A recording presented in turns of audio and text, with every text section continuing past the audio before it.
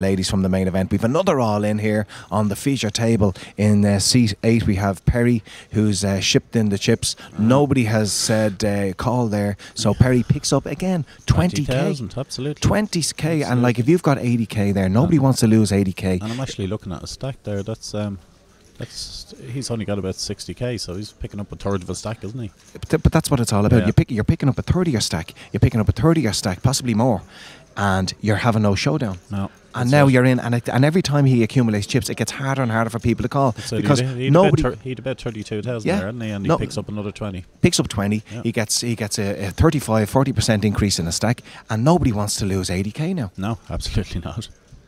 Absolutely not.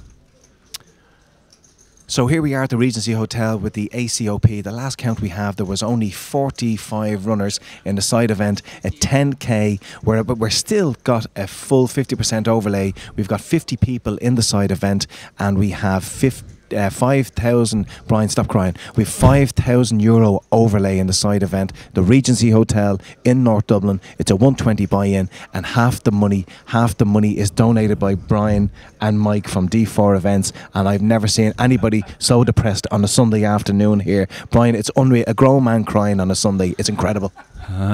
Yeah, it's pain, man. It's pain. It's hurting. It's a good thing you're a millionaire and you have your looks to fall back on, Brian. Please come down, folks, and help me out of this hole. Please.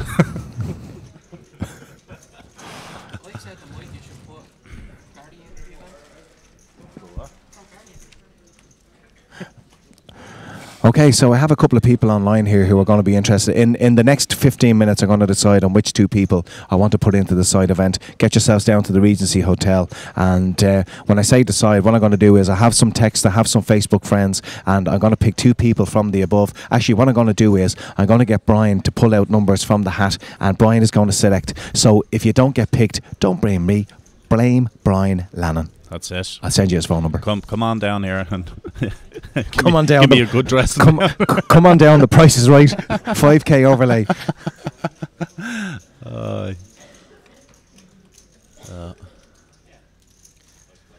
Yeah, we have a very talented and skilled dealer in on the feature table. Good old Killian, he's in.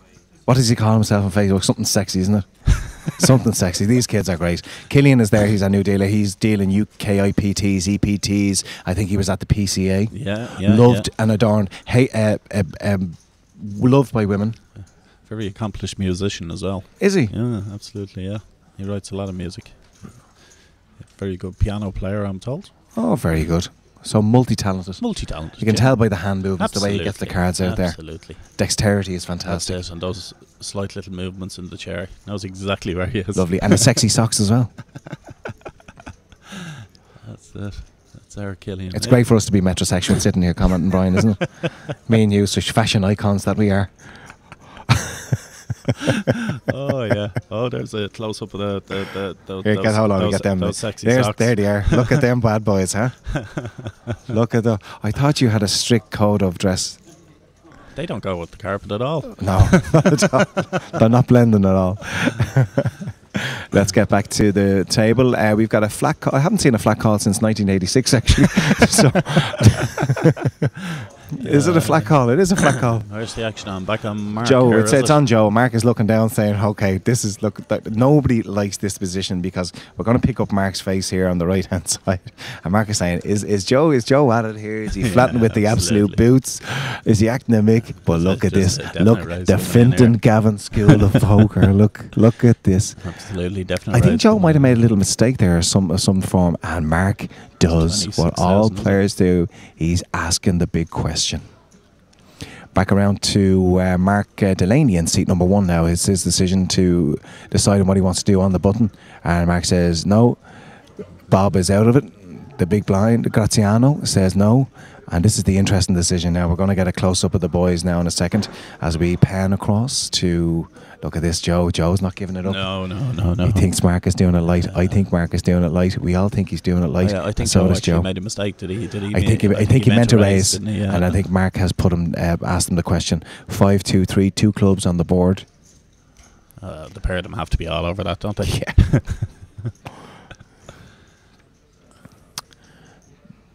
Joe's checked. Mark is going to put in a C-bet. And he bets the same as it was pre-flop, around 24-25. Yeah. So he's made it 1k lighter than the actual pre-flop. And Joe ain't going away. Joe's going to flat it. Yep. We're going to see a turn. And the turn is... Oh, another club now. 9 of clubs, an absolute blank. This could be... We got check. Rivers of 5 of diamonds.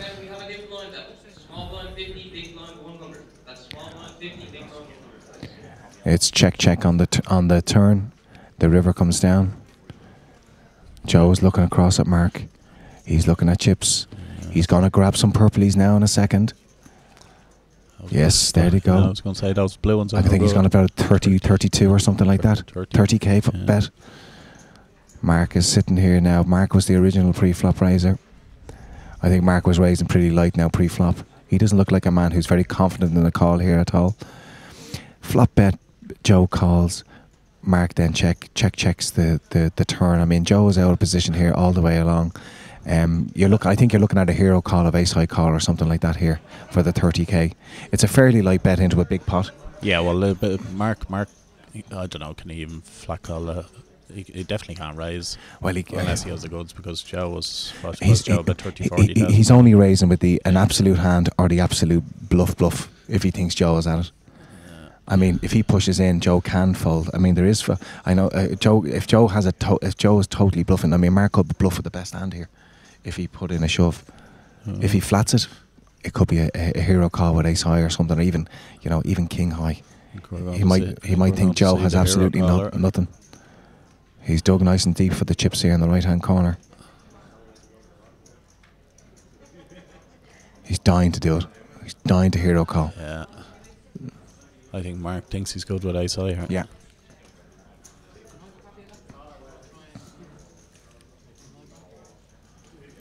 But there's our board again, Brian. I mean, it's a fairly blank board for people who are involved pre-flop, He's looking at it again. The dwell. What's he got? I have ace jack. Am I ahead with ace jack?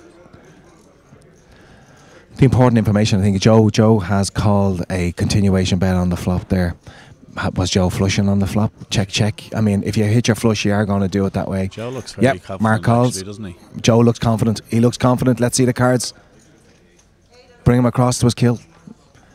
Yes, Flush. queen high flush. I told you it was the flush. Yeah, that was it. Mark just folds there straight away. Because he's called, because Mark has put in the continuation bet, we have Joe in behind there. He's flatted the C bet, and then it hits on the turn. A lot of people will check it. I actually prefer to put the bet in when I hit it for a couple of reasons, because a lot of people, it's reverse psychology. A lot of people will consider that you won't put the bet in. You won't actually bet the flush, you'll actually play it a bit slower. So it's a reverse psychology where people will think, he's not going to bet it out if he's hit it. So Mark probably thinks he's still in the hand, and you might get a lot more chips. I mean, if a player thinks that you're on the flush, you're not going to get one more chip out of them. I think Mark called very, very light there. Very light. So what do you do if you flop trips or something like that? Do you bet it? I bet it. Yeah. I bet it, Brian. Okay. Yeah. I bet it away, especially in this position here. Yeah. Because you're in a position where you bet away. If somebody has a marginal hand, people are saying, well, he's not betting trips in that position, but it actually can work out, and that's where you're going to get a chunk of chips in those situations. Absolutely, yeah. I usually bet if I've got something, if I've got in with suited connector 6-7 or something, and it comes down, 10-7-7, I bet away. Absolutely. I bet away. I'm there to get a chunk of chips. I'm not there to get a few little chips here or there. I'm trying to get a chunk of chips off somebody who's a non-believer. I'm giving away all my hand here. I was bad enough beforehand. Now I've no chance. You'd be okay, Phil, if you're playing with me. Yeah. Once me and Brian go heads up, we're happy.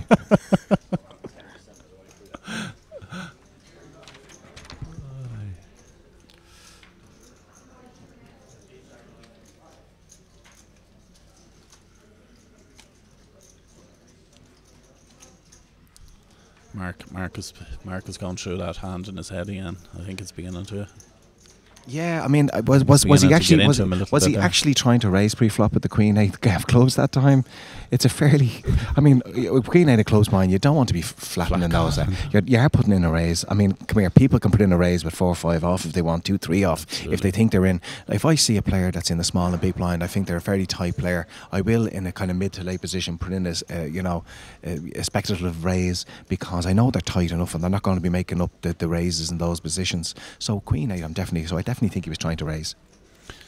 Yeah, you don't really flack off Queen 8, do you?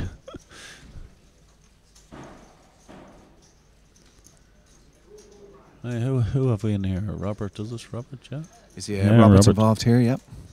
And we've also got in seat 8, and that is seat 7, I should say, and that's Colm. Colm is involved here with the flop. Let's see that flop. It's a 2-7-10 flop with the 2 players involved. Nice close-up of the boys. 7 deuce. Robert's asking what's he got left here. How much?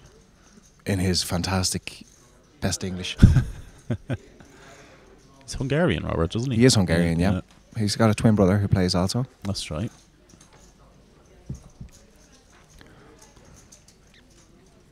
He's just flatting it, is he? Yeah. Just a flat call. Okay. Call. Let's see the turn, Killian. And the turn is 2 of clubs. Paired up now. Where is Robert? I'm looking at in the blinds, is he? Yeah, I mean, let's get a wide vision there. He is. He's a big blind. So it's a scary card for the big blind to be still in the hand there. Yeah. He's forced to act. He's going to check it out here, irrespective. And I think he's going to get. Check here as well. Colm was going to be. I think Colm is a bit afraid of the 2. Well, he should be afraid of the 2. In his position, come here. If you see huge hand, good luck to him. In that position, I check it, and then if I've got any of the board and Robert makes a bet on the river, I just call it. And what you've done, you've done some pot control there. Absolutely. I mean, what does he do here if Robert chips all in? Do you think he's put a bet in here with a house? I don't think so. No. He might have ace 10 or something along those lines on a 10-7-2-2 board. Yeah, he's got 33. The age of our Lord has gone in. That's a significant part of his stack. Like. Yeah, but I mean, I think he's basically told Robert he ain't folding here. No, Robert is kind of saying, yeah. Gets out of the way there, yeah, absolutely. Well, he's going to flash. Will you flash the cards? Go on. Go on, be a nice fella. Flash the cards for the people at home. Oh, he's pluffing out the old cheeks there. I'm not sure if he was too happy about that. Well, listen, he's after getting a nice chunk of chips there. Yeah, it's hard to know what Robert had there. It's hard to put him on a hand. Second pair, something like that. Yeah, maybe, I don't think does he give up second pair in that position?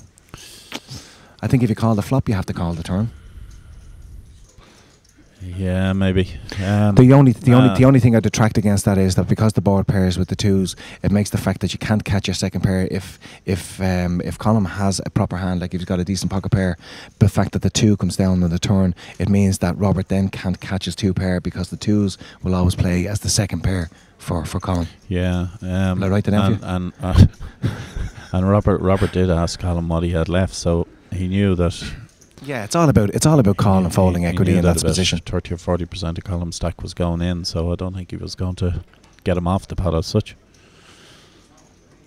So just to let you know again, we've still got a 5k overlay here at the Regency Hotel for the side event. This is it's a massive game. It's a 10k guarantee, and Brian and Mike are here from D4 Events. They're facing the 5k overlay, and the good news for the players is that there's 50 spaces that aren't filled as Bob goes all in. Scottish Bob. Bob got piped into a seat here. He got piped in a Robbie Burns in a good way. In a good way. He's a good out character. He's Bob. A great character. Robert is in the tank, hold on. Nah, Bob, you can have it, he says. You can have it. Matt Dobbins. No, Matt's not going to take him on. Not Robbie Burns weekend. Are you having a laugh? Are you well? So listen, guys, you got up till 7:30 tonight, so you have plenty of time to get down for the side event. And again, in the next few minutes, we're going to take 2 players. I'm going to put 2 players into that side event.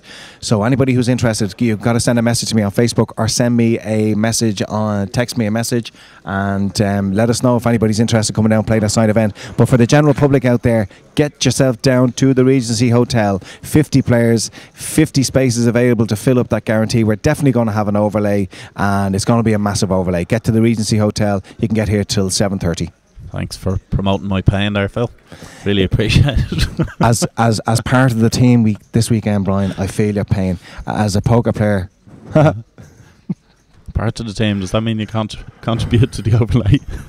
Yeah, I'm a proportional representation. No. I'm just happy getting the dinners and the snack bars, and we had some bacon fries here yesterday. So that's payment, and to be here among greatness like yourself, Brian, that's more than payment for me. That's grand. I'll remember that one. You have my account. You have my account details. When don't you come looking to me at the end of the week. I think the way things are going, I'll owe you. Blinds are up on this now. 510 are the blinds. So blinds are 510, and antes still of 1,000. Do we have we have an all in here. Robert chipped all in, and Matt has gone all in as well. Yes. And it's just a big blind now. Joe, what's Joe looking at? Is Joe even contemplating getting involved in this? Okay, we got Robert Sawyer's all in. He shows Queens. I think it's Queen Jack. Yeah, but he's the first to act. And in behind him, we have Matt Dobbins. What's Matt got? Matt has King Queen. Wow, he snapped them in. Let's go. We got Robert Sawyer in for this, and the King in the window. Oh, he's got the gutter ball now as well. Okay, so Matt doesn't want to see a 10. It's a 3 of spades, so it's only the 10 and the 10 only. And we lose Robert, and we do indeed. Lose Robert Sawyer from the main event, ladies and gentlemen. He's played well. He's a tremendous player. Finest at the UK IBT in Dublin. Matt Dobbin gets it in behind. I mean, we can kind of say he snapped them in with the King Queen, but it's kind of late position stuff, you know. It's the button. Where is the button there on the table? Can we see the button? I think they were the blinds actually. Yeah, no, it was button McGarris's small blind. Full ring table, King Queen. I'd probably dwell a little bit more before I decide to put my chips over the line. Matt was wasting no time there to get them in. Ah, yeah. In Kerry, King Queen is the nuts. I tell you, you want to have a chat with Connie O'Sullivan then? I don't think Connie will be dumping them in with King Queen. Oh no, but I mean, he's here to win it. Absolutely. You know, you're going to go for it. You make those decisions. Sometimes when you're saying to yourself, you're looking down at a guy with the stacks. Now they're doing a chip count actually, just to ensure he might actually be all in. He might, you know, it's so close with the stacks here that he's getting chips. So we don't lose Robert from the main event. No, he is here. He's on life support. Chip in the chair. He has the needle in the arm. We're pumping in an ounce of blood, and he's still here, and he's still got a chance to get himself back in. I see some reds in behind there, so, and the hundreds and the greens. So you could have 10k there, could he? You'd have a bit more than that, I think. 15. About 5 in reds, is he? Maybe. So he's here, and he's got a chance. He's looking up into the sky, and he's saying, what's he saying to himself? King Queen, King Queen. How did that fella call me with King Queen? How did he call me with King Queen? Look, and there's Matt trying to explain his thought process. Matt saying, I owe Connie Sullivan $3.5 grand. I have to get the big pink out of it. The min cash is no good. I owe him 3.5k. That's it. I have to win this, man.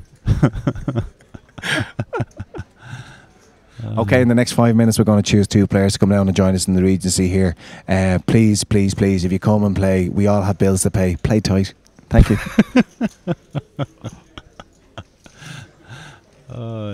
Well, Robert, is this going to be it?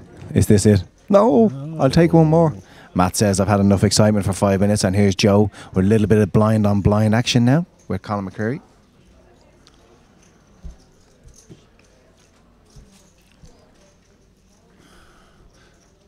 What do you do here, fella? You can't give a walk, can you? No. Well, he's got a lot of chips in front of him. Well, flat call. Yeah, I'm not a mad fan of the flat call here. I think you raise or you fold, Brian. If I've aces, I probably just flat it. King, 8, Queen, 2 clubs on the flop. Straight away, Joe comes out of the block and he puts in a bet. And I think Colin McCreary smelling a rat there on the King, 8, Queen flop. And Joe takes down a little chunk of chips there. Well done to you, sir. So let's get a close-up of the winner and the loser. There's 2 different, totally different body languages. Robert's sitting there going, I should have got that push through. That should have got through. And Matt's sitting there going, how good am I? Aren't I brilliant? That's it. You nailed it on the old body language there for sure.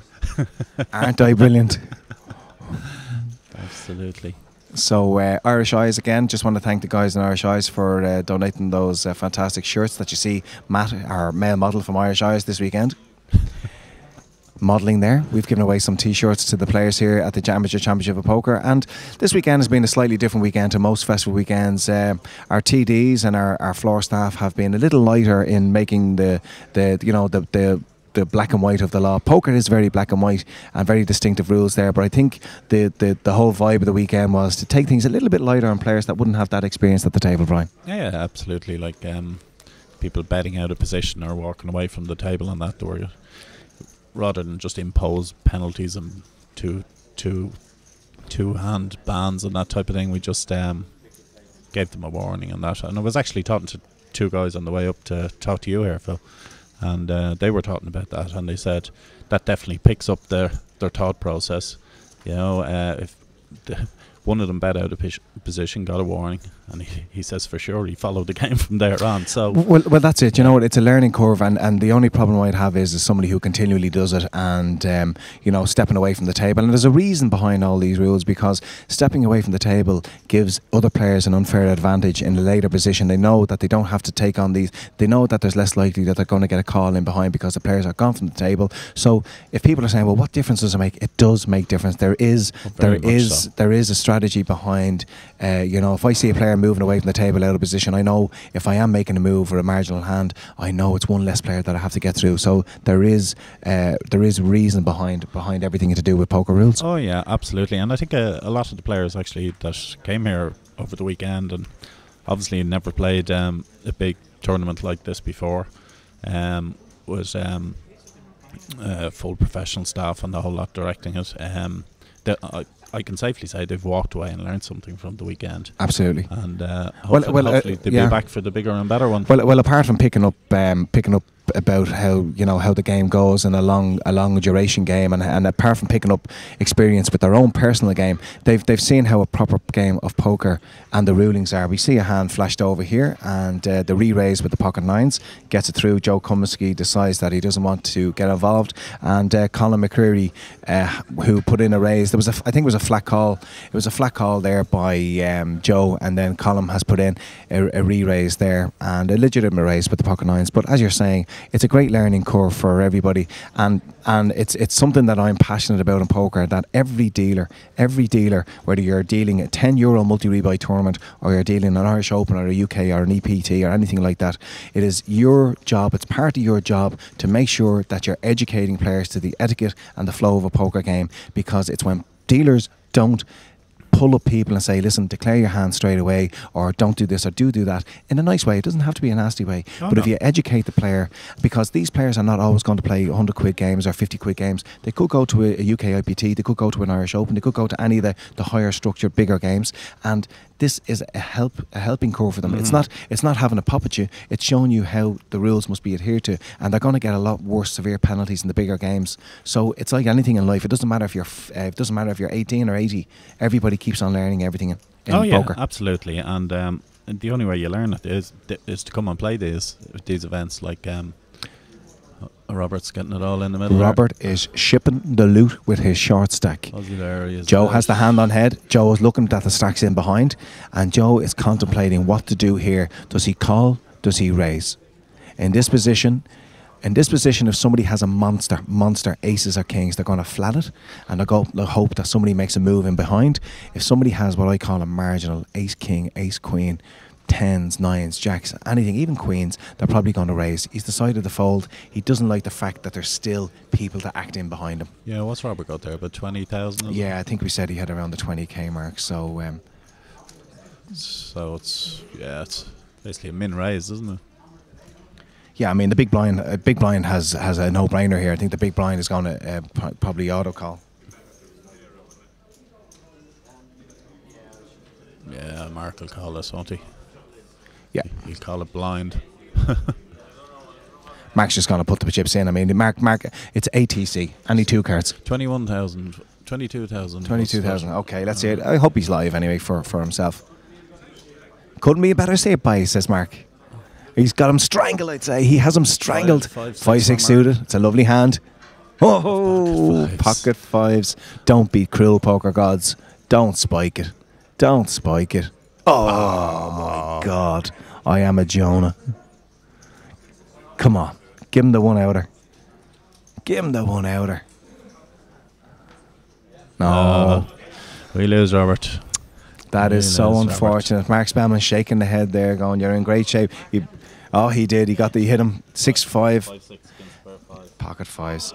Pretty unlucky. Hard luck to Robert, but I tell you what, our chip leader, he just keeps on getting more and more and more chips accumulating. Only a 20k pot there he picked up with Robert. Very unlucky. Pocket fives against 6-5 suited. And what happens? Poker gods, what did they do? They spiked that 6. Binked the 6. Robert, hard luck to you, sir. Yes.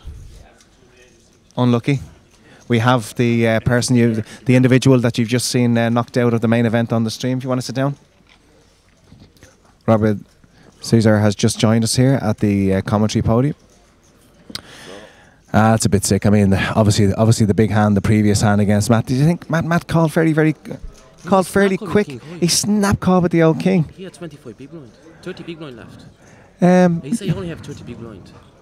King, queen, and suited. I say. I know. What's my age on the button? You know what I mean? Any ace white. Well, I definitely would give it more consideration than a snap call anyway with the king queen in that position. I mean, your shove is absolutely standard. It's fine course, yeah. with the queen jack in that position. Matt snaps it off with the king queen. I think obviously you were on the button at the time. He's on the small blind, so he's only got the big blind to go through, and that's Joe in behind him. But I mean, you know, Matt's obviously not afraid to get the chips in. I think I would give it a bit more of a dwell, deciding what I want to do into a hand that's going to cost me my whole tournament. Yeah. I think if he's got 9s or 10s there, I think he snaps you off straight away because pocket pairs you're going to do. I'm more happy you have it to over. Yeah, ace 10, ace jack. It's kind of, you know, it's one of those things where you sit there and decide. It's always different if you play in the button of small blind.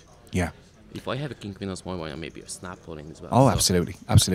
Everybody snapped there. So. Well, listen, he decided to get them in. He got good. He hit the flop and king in the window, and that was the end of that, really.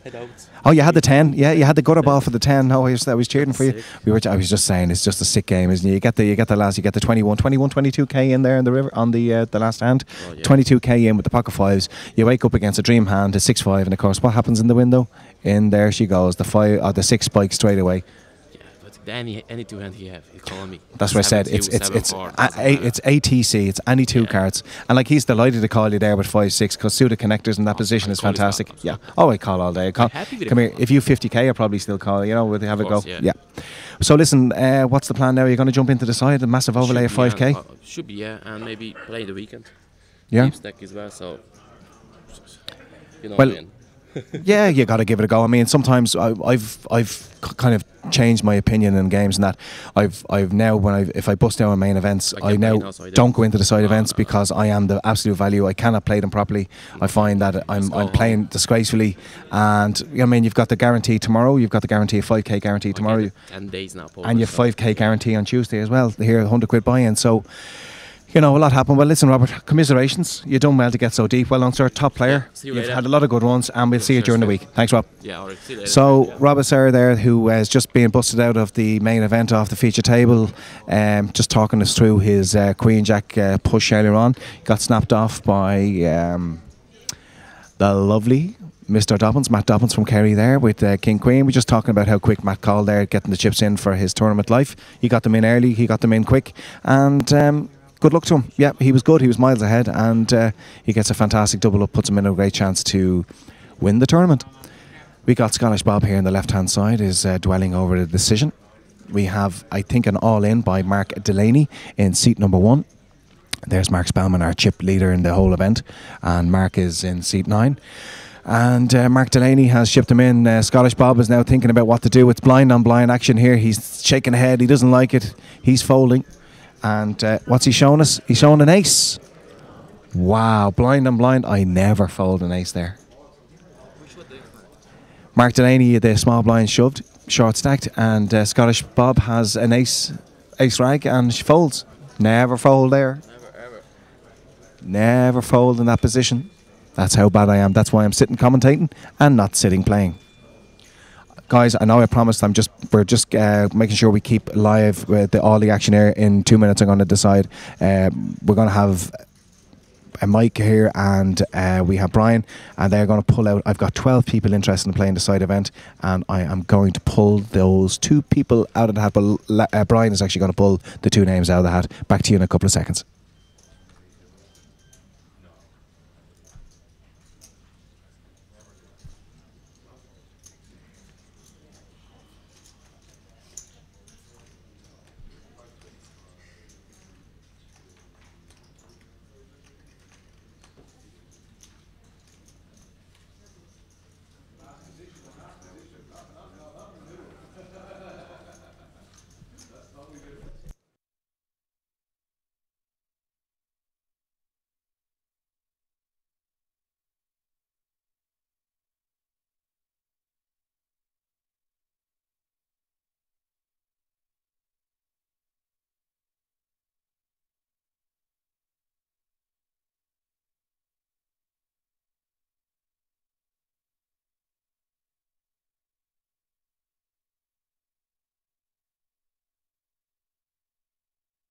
We have an all-in and a call here on the feature table, and C3, who is short stacked, is all-in and call. It's ace-8 versus 7s of Mark, and he hits the 8. Oh, Mark gets unlucky for the first time in the whole tournament. Mark gets unlucky, goes behind. Oh, there it is, the trips with the ace kicker. Even better, only a 7 for Mark. Even Mark Spellman can't run that good, and he misses there. So we get a Graziano in C3, who, as Brian said earlier on, was the qualifier. It was a free roll qualifier in the, I think it was the Black Raven. Is it the Black Raven out in Skerries, is it?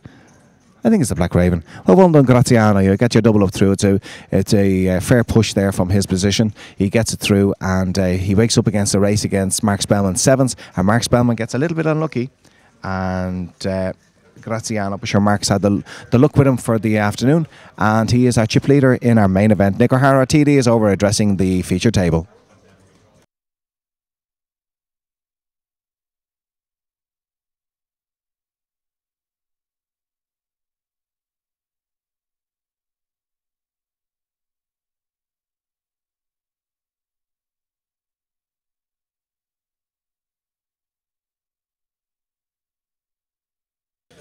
Okay, we had a little bit of a chance there. Many thanks to Brian for drawing out our players there. Okay, the 2 players that have been drawn out are, first player is Gary Fitzpatrick. Gary Fitzpatrick, get your aspirations down here to the Regency Hotel. And also Kevin Core, the machine that is Kevin Core. You also, sir, come down. Now, I know, Kevin, you'll probably need a sat-nav because you've never played outside of the Sporting Emporium in your life. So if you want to get the directions to the hotel, Kevin, you come on down. So Kevin Core and Keith Connolly, I had 17 people who applied to play the game here. We've got an overlay of 5k in the side event here at the ACOP side event. It's at €120. That's including your reg buy-in, and it's a 10 grand guarantee. We've only got 50 people here at the moment playing the game, so there's a 5k overlay. Kevin Core and also Gary Fitzpatrick, get yourselves down to the Regency Hotel. You're going into the game. You're representing a man that needs money, so don't let me down.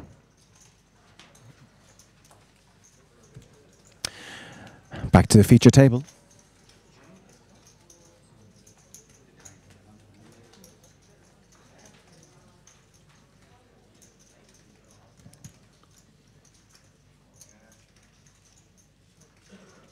Nick O'Hara joins us. Sit down there, Nick. Take the weight off it. It's just what you do all day. Nick, all I do, you got to get nice and close to the microphone, Nick. Nick O'Hara, ladies and gentlemen, he is the TD for this weekend, but Nick is, after coming up to the outer stratosphere of TDism throughout the world, PCA a couple of weeks ago, Nick, everybody says you probably have the worst hand ever seen in their lives for a man who was over at the PCA. Busy working? Yeah, busy working. I mean, it sounds glamorous. You're over there in Bahamas, and yeah, it's a beautiful place, but when you're working from 11 in the morning till 3 in the morning, you may as well be in the Regency here as anywhere else. It sounds glamorous. It is glamorous, Nick. Yeah, no, it's nice. It's nice. I mean, if you weren't a workaholic, it would be glamorous. You should be doing what all the dealers are doing. It's a busman's holiday, let's be honest about it. It's a busman's holiday for all the dealers. The dealers, when they go out there, to be fair to the dealers are top quality that follow all the star stuff around. But when you go to a PCA, there's other things on your mind. Yeah, no, look, it's great. It was great to be there as part of the event. It was great to see it all, and yes, it is a beautiful place, and I had a bit of fun time. The last couple of days was a lot of fun time, but Yeah. We just cut across Nick there for a second because of an interesting situation. The big blind here is Joe Kuminski. Joe has showed no problem in putting those chips across the line in the last few hours that we've seen him on the stream. And also here in seat 9, seat A I should say, it's Perry Galbraith. Perry Galbraith has shipped in for, I suppose he's shipped in for about 36, 37k, something along those lines. And he's got 27k for Joe to make the call here. What we were saying on the stream earlier on is that everybody who ships in here, you're going to be picking up 22, 23k every time you ship in, and nobody calls you. You're going to pick up a massive amount of chips. So I mean, position is everything at this stage as we get down to the outer bubble area. How many players have we got left, Nick? We did have 22. That should be 21 now. We've just lost a player on table 2. Okay, we just lost the player in the outer table there. I'll get the information that coming through in a couple of seconds. So yeah, we're down to 21-ish kind of players, and 18. So 19 is going to be the bubble player. Yeah. You know, being an amateur championship of poker, a lot of people who are listening in mightn't have a lot of experience with these type of games. I know in these kind of mid to low buy-in games, some business will be done in that people who have done well for the 2 days, some money will come off maybe the top player, the 9-1 and the 5-9. And if everybody agrees at the table, Nick, then money can be given to the players that finish 19th or 20th. Do you think it's going to happen here this weekend? I think it's been a very sociable weekend, and a lot of the players who have come this deep are quite sociable. A lot of the time in this situation, I think a guy is not happy to do the deal because the bubble is a good position to gain a few chips, and I don't think these guys begrudge a lad a few quid, but in turning down the deal, they just see it as a good spot to get chips, and play is tightened up. So I don't know. It has been a sociable weekend. A lot of these players may go for the deal. Usually, my money, one guy is going to say no. Yeah, well, I tell you what your problem is here is that one of the guy that probably, apart from Mick McCluskey, who has more hours on a live tournament table than anybody else, is our chip leader, and that's Mark Spellman in seat 9. Now, Mark, being an experienced kind of semi-professional player, he could actually say no, not from a kind of from the financial point of view, but as you said, he wants to use that bubble to put extra pressure on players and makes them harder to put their chips across the line if they've got so deep and don't cash. And just to let everybody know as well that if there's 20 players to make a decision, it only takes one player to say no to a deal, and then it's no deal. That's that. And we do allow them the option of voting in secrecy, so that no player, if they wish to turn down the deal, they can do it without the rest of the players kind of roaring abuse at them. Well, I think we've just lost another player from the outer ring again. We've just lost, so I think we're going to have to say goodbye to Nick, because he has to go over and earn his keep, because we lost two players off the side table. So I think we're getting down to bubble time here in the main event. Definitely around the bubble time. It's going to be the nervous time for everybody. Anybody who's played so well and so deep over the last couple of days, nobody wants to go home here without winning some cash. So we see that seat 1 on the feature table, Mark Delaney, shipped all in, and no call for Mark, and he gets that through. We're down to our final 20 players, so we're one off the bubble. Maybe a deal will be done. It's going to be it's going to be a harder situation to have a bubble agreement, because I think Willow, let's check out Willow on the outer table. I think Willow was trying to find out, there's another all-in on the other table. I'm going to go over live to that table. We're on the bubble here, and there's 20 players remaining. Players have stacks all in.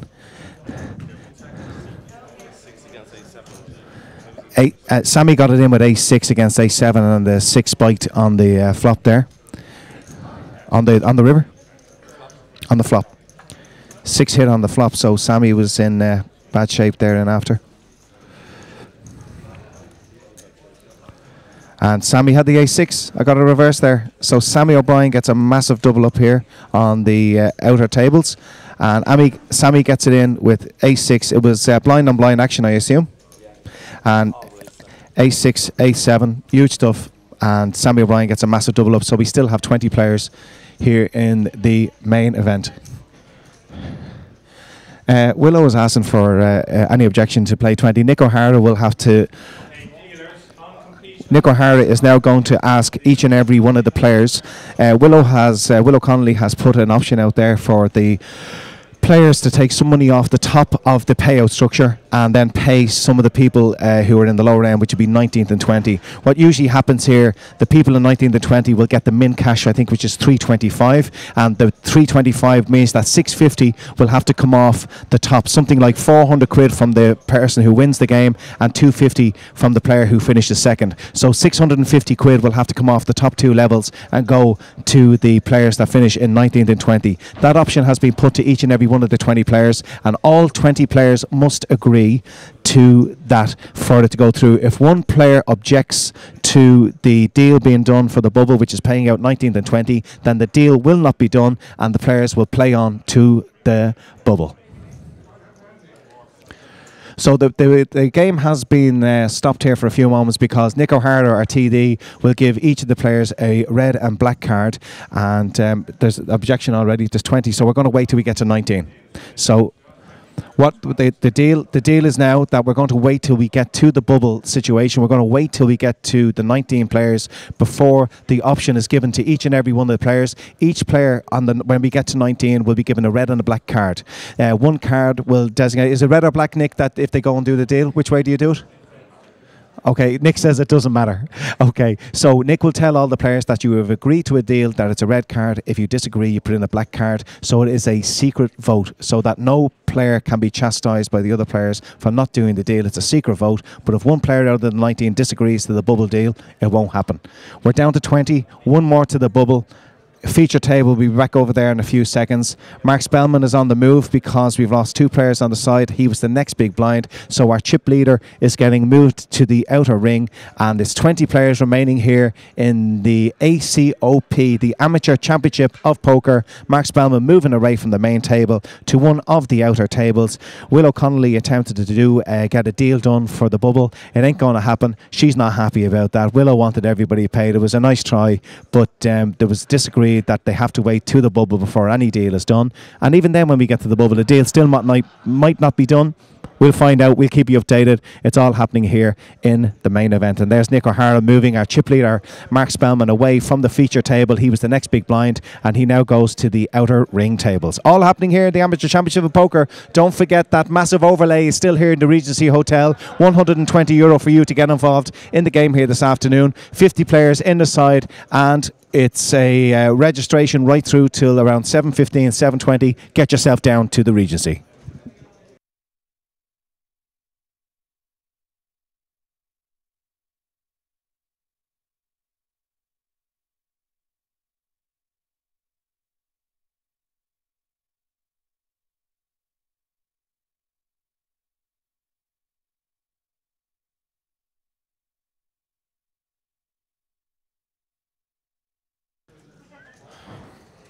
Well, a lot of stuff happening there. We see the chip leader in the tournament here this afternoon, and as we're getting down to the latter stages, we are one off the bubble. One off the bubble. The bubble is a poker term for the player that misses the cash by one. Now, in a lot of tournaments and a lot of middle to lower end tournaments, a deal will be done. A lot of big tournaments, a deal will be done. 20 players remaining. At the end of this level, there's a 15-minute break.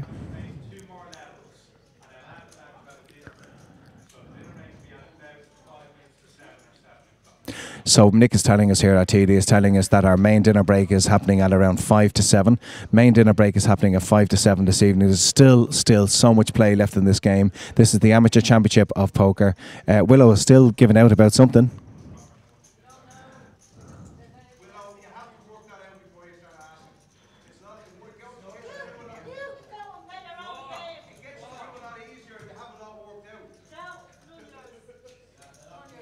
So there's a bit of banter going on here with Willow. I think Willow requested that she wanted to ask the 20 would 20 players, would a deal be done for 20 players? Willow wanted to ask to have a vote to see if a bubble deal can be done. So I'm just going to let the guys talk and see if we can get some details about what deal they're trying to get done.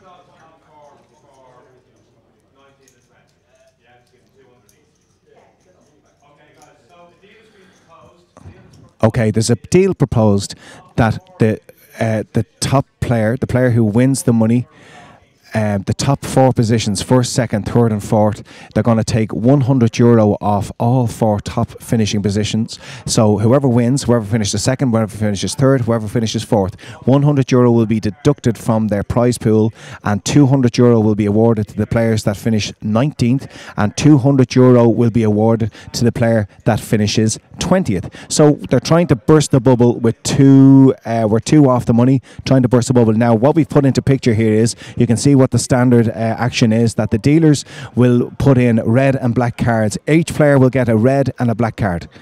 Each player will get a red and a black card. Red is no deal. It's a secret ballot here. Red is no deal and black is deal. So everybody must agree. It's got to be all black cards. If any one player of the 20 puts out a red card, there is no deal done, and we play on till we get to the next player is taken, is lost from the main event. So hope it's not too complex for you.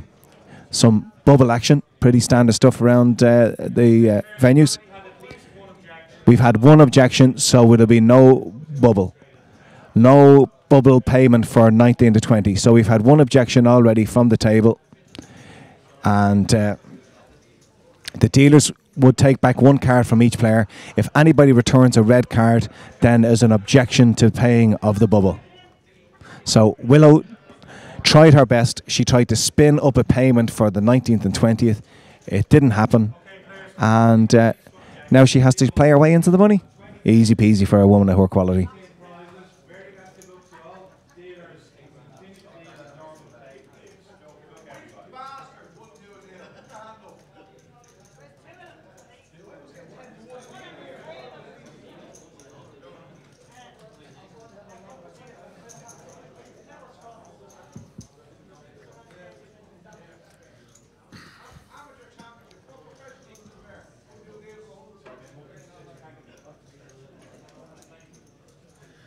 Poker personality Mr. Joe O'Neill is shouting abuse at the players here because somebody objected to it. So Joe is being very verbal about the fact that the deal was not done. Not happy about it whatsoever. Let's get back to the feature table. New dealer, fresh dealer on board, and we have a raise here from the button player, and that is Colin McCreary. Colin has put a raise in.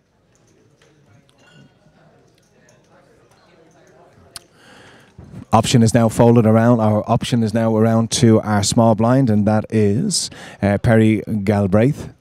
And as Mark Delaney is on his phone texting at the moment, if he hasn't looked at his cards, then he might have anything. If he has looked at his cards, then it is so obvious that he doesn't have a big, like, if anybody is watching the live stream now and you see what Mark is on the phone there at the moment now.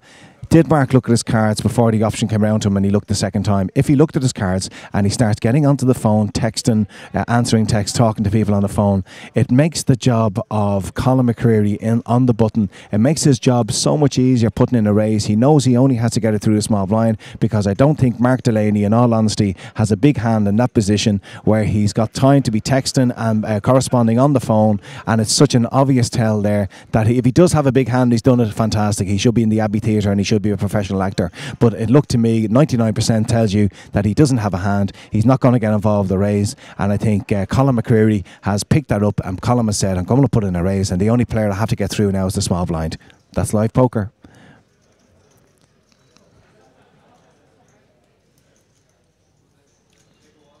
$20 players remaining. A double bubble payout was put out there by Willow Connolly, the last remaining lady player at the tables, and it was rejected. We have a 25k raise again by Colin McCreary. Now, I definitely think Colin has a hand this time. I think he was at it the first time, but if you put out the raise again, because it's all about the psychology of the game. You're sitting there. If you pick up if you pick up a hand again, you've raised the first time, you raised the second time. I guarantee you, 90% of the time, the player that raises the second time has to have a legitimate hand at least the second time.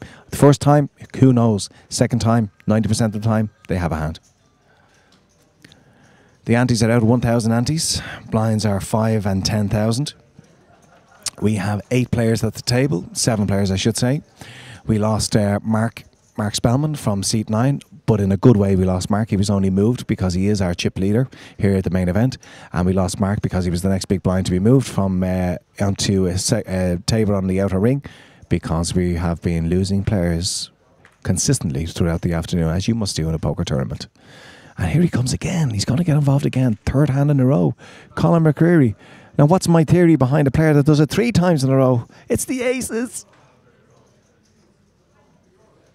He's raised to 30k. I'll tell you what, everybody sitting in behind goes, hold on a second. He's done this the first time. Willow is all in on the outer table, Willow Connolly, and Mark Delaney makes his push here in seat 1. Mark Delaney pushes all in seat 1. Let's get to camera 5 here. And there's the chips going in. And does he look like a happy man out there? Does Colin look happy? Does Colin look happy? There you can see him on the right-hand side of the picture. We've a lot of action here. No, it gets through. He wins, and Willow Connolly is all in the main event. Let's get out there.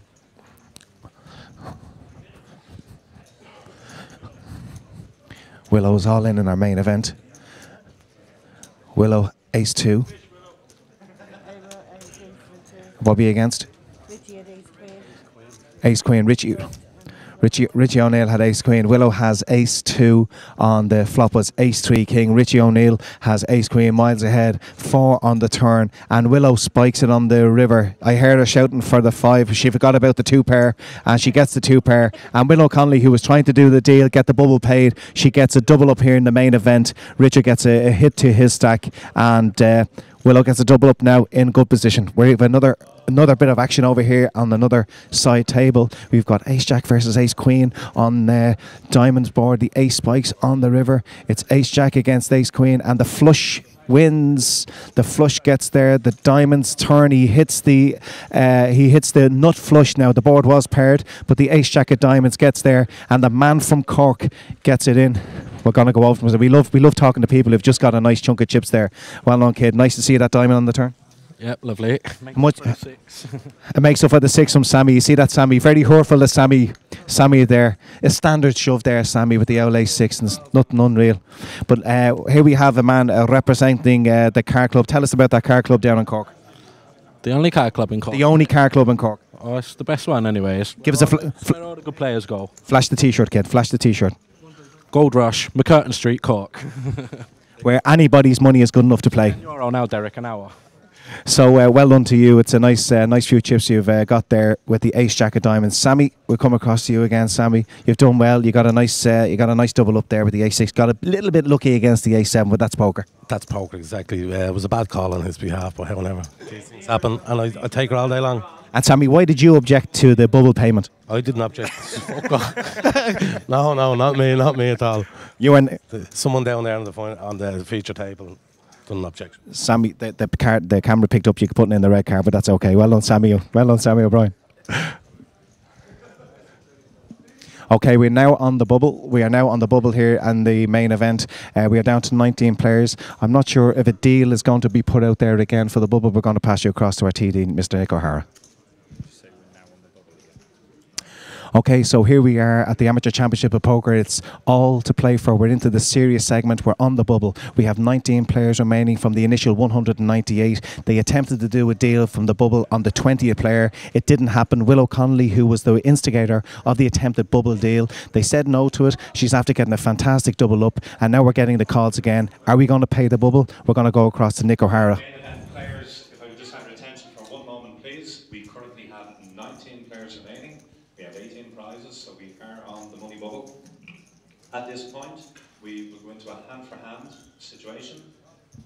During the hand-for-hand play, if we happen to lose 2 players during the same hand and both players are on the same table, then the 2 players will tie for position and, if the 2 players are on the same table, whichever player began the hand with the most chips will receive the higher position and the full prize. If the 2 players are on different tables, the 2 players will tie for the position and will share the prize evenly. Okay? During hand for hand, if there is an all-in and a call, we would ask you to please do not turn any cards face up. The dealers will freeze the action and we'll wait until the hand has finished on every table. Then we'll run the all-ins. The reason we do that is if on one table one guy is in a lot of trouble and another guy on the other table sees it, he may just pass his 2 cards. So we don't want to pass that kind of information from one table to the other. So if there's an all-in on a call, please do not table the cards. The dealers will freeze the action. The other thing is, guys, we will announce all action. So if there is an all-in on the call, we will announce the action. It's not necessary for you to come over to see the table. We will announce it. If you leave your seat to come over and watch what's happening on another table, if it's a double up, the dealer on your table will deal the first card, and you will not have a live hand if you're not in your seat. So we would ask you to please remain at your seats. Okay, players, would like to wish you all the very best of luck. Dealers, deal one hand only, please. So there we have our TD, Mr. Nick O'Hara, who's just explaining the bubble rules and regulations there. So what's going to happen is we're going to play hand for hand. That means that all the dealers will play one hand for each of the table without moving on to the next hand, and they will wait for Nick to ensure that all hands have been completed on each tables to ensure that when we do lose a player, that it is clearly distinguishable about which player we lose first. So if we lose 2 players on 2 separate tables, it's the player that has the most chips will be down as the player who's actually min-cashed. The player with the least amount of chips will be on their unfortunate bubble boy or bubble girl. It's all happening here at the Amateur Championship of Poker. We've got 19 players and it's bubble action time.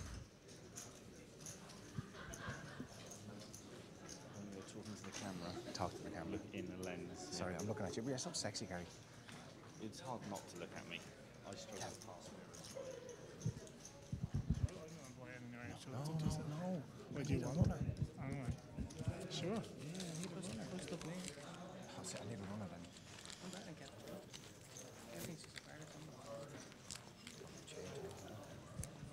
Nobody change the fifties. Oh, I'm sorry. I know, then you're talking.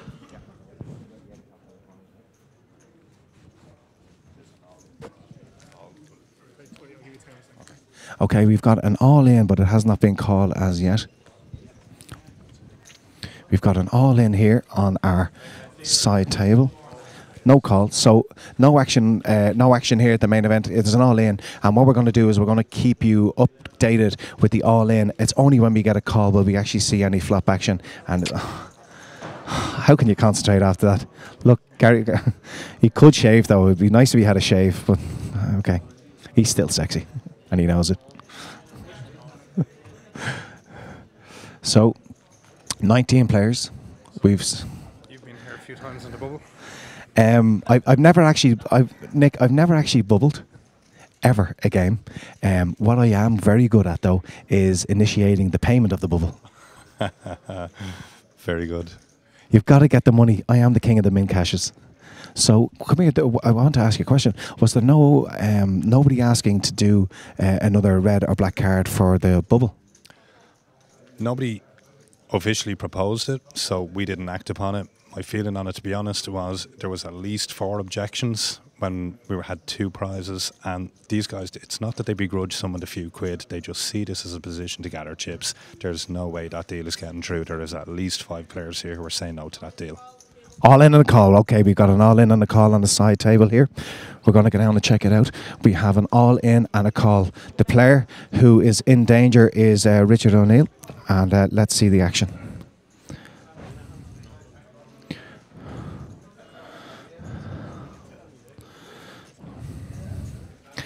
Okay, the player who's got most chips has declared they have ace king.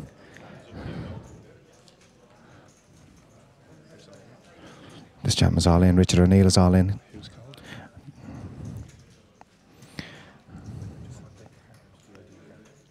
So we have Richard O'Neill here, and we have Conor Blaine.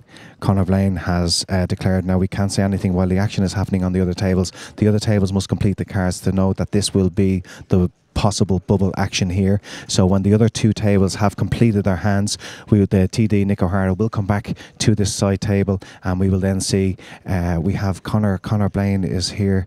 He is the caller against Richard O'Neill. Richard O'Neill is is in danger of being eliminated on the bubble here at the Amateur Championship of Poker.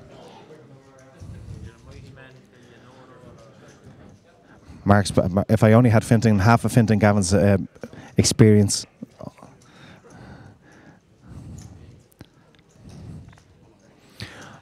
Thanks, Marco.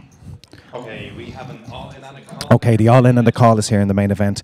Already Conor has declared he has Ace King. He's got more chips than Richard O'Neill.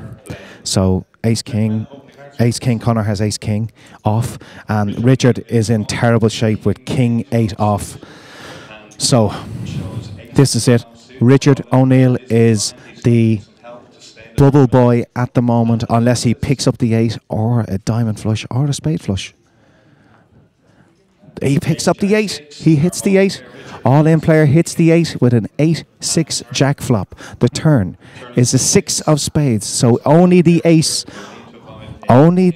can make us lose our bubble boy. And it's an 8.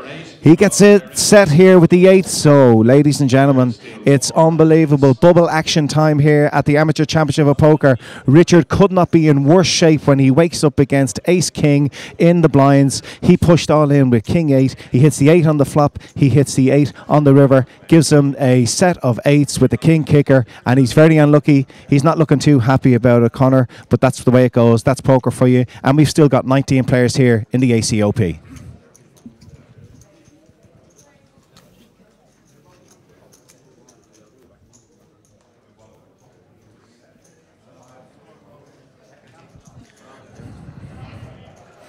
Okay, we're back at the feature table again, and we have an all-in in seat 1. Mark Delaney has gone all-in in seat 1. We're waiting to see the action now that's happening in late position. Nothing happening in behind, and it's not going to be called. So this time Mark Delaney gets that shoved through in seat 1, and action is now stopped here in the main table. Again, it's hand-for-hand action here with 19 players remaining in the ACOP, and we will keep this hand-for-hand going until we get to our payout, which is our top 18 players. Min cash today is €325. Top payout is €9,100 and lots of money in between, to the total of €32,600. This is our main event. We have our side event still happening in the outer ring. It's a €10,000 guaranteed 120 buy-in, and there's still a massive overlay in that event. If you want to get yourself here to the Regency Hotel on this Sunday afternoon, we have buy-in available till approximately 7:30 here this evening. It's going to be hand for hand here at the table.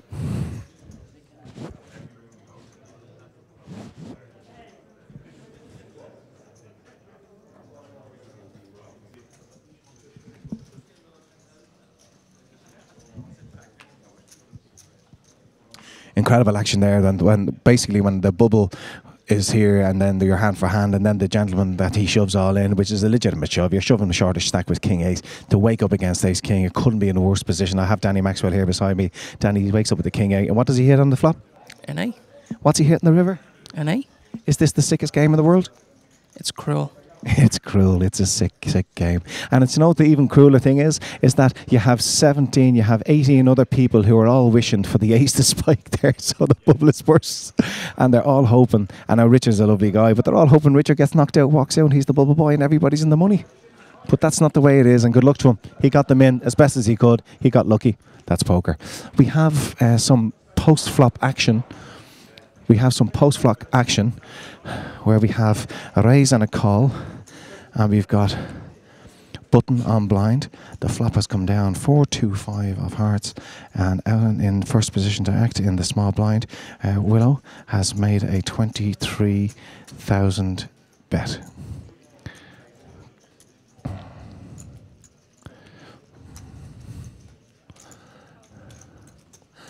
We've Conor Blaine here on the button. Conor has called that 23k bet, and the turn is a queen of diamonds.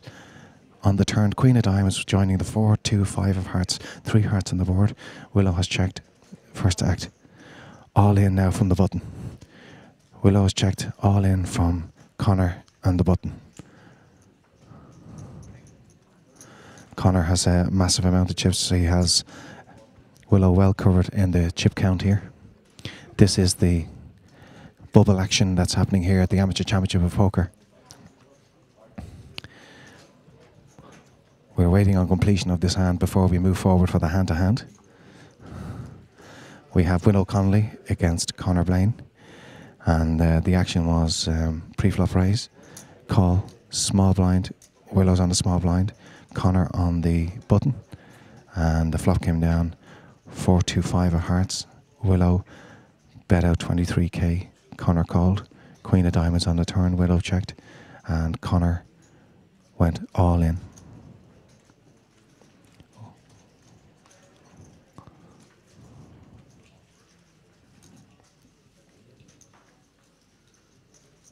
Willow's husband Eamon is looking at the action here with the Celtic top on the left hand side. Eamon, who busted out in 38th place here, is on the outskirts, hoping that they have a family cash here this weekend. And Eamon is watching what's happening. Call! We have a call here. We have an all-in and a call in the main event. Amateur Championship of Poker. Willow calls the all-in. Willow's call. Let's see those cards. Ace, Queen. He's hit the top. He hit the Queen on the turn. He's got the nut flush draw with the Ace of Hearts. Queen of Spades. He hit top player. Willow has King, Queen. King, Queen. So she can only hit the King, and it cannot be the King of Hearts. The board is Queen 5 4 2. Willow has 2 outs here. Our all-in player Willow has King Queen, and her opponent has Ace Queen. So Willow is behind. She will need to hit a king on the river, or she will be eliminated from the tournament on the bubble. Can be King of Hearts. King of Hearts would give a flush to her opponent, so she needs to avoid the King of Hearts. She's got 2 outs. So Willow's here all in for the bubble. She needs to see a king that's not the King of Hearts. And it's a 9 of spades. Ladies and gentlemen, we lose Willow Connolly on the bubble in the cruelest form possible, because this is the lady that was trying to organise a bubble payment and it didn't happen for her. And the cruelest thing of all, trying to organise that bubble, doesn't get paid. We lose Willow. It was a great turn, you would think, for her, but it was actually a better turn for her opponent. Her opponent had Ace Queen, hit the top pair as Willow did, but he had the nut kicker, she had the second nut kicker, and he also had the Ace of Hearts. She was going to be in terrible shape with just 2 outs, and that's the cruel thing about poker. The woman who tried to, our last lady player here today, who tried to instigate the bubble, it didn't happen for her, and she's after busting out as our bubble player here today. Willow Connolly, she played very well, but ladies and gentlemen, we are now down to our final 18 players. All 18 remaining players are here. They've all cashed. Congratulations to them all. Min cash is 325, top payout is €9,100, and lots of money in between. €32,600 is up for grabs now over the next few hours. Best of luck to all our players.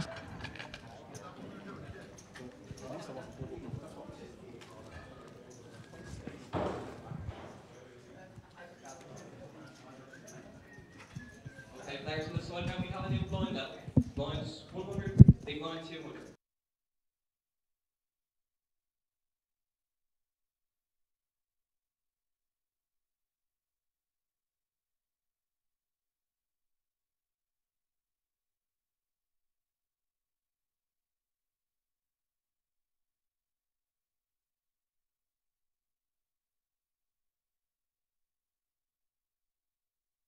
Well, it was pretty exciting stuff there. We had the hand for hand, and now everybody who was there has now cashed. We have no action whatsoever. I think the hand for hand is now finished. We are breaking down one of the outer tables, so we're down to our final 2. We have going to have 9 players in each table, final 18, so final 2 tables, which will allow us to have pretty comprehensive coverage of both tables, and we're going to keep you updated with all the action as it happens here this afternoon. It was a horrible finale, I think, for Willow Connolly and Eamon Connolly. Eamon finished 38, Willow's after finishing 19th. They both Eamon on the outer bubble and Willow right on the bubble, and Willow was the one who was trying to orchestrate the bubble payment there. It's unfortunate for her because, you know, she's after playing well for 2 days. She wants to cash some amount, and it's very unfortunate that as she was trying to instigate the bubble, it didn't happen, and she goes out on the bubble. Very unfortunate. You know, she's in a tough spot there with the King Queen. She's after turning top pair, second nut kicker on 3 hearts on the board. The initial player who flat called, he had Ace Queen. He was drawing to the nuts on the flop. I like his call. I think he's got a good level of play. He got very unlucky with Ace King against Richard, who had King 8 that time. He had Ace King. Richard spiked the 8, and you know, that's poker. But you know what? He's a decent player, that young man, and that's I'm going to get his name is Connor, and Connor has showed a decent level of the few hands I've seen him play. He's played played him really, really well. And to me, he's one of the players to beat here in the main event. So this is the Amateur Championship of Poker. We've got a fresh group of players coming in to our main event table. I think Richard O'Neill, who got very lucky there. Let's see him on camera 3. Richard O'Neill there in the yellow with the hoodie, the grey hoodie top. He got that was the gentleman who got lucky with King 8 against Ace King. And Richard has joined us now in seat 4. He's in the money. Everybody's in the money. 325 minimum payout to our 16th, 17th and 18th positioned. 9,100 to the winner, 59.60 to second, 41.25 to third. €3,050 to fourth, 2,200 to fifth, 16.70 to sixth, 12.25 7, 900 to eighth, 6.90 to ninth, 10 to 12th gets 5.25, and 13 to 15th gets 400, and as the aforementioned 16 to 18th you get 3.25. It's been a really exciting afternoon here in every way. Poker brings many types of excitement, whether it's payouts, whether it's all-ins, whether it's blind on blinds, whether it's bubble play, hand for hand. That's the great thing about poker, and that's what keeps bringing us all back to the poker table. This is the Amateur Championship of Poker. We're in the money, and we'll be back to you in a few moments with the rest of the play.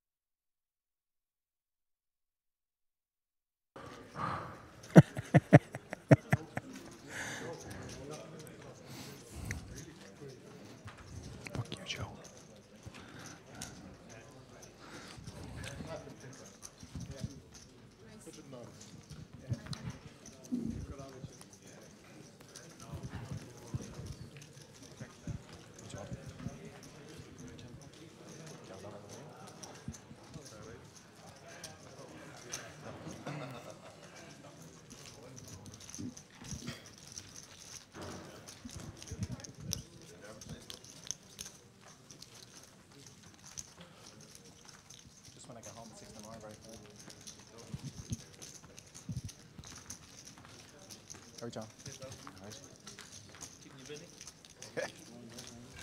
We're over here at the side event now. At the moment, the side event has a massive overlay of 3K. How you doing? What's your name? Audrey. How are you? Do you play regular poker? I do. Where do you play? The D1. In the D1? Over there, how's Ken keeping? Is he keeping well? He's doing good. He's doing good. And do you play much cash or do you play mostly tournaments? Tournaments. And where did you hear about this game? Facebook. On the Facebook. So Facebook does work. It really does work. And nice 3K overlay at the moment. You hoping it stays that way? I sure do. I've got Brian Landon in the back office there. Himself and Mike have gone into a kind of a fetus kind of curl, and they're hugging each other over the 3K overlay. It's good news for you, but bad news for the guys. But we wish you the very best of luck. Thanks very much. Thanks.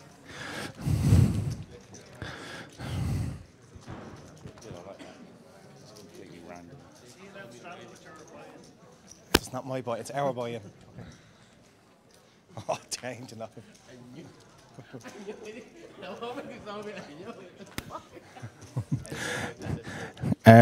We're joined here for the side event by one of the great legends in poker and Irish poker, and it's Mr. Dennis Rees.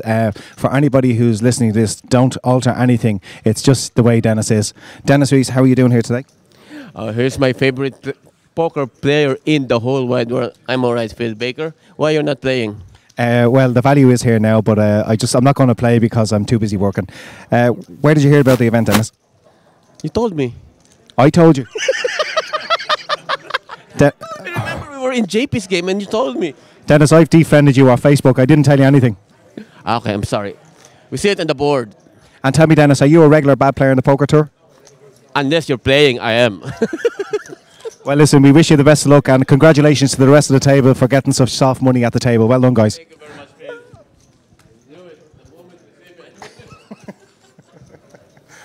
Phil. Sat nav is in. Sat nav is in. Do you want to do her? Yeah, why not? Do you want to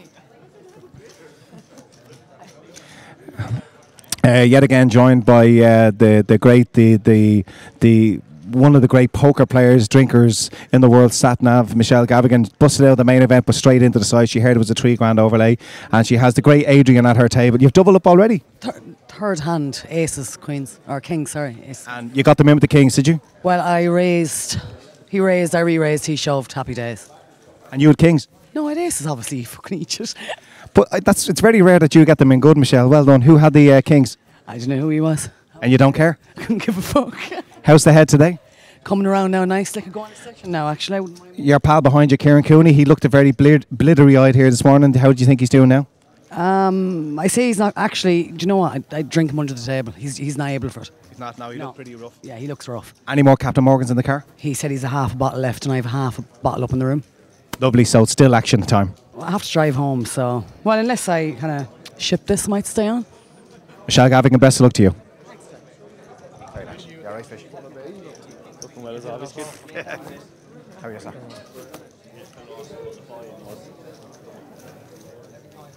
Should have asked what the buy-in was. She asked her. She told her old man it was 50. Oh, 50. You can't do that. I go, whatever. Pink scarf. Pink scarf.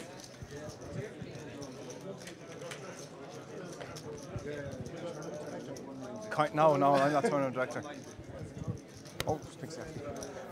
Good.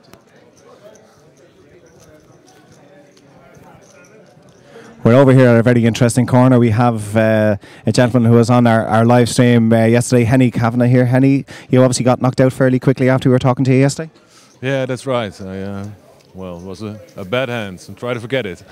Good, but we won't bring it back up again. And Henny, tell me this, did you place much cash last night?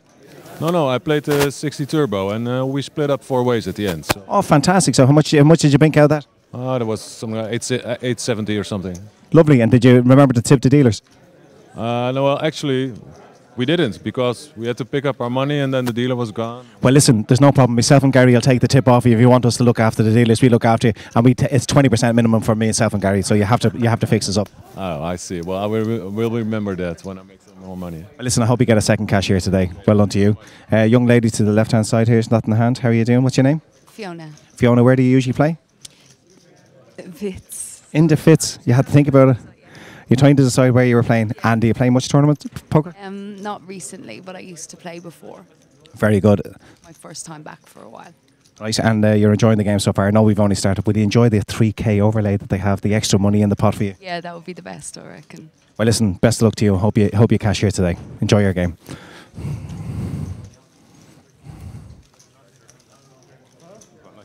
Pick another round. How you doing, Mark? You walk away. Walk away. Where'd you finish in the main? You don't know? Someone you don't know. Oh, someone I don't know.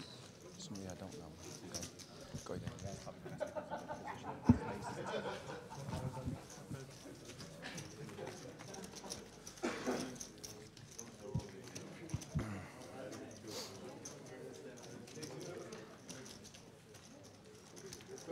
Yes, sir. No. Just talking to me, Stan. Yes. Maybe. Somebody's.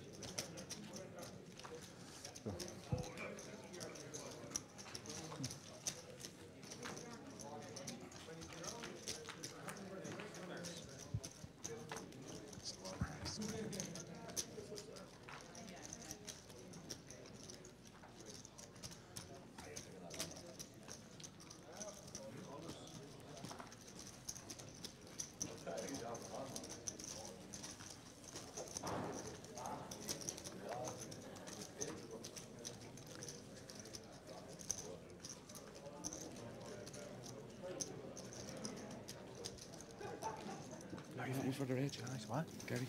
Yes, Gary. Brian, actually, I'll put you in there. You. Brian.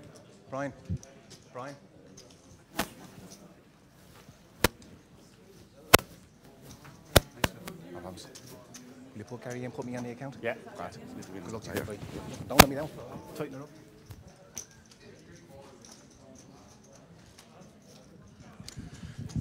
All right, we're over at the side event here. We've 70 players out of 10 grand guarantees, 3 grand overlay at the moment. I'm joining David Escudero. David, how are you? You were on our live stream yesterday, I believe. Yeah, first table. What position did you go out in? Not very good. I burst after the dinner break. All right, and where do you hail from, David? Where are you from? I'm Swiss. And are you over here especially for the tournament? Yeah, but I came for the Winamax Open for the IPO a few times already. Yeah. And you're here for the Winamax for the Deep Stack event this weekend also. I can because I have the closing in the office, so I can only take one day off. Davey, you should be like an Irishman, because Irishmen don't care about work, they don't care about family. When it comes to poker, we're here to play, and everything else gets pushed to the side. So you got to learn, in Switzerland, you've got to learn how to forget about family, forget about work, and put poker first, always. Okay. Okay, well, David, listen, delighted to no problem. It'll change your life. Listen, best of luck on the tournament, and the best of luck for the rest of the week.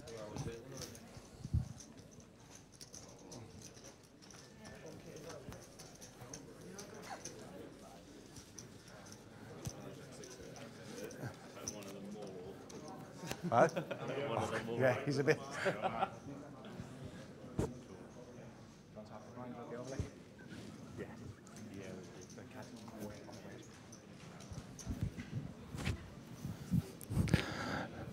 Here we are with Brian Landon, our event coordinator.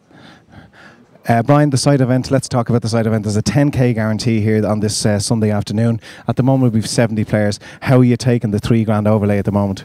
Well, in between the chance when you let me forget about it, it does be good, but every time you keep reminding me, it hurts. But Brian, surely a multimillionaire entrepreneur like yourself, this is not going to hurt you too badly. Surely it's all about the fantastic advertisement that you're going to get to the fact of the overlay. Oh yeah, absolutely. Yeah. It's one of those things that you risk when you stick a guarantee on, but we've been down this road before, so look, that's part of it. You have to pony up at the end of the day, and you with your contribution and not taking any wages was very helpful. Well, I'm very much on the old school as pay as you earn, and what I've done this weekend, I think I owe you money. Yeah, I think we could be a massive overlay on you as well. Well, listen, tell us about the guarantees tomorrow, because we want to make sure that we get the guarantees filled tomorrow. What have we got for Monday and Tuesday? We've $5 grand guaranteed both evenings. Kicks off at 7:30. It's 100 plus 20 entry. So we need 50 runners to hit the guarantees on that. We're probably looking at overlays again on that, so plenty of value for people to just get themselves down here and get some free money. Well, all joking aside, if you're one of the bigger firms, PokerStars or any of the big online affiliates, overlays are overlays. It's not going to hurt them hard. But operators like yourself, nobody likes to see overlays, and hopefully we can get them all clear by tomorrow. Yeah, absolutely. Like as you said, nobody likes to see the overlays. Most of all me. But when you put them on, you obviously have to attract the players in and build the whole week. As we've been saying all week, like this ACOP thing, this is our first time running this venture. We've tagged it on at the front end of the Deep Stack to give us basically a 9-day festival. To be perfectly honest with you, yes, it was very successful. We're very, very happy with the numbers. The feedback from the players has been brilliant. Any of the clubs and pubs around the country that done satellites to get players in have been very, very impressed with the whole situation and are going to push hard, even harder the next time. So hopefully ACOP in general will go from strength to strength, and at the end of the day, that was the whole aim. Now, you obviously run the risks with guarantees, etc. But sure, look, at the end of the day, that's the business we're in. So you take it on the chin and mosey on. Okay, well, that's Brian Landon from D4 Events, himself and Mike. He's saying they've taken the overlay on the chin. If you don't want to see a grown man cry, turn away from the camera over the next few seconds. But well done, Brian. Great festival. It's going to be a great week of poker here. And join us Monday and Tuesday, 5K guarantee. And as Brian says, maybe the overlay, maybe another overlay tomorrow and on Tuesday. It's a 120 buy-in. A big overlay today on this Sunday afternoon of 3,000 and the 10K guarantee. But he's still smiling. He's still thinking about the week. We got the deep stack at the weekend. And that's the Amateur Championship of Poker. Good.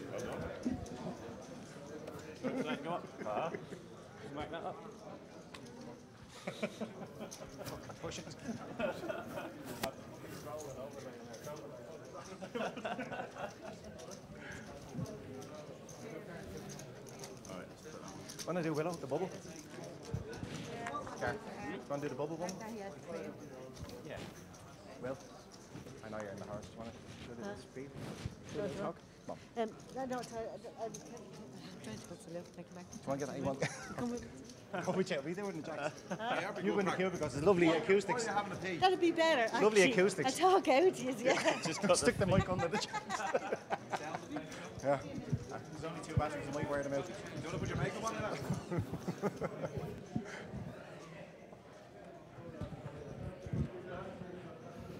No, I don't like her. That Karen is some bit. Hey, I know, yeah. She's an awful bitch, isn't she? What are you doing? Chocolate and yeah, turkeys. I gave half to Danielle. What?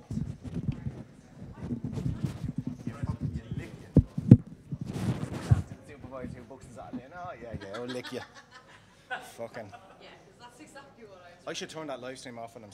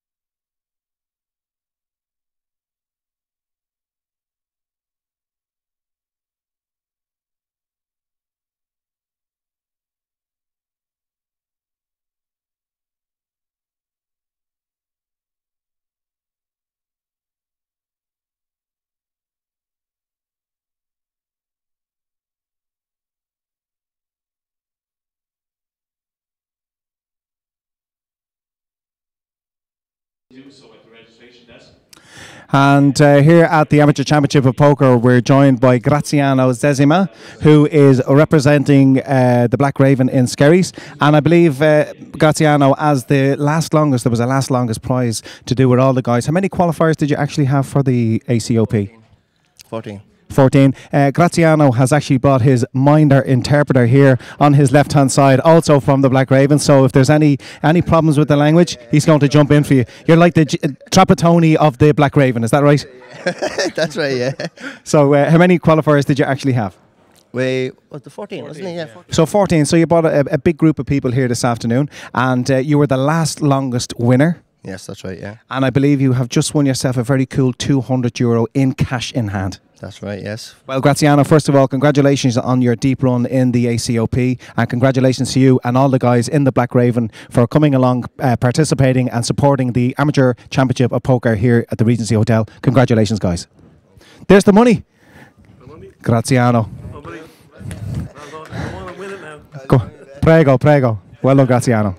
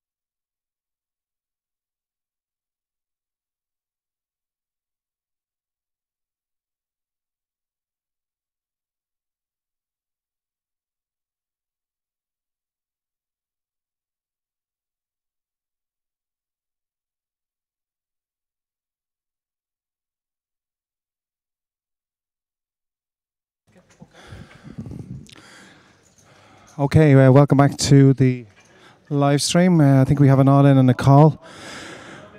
All-in on the call. We're not hand for hand, so it's going to stand. And let's get a close-up of our, I think it's seat 1 and seat 8. It's Mark Delaney in seat 1. Let's see the cards in question. We've ace-jack against Queen 7. Queen straight away on the window there, puts the ace-jack behind, needs to see an ace, and he gets it on the turn. It's a sick game. He gets the ace on the turn, the 4 on the river. So Queen 7 takes the lead and gets in the light shove there, and ace-jack gets home in the end. So we have a player, we lose a player from seed 8. He finishes in one of our bottom payouts there, but the winner there, ace-jack, he was absolutely gutted on the flop. He's saying, how does he spike that queen? The only 3 outs then on the turn and river, and that was the ace. And of course, he hits the ace on the turn. Lovely, lovely poker. It's a sick game. The gentleman there with the Queen 7 saying, yes, hit it. 2 live cards. It's after working out for me. And of course, we lose. In seat 8, Perry Galbraith, who gets knocked out in 18th place and takes home €325 for this weekend's workings. Well done to you, sir. And commiserations all at the same time.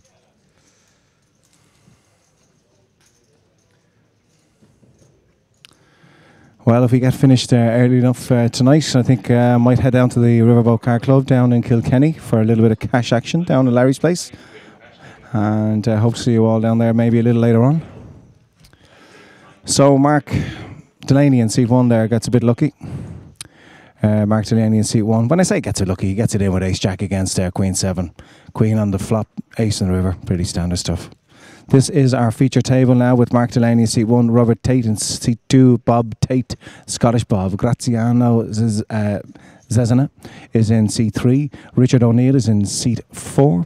We have in seat 5 Mr. Matt Dobbins from Kerry, Joe Comiskey being impressing me throughout the day with his play in seat 6. Colin McCreary is in seat 7. Unfortunately, we just lost Perry Galbraith there in seat 8. And Conor Blaine, very impressed with Conor's play, I have to be honest with him. After saying that's the first time we see Conor on the stream, and he played against Willow who bubbled earlier on. He had ace queen against king queen, and I think he played a hand really well. He got unlucky against Richard O'Neill a little earlier on, where he gets it all in with ace king versus king 8, and Richard flopped the 8 and then rivered an ace, so he wins with the trips there. And I have to say, for all the plays, like Mark Spamman has a lot of history here, very experienced player, but to me the player that I've never seen play before that's impressed me most with our final 17 players is definitely seat number 9 here, and that's Conor Blaine. I think the guy has a lot of game about him. The aforementioned Conor has put a re-raise into Joe Comiskey in seat number 6. He's asking the question on the button here. Joe having a look, saying, God, he's a lot of chips. I don't think you're going to see a flat call here. You might see a flat call. Is he digging, or is he just going to flat it? I'm not the biggest fan in the world now, out of position flat calls to a 3-bet. He is going to make the call. You know, I think a lot of experienced players here would either fold or possibly 4-bet it. But anyway, he's going to see a flop. He's out of position. Let's see the flop. 5-7 queen as rainbow flop. The 2 players in question. It's going to be Joe, and they're going to check.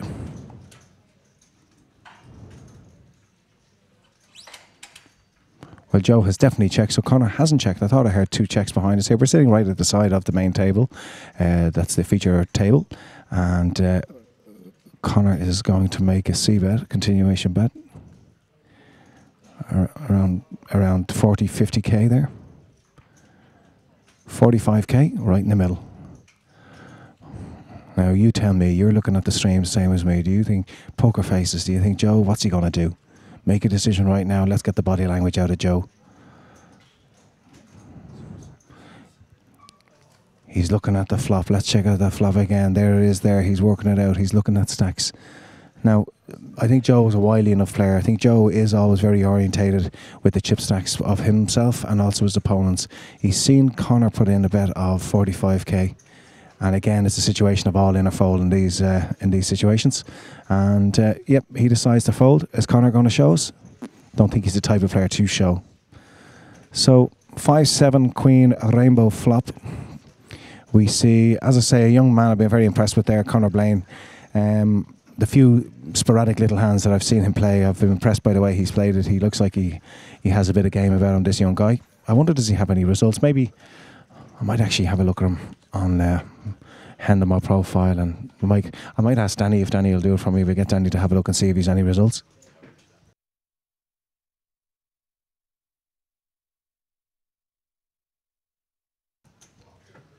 Yeah, Danny Maxwell is going to check out. I just want to see if Conor has any results, because even, you know, sometimes you can tell the experience of a player even by the way they handle their chips, by the health. And Conor's very controlled. Again, what I've been talking about all weekend, the control of putting in your calls, putting in your raises, putting in your folds even.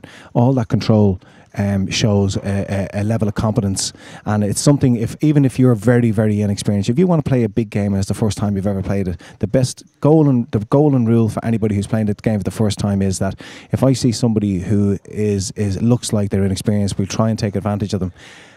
If you actually nothing at all, okay. If you put in your raises, if you put in your calls, if you put in your folds, and you do it all at the same pace, if you're a 5-second person to make a decision, if you're 10, 20 seconds, whatever time frame you use, just keep everything consistent for yourself, and it's going to be a great advantage if you're going to play the bigger games. Okay, we're going to get a raise here from Matt Delaney in seat 1. Matt is on the button.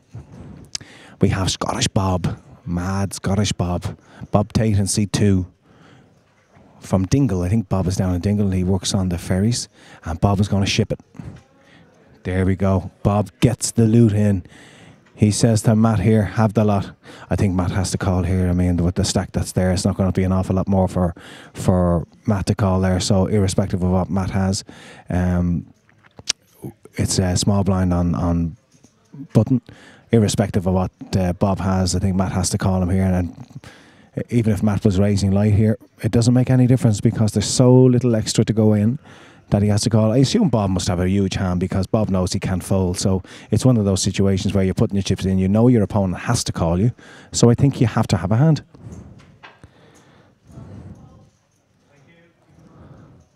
So it's all in a call. Do we see it, boys? Can we see it? Come on.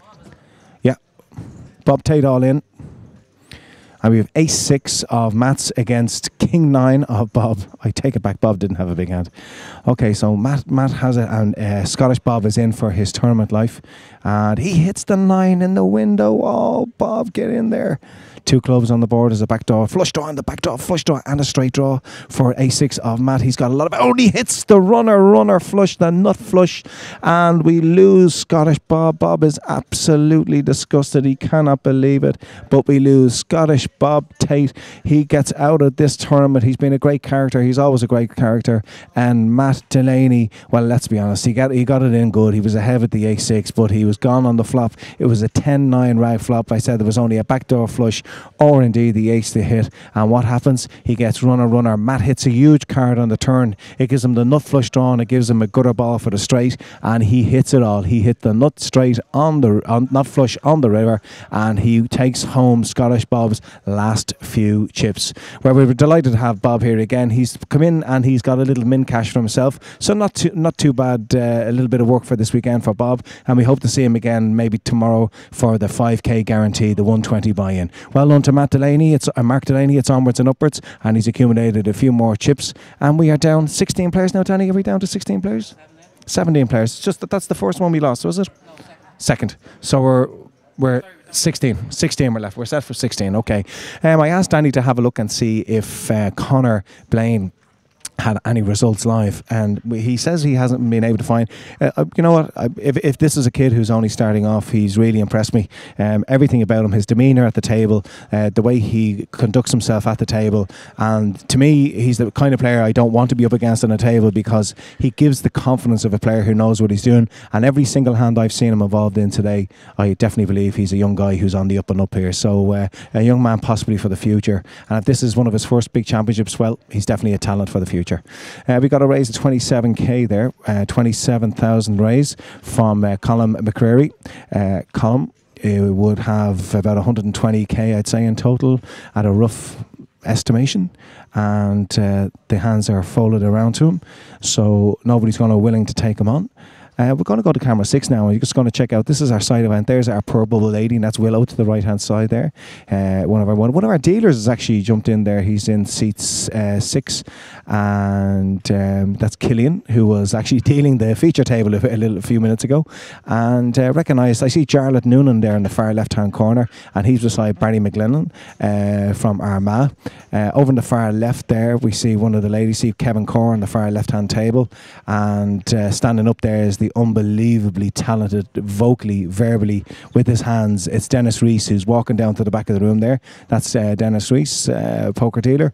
On the right hand side, see if we recognise anybody there, but there's Colm, who's in seat 1 on the table nearest to us on the right hand side. Colm, who was on our feature table, and a gentleman to the right hand side of the dealer. I was talking to the chap yesterday, unfortunately his name escapes me at the moment, but used to work with myself in Clontarf Castle many years ago. So yeah, I recognise a few faces and a few decent players. Gary is there as well. Gary's another part-time poker dealer. He's sitting in seat 7. So a lot of regular faces on the poker circuit there on the outer tables for our side event. Let's get back to the feature table, and we're joined by the one, the only, the inimitable, and it is Mr. Sammy O'Brien, who joins us in seat 9. Sammy, one of the great regulars on the poker circuit, big favourite up in JP's club. Sammy is so famous in JP's club, there's even a portrait of him up on the wall in JP's. He's that famous himself and worth.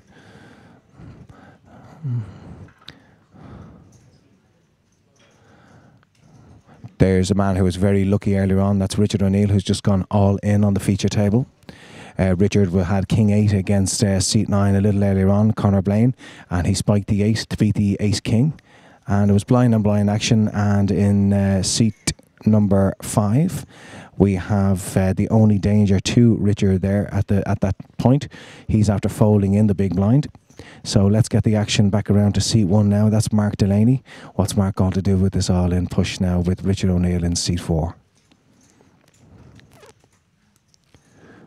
Mark has a decision to make. Mark, who was up against Spanish Bob earlier on, had to do a mandatory call against Bob. Bob had basically just what is basically a min raise with the rest of the stack with the King 9. Bob hit the 9 and he calls. So Richard O'Neill is all in. He gets a call. I'm not quite sure if he wants to see a call. And we've all in called pocket 2s, I think, for Richard, and pocket 10s for Mark. I mean, I think Mark is calling all day long there. He's never going to fold. So we have Richard O'Neill, who is all in. Let's see a flop. 3 ace club. No help for anybody. No clubs on the board. Richard is in bad shape against Mark Delaney. Ace on the turn. Only the 2 will keep Richard in the game. He misses. It's a 4 of hearts. And we lose from the main event, finishing in 16th place. He's done well. He's cashed. He looked in big trouble. He was the bubble boy at that time when he got them in bad with King 8 against Ace King. But he's after getting in a nice chunk of money here at 325. And congratulations to Richard O'Neill. Another casher here at the Amateur Championship of Poker. So Mark Delaney here in seat 1 seems to be on a big roll. He seems to be mopping up all the short stacks now, helping his chip count, and he dwelled for a little while there with the pocket 10s, but I think you, me and everybody in the world knows that he was never folding to that push with that stack with pocket 10s. If he folded pocket 10s in that position, well, he shouldn't be here. But he is here, he's doing well, he's playing well, and he's putting himself in a position to get a lot of money. So well done to Mark Delaney. Unlucky, Richard O'Neill, you've done well. There is my old pal Graziano. Graziano in C3. Graziano, nice bit of information about Graziano. He's after winning the last longest in the Black Raven. The Black Raven brought 14 players to the game this weekend, and Graziano has won the last longest within the group of the 14. It was a free roll tournament, and well done to the Black Raven for organising this event. And he won himself €200 as the last longest. But at this stage, Graziano has his sights very firmly on much more money than that €200. He's in here with a squeak, and he gets them in. He gets them in. Graziano is all in C3, and he's putting the pressure on the small and big blinds here. Matt Dobbins has asked for a count.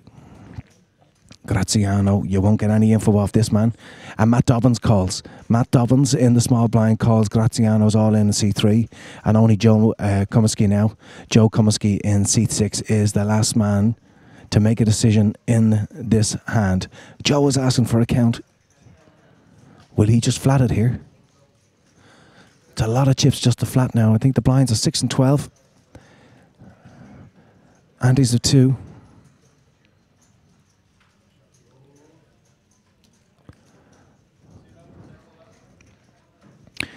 Joe thinking about? He's got 12k there. Graziano is in for around, is it 31, 26, something around that mark?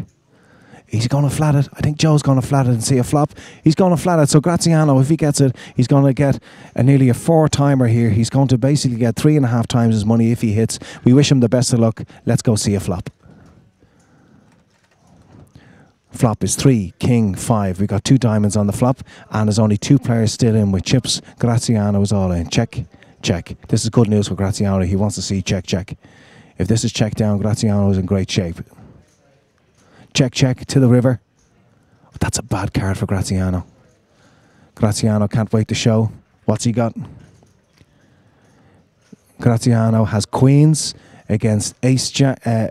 I'm not sure what anybody else has, but I tell you what, it's Graziano representing the Black Raven here tonight. He's won the last longest, and he's after getting himself a nice 7-2. He's after getting it 3.5 times there. His chips back over towards him, and he's now back in with a chance for that €9,100 cash prize here today. Graziano representing the Black Raven in Skerries. He's doing them proud, gets them in with queens, and he takes the chips. Well done, Graziano. If you're sitting there with queens and you see a king flop and then it's check, check, check, check from the 2 guys who are in with you all in, there's very little chance that there's a king out there. So those checks on the flop and the turn are an absolute godsend. I said, obviously I didn't know what Graziano's hand was. I said the jack is not a great card. I mean, if Graziano's sitting there with something like, pocket 10s or something along those lines, it's not going to be a great card, jack, because jack is those kind of... It's that range that a lot of people call with in those positions, like king jack, kind of, queen jack, even ace jacks. Somebody might be tight enough to call, flat call with the ace jack. But it's good for Graziano, and he's still with us in C3. And re-entry will remain open for 6 levels. At the end of level 6, there will be no more entries, no more re-entries.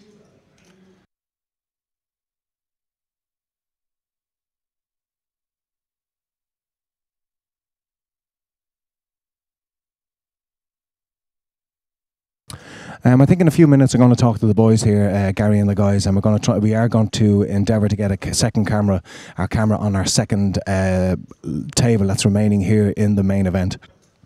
It'd be nice to scoop across and get some information and some breakdowns, and we'll be able to, hopefully, if I see anything happening over on the second table, I'll jump over, I'll take the microphone and we'll go over and we'll do a little commentating on it, and we'll do some card calling. So if any action does happen, if anybody's tuned in looking to see how their loved ones, their friends, their colleagues, what we will do is we will endeavour to get over there and check out the information and give you as much information as we can. So if I hear anything happening behind me, I promise you we'll get across there for one of our final 15 players or 16 players remaining here in the main event. This is the Amateur Championship of Poker 2013, an inaugural event, a huge success here this weekend, bringing you quality live streaming, not the commentary, just the pictures. And we're here today at the Regency Hotel with our 10 grand guarantee, which registration is just closing, and we have a nice overlay for the players there at that game.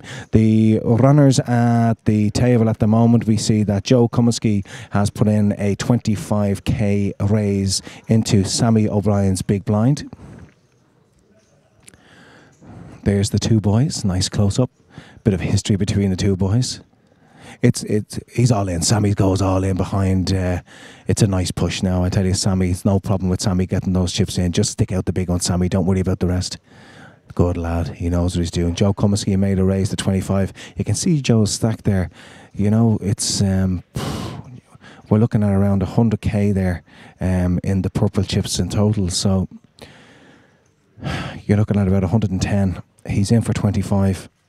It's up to Joe now to decide whether he wants to put his tournament life, and he's saying no. Well, hang on, Sammy, what are you showing us, baby? Show the table. And he shows ace queen. Nice hand, Sammy. Nice push.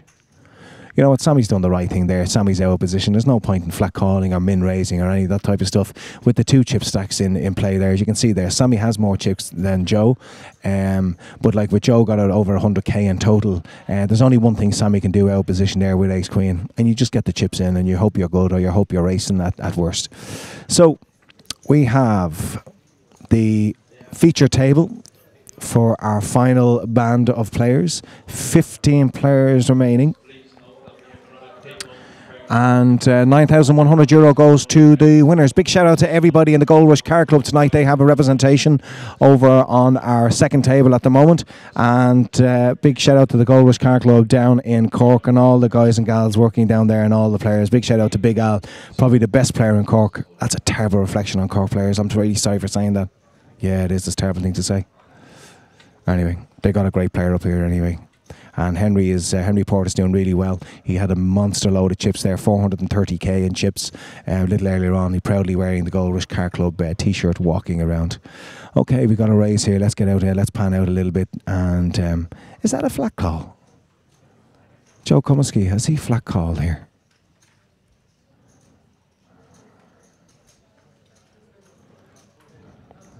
No, it was a race.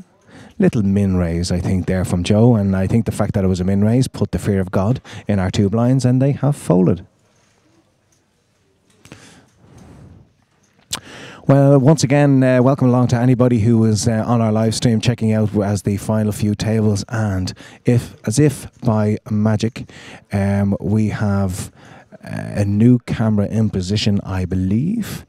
And in a few moments, we're going to be able to switch across to our second table, which has all the vital information. So as soon as I get my technical side sorted out and I can know what camera number I am, I'll be able to switch across there. And here we go. There we go. There is our second table, and there is a list of our players. Albie, could we get a list? Could we get a list of the players on the second table? Do we have it? Thanks, Danny. Danny Maxwell behind me here doing a tremendous job on the blogging all the weekend. And Danny's going to be here for the next week. Yeah. Oh, you're taking a break on Monday, Tuesday? Ah, Danny. Like all great fellas, he's taking the break during the week. So well done. Okay, we have an all-in. Graziano was all-in again on the feature table. He's all-in the C3. And everybody has said, no, thank you, Graziano. It's all yours. And he's doing a great job representing the Black Raven in Skerries here. The Black Raven had a fantastic free roll for all the customers. And 14 players qualified to the main event. And Graziano has won the last longest prize of €200. Of course, he's trying to win 9k. Chatting with Peter Campbell about that, who was one of the members. Only after getting into the game. Real latecomer, worked a lot of his life. Now that he's in retirement, he gets a chance to play with these guys in Skerries. And it's that Peter or Graziano? Peter. All right, so Peter Campbell, we're going to give him a special mention. Peter has worked hard all his life, fair dues to him. It's good to see somebody in the country being still able to work. He's retired recently, and Peter joined the Black Raven gang down in Skerries, and he was one of the qualifiers, and I'm sure he's enjoyed the experience. He's got into poker very late, but you know what the great thing about poker is? It doesn't matter what age. If you're 18, if you're 80, if you get into poker and you love the game, you'll always love it till the day you die. So that's live poker for you. And Graziano, as I say, doing a good job for the Black Raven. And then we have now got our camera set up on our second table. And there's the aforementioned Gold Rush Car Club's representation. And that's Henry Fort down there. He's got the hoodie on in seat number 7, or 6 it is. There's a seat 7 is vacant. Let's get back to our feature. And we have a raise here again from Colm McCreary. Colm was very, very busy indeed with raise. I think he raised 3 times in a row prior to the main event break. And it goes uncontested, and the blinds fall into him. So it's kind of gone a bit quiet here. People are getting cagey because what's happening is stacks have, people aren't in too bad a shape now. Stacks have got bigger because we've had players drop, and that will always happen in poker games. You will have a period where you lose a lot of players, and then you will have a period where that goes a bit slower. The reason that happens is that when you lose a lot of players, that means that the players that have gone, their chips have gone into other players, gives them bigger stacks, and the all-ins and the pushes don't have to be so severe, and they don't have to come so often because people have more playable stacks. And of course, as the blinds go up, that will then get tighter and tighter again, and then we'll be back to a situation where we will lose players. Okay, I see pocket pair being shown there in the far corner, I think, on our side table, and there is no side table. They're both feature tables to a certain extent because they're both all players who have qualified into the final 2. The gentleman bottom left-hand corner of the screen that you see at the moment, this is a character and a half. What a man he is. This guy this man usually likes a little tipple at his events. I had the honour and the privilege to sit beside him in a round of each in City West a couple of weeks ago, and he was absolutely obliterated on the table, and he still enjoyed himself, and actually it was good crack, good fun. I had a bit of banter with him, got heavy, and then it got light, and then we were friends. That's what it's all about, the poker table. Matt Dobbins is in the small blind, Joe Comiskey in the big blind, and we have the button on Graziano Zetsina. As I say, a player that's really impressed me out of our finalists here today, our final two tables, Conor Blaine in seat number 8 has really, really impressed me. Seat 9, I should say. Conor, every hand he's been involved in, he's played it properly, he's played it well, and he's been ultra consistent in everything I've seen him do. So he's a young man that's impressed me. I think he could go very close to taking the title here this weekend. We have a man that's been very busy against short stacks, and that's Matt Delaney. He got a little bit lucky. Well, he was unlucky on the flop when he got it in good with ace-6 against Bob Tate's Jack King 9. Bob hit the 9, but then he gets runner flush, and a little bit unlucky for Bob. And he's been a great character, Scottish Bob. If you've been checking out the site, if you've been checking out the stream, you've seen Scottish Bob in his full Celtic regalia. We have an all-in and a call here in the side table, so let's check it out. We have an all-in and a call. We have Barry Rock is all-in. I cannot see the cards. Hold on, I'm going to come back to you. Barry Rock is all-in on the side table, and we have Henry Porter's after calling with ace-9 versus king-jack, and it's a miss for both players. Henry's ace-9 is still good. He hits the 9. Still, it's the same options now. He's got gut shot as well, but he misses, and he loses the chips there, and we lose a player from the main event. He's done really well this weekend, and it's Barry Rock, who is the 15th placer here today. And hard luck to Barry, he gets it in there. He had a good shot and 2 live cards on the river. It all missed, and onwards and upwards for chip leaders. Mark is still in decent position, but I think our chip leader is Henry Port. Henry Port, hailing from Cork. The Gold Rush Car Club is going to be our chip leader at this stage with 15 players remaining. We have an all-in on the feature table.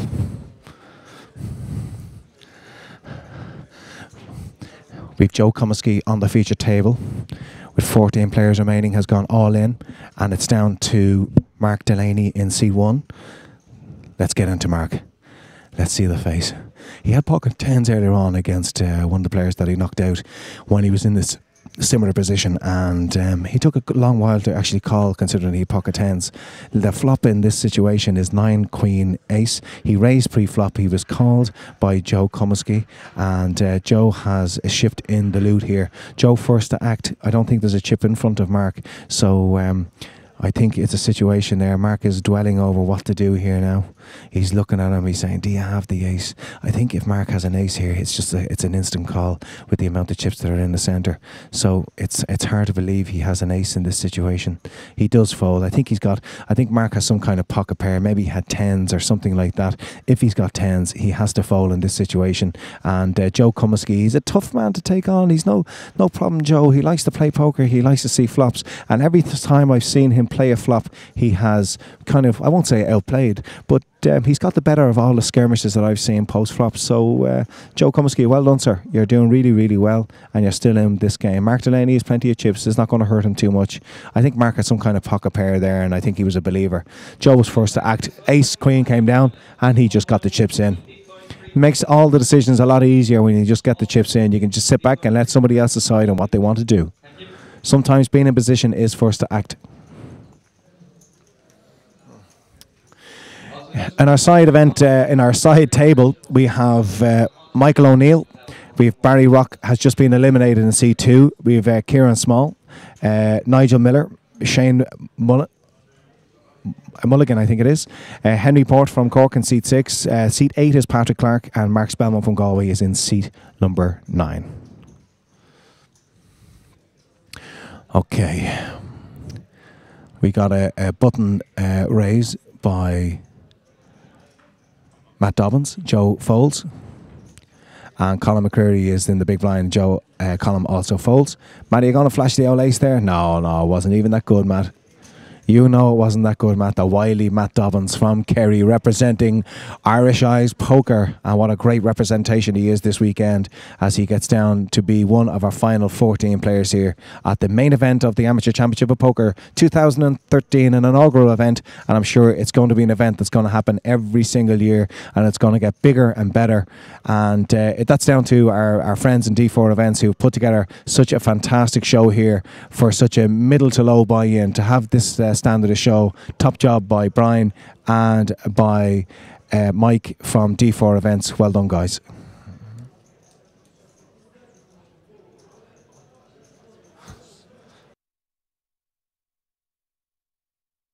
We just have one of the production team, Gary, here. He's stripping off. We're not really sure what's happening. Gary, you have to understand, people have just eaten. Put your clothes back on, mate. Unbelievable. Okay, we got some. Do we have some action on the side table? Here in the feature table, we have Matt Dobbins putting in a raise of, it looks like 26.5. Matt Dobbins put in a raise of 26.5k. We have an all-in on the side table on the other feature table on the main event here in position in seat 8. I think it's Patrick Clark there has put in a re-raise to Henry Port's initial raise. And I think we have an all-in on the call. We see aces here. Aces with Matt Dobbins, and it's ace 10. Is it Sammy? Sammy in the hand room? Let's see the flop. It's King 9-8. King 9-8. No help to the ace 10 of spades. The turn is an ace. That just about settles it. It's a 2 of diamonds. So Matt Dobbins gets it through. Well done to you, sir. And Matt gets... I'm not quite sure if... apologies, we were looking at the side table, the other table there, because we had Henry Port making a huge decision for a lot of chips there. So I'm just going to get the full information off that table. I think it's just a chip count to see how many chips needs to be paid out to Matt. I assume Matt was the player on the left-hand side. So I'm getting the information here from Alvy. Thank you very much indeed, Alvy. Matt made a bet. Matt raised to 25k. Joe Comiskey made the re-raise. Matt snaps them in with the aces. Joe Comiskey has 8-10 of spades, and we just had to make sure who had. And we've also got the all-in and the call here on the side table. It's all happening very fast here on both their tables, and we lose Joe Comiskey, who played tremendously well here all weekend. Congratulations to Joe. We got the race here with pocket fives versus ace jack, and Henry is with the ace jack. No, I'm sorry, Mark Spellman is here. Mark Spellman has ace jack against pocket fives. It's queen 10-10. It's a 2 on the turn. So if the board pairs, or we see the overcards, the board pairs, and he's counterfeited, so the ace comes into play. It's queen 10-10. With the queen 10-10 was a great, it's a best flop you can see if he's actually missed with the ace jack. He has the good shot, and he has the counterfeiting as well, and it's happened on the river, and we lose our player. Hard luck to you, Darren. Darren, is it your name? Patrick Clark. So Patrick Clark has played tremendously well. He has finished in 13th place here tonight, and hard luck to you, sir. You played very well. You got them in good, and onwards and upwards for Galway's finest player, Mark Spellman. He says he's a much better player than Fintan Gavin, and he wants to put that down on record. And Mark Spellman gets a chunk of chips now and takes on Henry to be as nearly our co-chip leaders. There won't be an awful lot in between the two boys. So well done to Mark Spellman. Unlucky to Mr. Clark there. He busts out in 13th place, and there's nothing worse in poker than getting counterfeited. It's absolutely horrible. Well, we are dropping players very quickly. Patrick Clark gets them in good with pocket fives against Mark Spellman's ace jack. It was a queen 10-10 flop. It's a great flop for ace jack when you consider it's a miss, and then of course he hits the 2 on the turn, which makes no difference. Queen on the river counterfeits the fives, and it gives Mark Spellman the ace high win in that hand. So lots of action happening on both the feature table and our second feature table, which we can see here on our outer camera. You look at Kieran Small, he just cannot get the man to sit down. Look at the the problem with Kieran Small is that Kieran has never gone through a weekend in his life without a drink. It's now Sunday, late Sunday evening, and Kieran is sitting here at this late hour and he hasn't had one drink all weekend. His body is in denial. He's in turmoil. He doesn't know what's happening, but he's saying, I've got to stay sober, absolutely stone cold sober, because I want that 9k. Good man, Kieran. Don't let us down. Okay, we got blind on blind action here. There was a flat call from seat 9 and then seat 1. Mark Delaney put in a raise and Mark's raise got through. So in seat number 9, Conor Blaine decided to fold, and that's the situation back there. Well, let's go over it again to our second table, and Kieran has folded there in the big blind, and he's folded to Mark Spellman, who's in bash the table mode. And Mark, as you can see, has a chunk of purple chips down the far right hand corner. And we also have on this table, we have another player with a massive amount of chips, and it's going to be some battle if these two boys get involved. The Gold Rush Car Club's representation, Henry Port, here today, and Henry also has a chunk of chips. In behind them we have Nigel Miller with Shane Mullen and Patrick Clark, we only lost a few minutes ago, and Michael O'Neill in seat 1. Also a lot of chips on this table. I think there's far more chips on this table than on our feature table. So you know, it's gonna be a tough play out. We're gonna have a lot of chips getting to the feature table when we get down to our final 8 or 9 players here this evening. Let's get back over to the feature table. Let's see some action here. And Sammy O'Brien looks to me making a Sammy O'Brien raise. Something like 33. Blinds are still 6 and 12 with antes, and 6 and 1200 looks like a 33 raise to me. Let's get around the rest of the table to see if there's Graziano in the big blind is going to do it. Is Graziano getting them in? He is! Graziano representing the Black Raven in Skerries gets the loot in, and let's see how many chips Graziano actually is bringing to the battle. Okay, he's got 100k in purples, he's got 20, so you're looking at 124,500 or something along those lines. He gets a call, Sammy calls, it's a call, and let's see the cards in question. We've got Ace Jack, I cannot see the second card. King 8. Ace Jack on the left, pocket 10s on the right, so at the moment Sammy is still ahead. It's a 9 on the turn, and it's a queen on the river. So, ladies and gentlemen, Graziano from the Black Raven in Skerries. He's played tremendously well. He gets it in with Ace Jack. Sammy makes the call with 10s, and Sammy O'Brien, it's onwards and upwards. This man has been up and down and in and out, involved in a lot of skirmishes. He's got very, very lucky on a couple of occasions, but any poker player would tell you, in any 2, 3, 4 day game, you got to get lucky. Not on that occasion. He got him in good, and Sammy O'Brien takes down the pot, and he's putting himself in to challenge for that €9,000 first prize. We lose Graziano. He got the last longest money.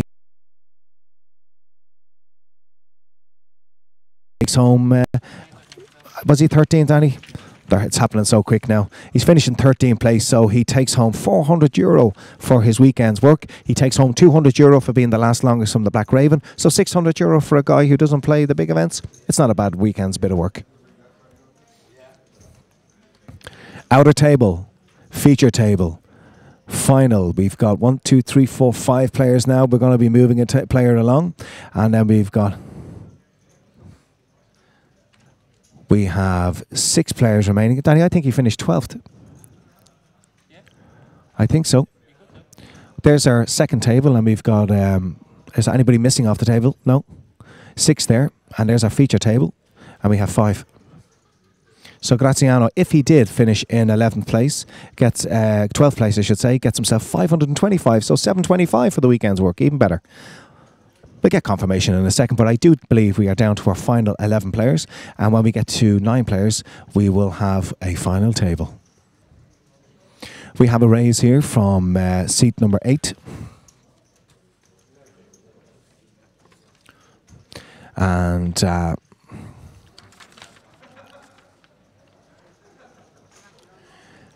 in this position here, Colin McCreary hasn't been involved there. I know we saw a flop there. Apologies we didn't get the action.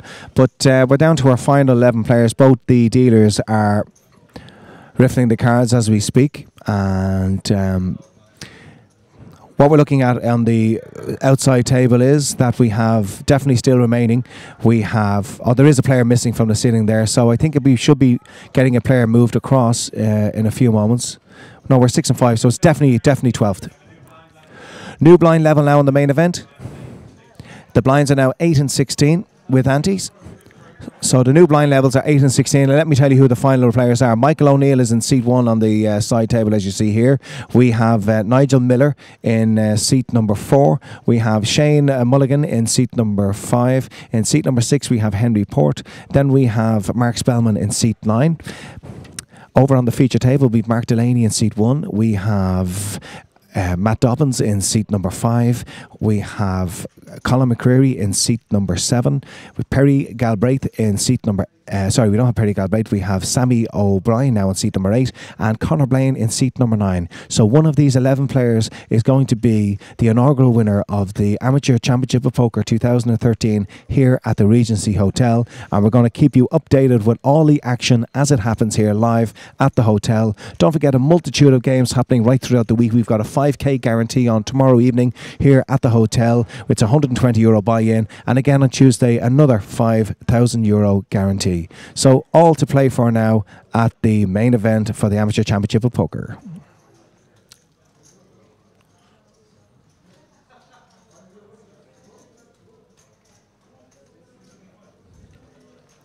So yes, indeed, our final 11 players at the table. At the tables. When we lose 2 more players, we shall be down to our final table. And yeah, we've lost a lot of players in the last couple of hours. A lot of action, and I suppose the blinds being what they are. Nick, what's the antes at the moment? Are they 15? It's 8 and 16. So it's a 2k antes. So our blinds at the moment are definitely 8 and 16. We have some action happening on the side table here. Henry Port is definitely involved with the Mark Spellman there. It's a little bit of blind on blind, I think. Henry has put a raise into Mark's 1600 big blind. Henry, to me, looks like he's put the raise in of about 33, so it's a tad over the min raise. And Mark Spellman is sitting here. These boys are the 2 chip leaders in the entire event. So when these boys are having a blind-on-blind confrontation, this can get really serious. Mark Spellman says, you know what? You're one of the chip leaders. You're me and you. We got the most chips here. I ain't going to take you on. You can have my 16k and you're welcome to it. Sammy O'Brien in seat number 8, who's just joined us, being moved across from that table. Sammy is after being involved in a lot of confrontational hands. He's been involved in a lot of races. He got the better of an unequal race on the previous table. He had ace-6 against ace-7, spiked the 6, but it was blind on blind. The chips were going in. That's just the way poker runs. And he got a little bit lucky, but as I say, you got to get lucky along the way, somewhere along the way, to win any poker tournament, irrespective of how good you are. And seat number 1 now, we have Mark Delaney. Mark has been very busy on the feature table. Mark has accumulated chips over the last hour, and he's put himself back into a position where he has a playable stack, and this time he's going to raise it. You're looking at, what are you looking at, a 36k raise, something like that, 35k. Blinds are 8. And I told you a lie earlier on about the side event. You've got 15 minutes to still get into that side event. If anybody's interested in getting into the side event, 15 minutes still remaining. So if you get into your super powered car, get yourself here to the Regency in 15 minutes. Still a big overlay in the side event, so get yourself here to the hotel. Okay, Matt Dobbin is in the seat now. Matt is counting out chips, and he seems to be putting in a chunk of chips. And we're going across to Matt. What's he going to do? Matt's, he's putting it in. We're looking at a raise here. We're looking at something like a little, you know, it's like a min raise, a little over a min raise here, possibly an extra 10 or 15k on top. And the button quickly fold from Sammy. I think he'd be very unlucky if Conor woke up with a big hand against Matt here. And it's back around now to seat number 1, and it's Mark Delaney. He's got the decision to make. He's going all in, I think, is he? Did he go all in? He's all in, and Matt absolutely snap folds. It's great when people, the physicality of people in poker is unbelievable. Even before people say all in, when they open their hands like that, it's like the floodgates have opened, and they're just basically telling you. You don't even have to hear them say it to you. When the hands open, it's like they're telling you, yeah, my chips are all in. You can have.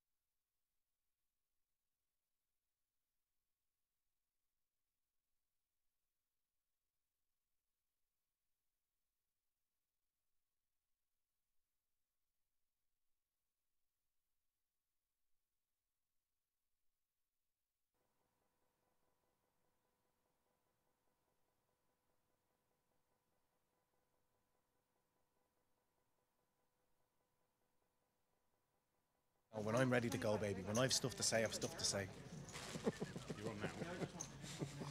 And I have stuff to say. Okay, we're back again at the Amateur Championship of Poker, and the blinds are 8 and 16. We've never found out what the antes are. Everybody's refusing to tell me. Out in the second table here, we're at final 11, the final of the final two tables. Looking for some action here, and we see it is my old friend Kieran Small in seat number 3, who has put a raise in to... Oh, he's all in, is he? And he's all in. We have an all in and a call here on the main event here in the Regency Hotel. We have an all in and a call. No. Lied.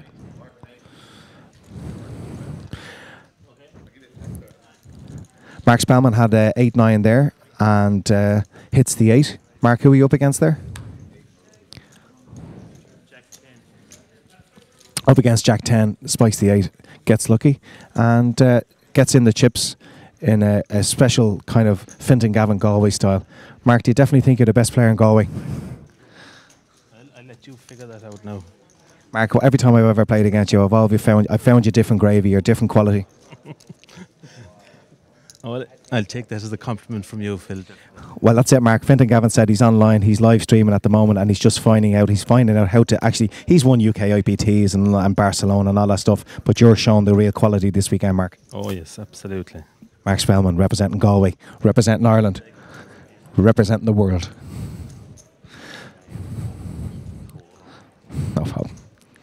So we had a bit of action there, and where we are trying to take on board all the action as it's happening. Let's get back over to our main feature table. Matt Dobbin has put a raise in. Just once again, to anybody who's looking on who hasn't experienced the festival game or experienced the bigger game, or not a lot of kind of mid to upper and poker games. Matt has shown us cards there. When you're 5-handed, he shows the ace jack, and what he's raising with is a legitimate hand. When you're 5-handed, when you're 6-handed at a table, this is short-handed poker. Short-handed poker is a different kettle of fish altogether when you've got 9-10 people at a table. When you're playing 5-handed, your range of cards that you can push, your range of cards that you can raise, your range of cards that you can call with in these positions is much wider than normally would if you have a full ring game, which means if you've got a maximum amount of players at the table. The less amount of players at the table, the wider the range of cards. The value of the hands that you get become better value. If you've got 6 people at a table and you get a hand like ace 9, ace 10, it's equated to something like ace jack, ace queen, or a decent pocket pair because you are short-handed, and it's more unlikely that players behind you have bigger hands because there's so few at the table. So if you see some stuff there and you say, wow, how does he get it in there? It's short-handed poker at this stage. It's a different game, brings a new angle to our event here, and for anybody inexperienced at the tables, it's something that they should definitely take on board. And indeed, any of our listeners or any of our viewers here today, a short-handed game is a different game altogether, and I think we see ace 10 or something along those lines there. Ace 9, is it? Missed it there, but I think it was an ace 10 shown by our seat 6 position, and that is Colin McCreary. So Sammy O'Brien Sammy's had a great weekend. I mean, he really has. He's a big character. There he is.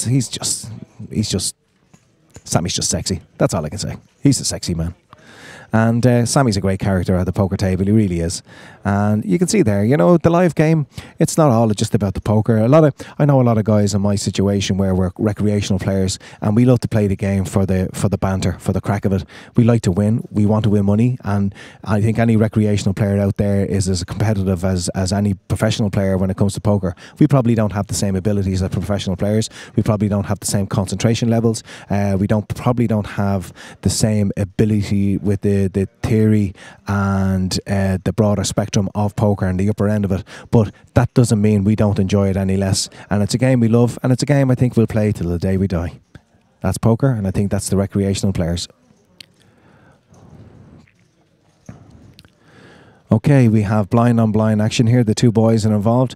As I said earlier on, I think Conor Blaine is a very dangerous player to be playing against, and I think on our flop here, Queen 3-10, Sammy is going to bet it out. And he bets 16k. He bets the minimum amount. We have an all-in on the side table. We have an all-in here. And Kieran Small is all-in. Ace-King. No. Nigel, I'm sorry, Nigel. Nigel is in with Ace King, and Mark Spellman involved again with the sevens. This is an old-fashioned race. Good luck to the boys, and here we go with the flop. Nigel, a bit like Mark's situation earlier on, the flop is Jack, Jack 10. It's an 8 on the turn. So if it pairs, or if it's an ace or a king or a queen, and he hits the straight, he's so many outs there, Nigel. Nigel gets a massive double up here. Mark knew, it's the first, when the player misses with ace king and it's a Jack 10 Jack, Mark knows he's in a little bit of trouble. There's so many outs, and every card that comes there, the 8 was no good for Nigel, but he gets there with the queen at the end. He hits the straight, and Nigel gets a nice double up. And Mark Spellman has plenty of chips there. He can afford to lose those few chips, but he still doesn't like it.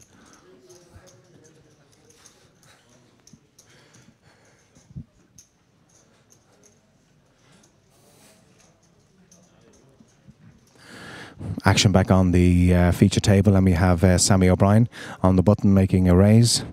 Looks like a raise to 32. It looks like a min raise. The small blind folds.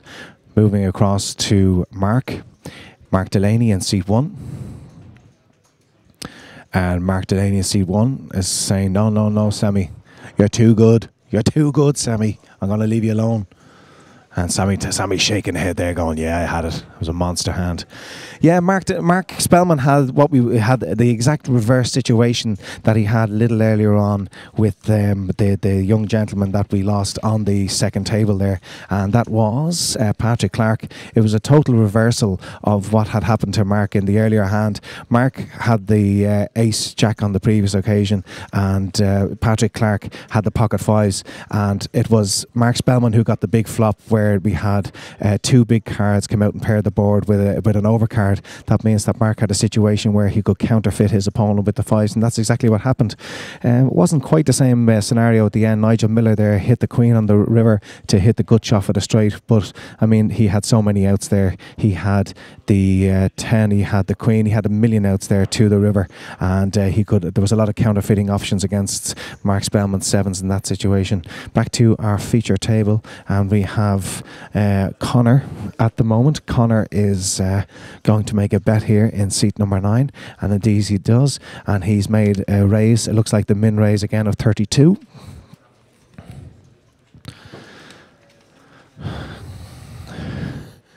And the min raise has been head around to Matt. Matt looks like he's not going to give up this hand very easy. Let's see Matt's body language. Look at the stare. What Matt's thinking about in his mind is chip counts, is chip, how many chips does he have? What can I do? Do I raise? Am I getting out of the hand? Do I want to be involved here for this min raise? Do I want to flat it in this position, out of position? What do I want to do here now? This is short-handed poker. As I said to you, with short-handed games, it's the range. I mean, we're dealing with a 5-handed game here.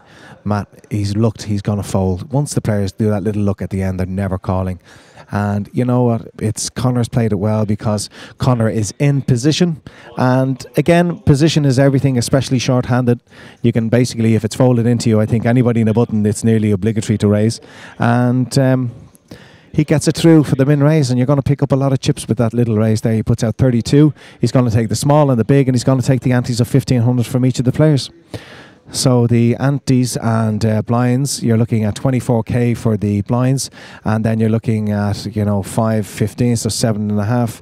So you're looking at over 30k to take down on any winning pot without anybody kind of confronting you there. If you can take it down without anybody calling you, you're going to win over a 30k pot.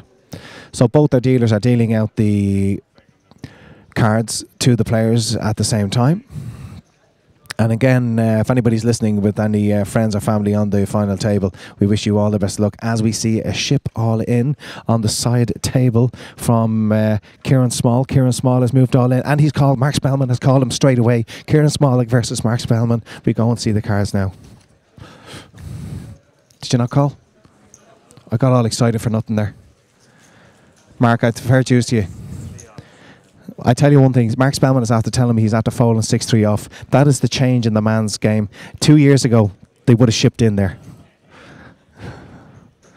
Sorry, folks, we're trying to see a lot of action on the other table from the side, endeavouring to check out all the action as much as we can. We should be just concentrating on the feature table, but I think when we've got 6 players on the other table all fighting it out for the same amount of money. We have a flop here in the feature table of Queen 4 King with 2 hearts on the flop, and Sammy O'Brien is going to put in a bet here out of position against Mark Delaney on the button. It looks like he's put about a 32 or maybe 42k here on the flop. Mark Delaney has gone delving in for chips, and it looks to me like he's going to flat call, is it? Or maybe he's going to pump it. Is that a raise? He looks very confident in the way he's stacking up those chips. A little bit shaky in the hands, for sure. It's a nervous. I mean, it doesn't matter how experienced you are, and he is going to raise. Mark Delaney's going to put in the raise here to Sammy's bet on this flop. Sammy looks down at his cards again. How's Mark looking? Is he looking like a cool customer here? Sammy O'Brien in seat number 8. Sammy's been involved in some battles here. And is he about to be involved in another battle? He's after getting 3-bet here on this flop. And Sammy gives it up. He says, no, Mark, you're too good. You've won it. Well done to you. And Mark Delaney is going to take in a chunk of chips here on the feature table. So well done, Mark, on that flop. He got the bet in. He's 3-bet and he's won this particular battle. Not often you see Sammy putting in a bet and then folding to the 3-bet, and you know, Sammy has a very playable stack still with him there, so he's not going to get too involved in marginal stuff at this stage of the game with your blinds at 8 and 16 with the big antes.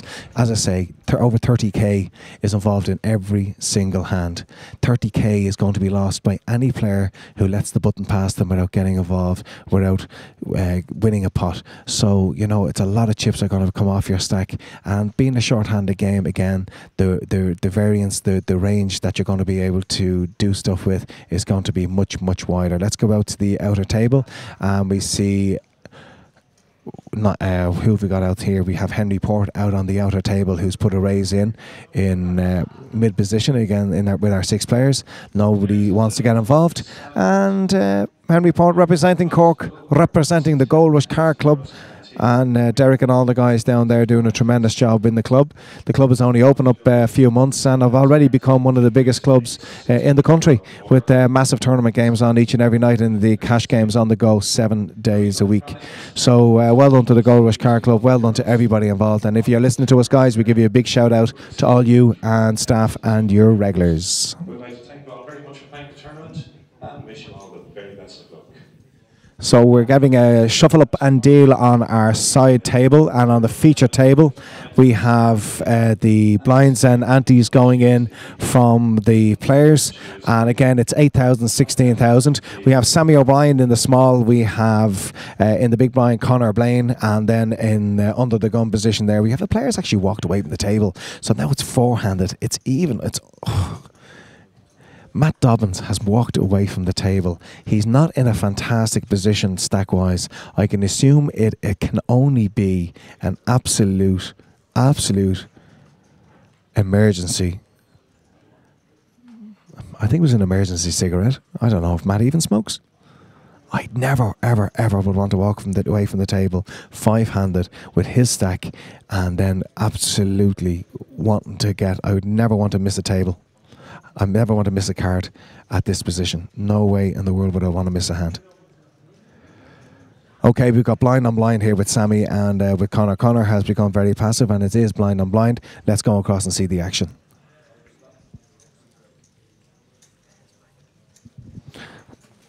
So let's see a flop. It's King 4-6. Sammy checks, Conor instant bets the min bet of 16k, and Sammy instant folds.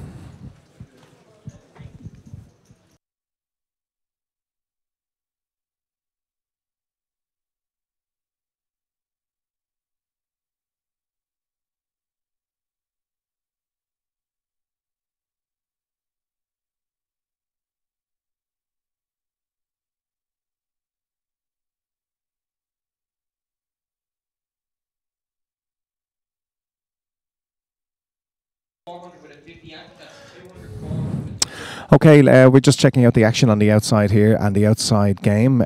We have our 6 remaining players. We have Michael O'Neill in seat number 1 and seat number 3, Kieran Small.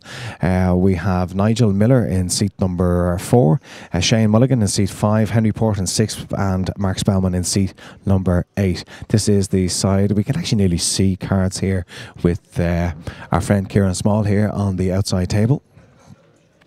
Inside, I can just tell you what's happening if anything happens. Sammy O'Brien has made a raise on the button there, which is being let go through by the 2 blinds. So Sammy's bet on the button goes through, and we have Michael O'Neill making a raise here into the 2 blinds, and the small blind. Nigel Miller is now contemplating what to do, and immediately after Nigel you'll have Shane Mulligan. Nigel says no. Shane looks like a man who says absolutely not. Shane looks like a man who's saying, I am sick and tired of getting absolutely hands of crap minute after minute. Just look at Shane. He's going, I'm sick and tired of it. I can't get a card anywhere. You can see the frustration. It happens that times. You know, sometimes it just happens that way. And, you know, sometimes you have to play a different type of poker when you're not hitting hands. You got to make moves. You got to use positions. You got to, you know, you got to do stuff. You can't always, in this position where you're 6-handed, you're down to the final 11. Sometimes you just can't sit and wait to collect hands. Sometimes you've got to make moves in position. Moves in position is what Sammy does best, but he's out of the hand this time, and we have young Conor Blaine in the button, or on the button, I should say. And Conor makes it 33k. Mark folds, and we get around to relatively short stack now, and that's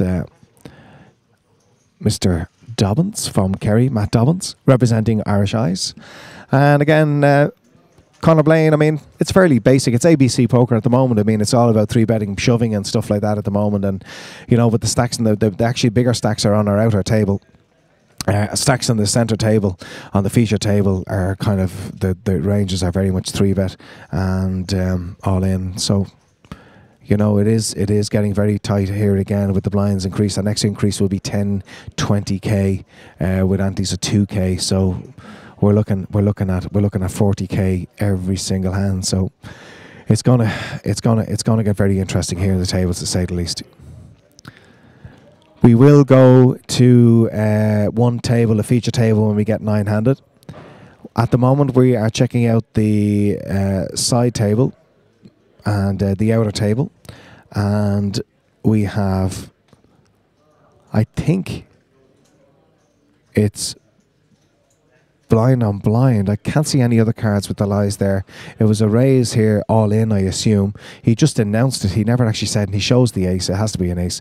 Blind on blind there with Shane, and I didn't see any chips actually push forward, which the dealer should be asking. If a player raises, a dealer should always ask that. I know everybody's concentrating, everybody can hear it over the table, but if a player announces all in, they should technically put a chunk of their chips out in front to represent the fact that they are all in.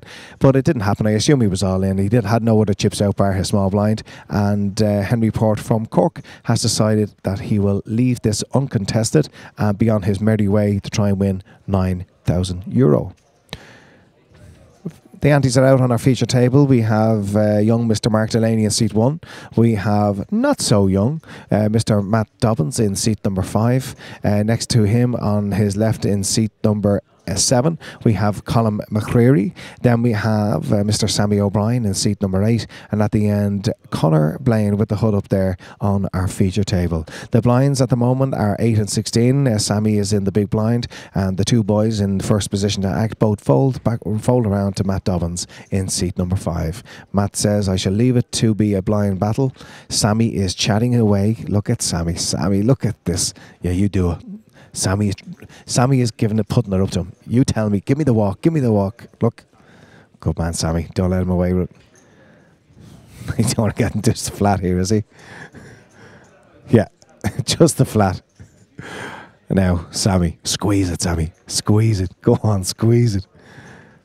No, he's going to check it. I thought he might squeeze it up. Okay, we're going to see a flop here in the main event of the Amateur Championship of Poker.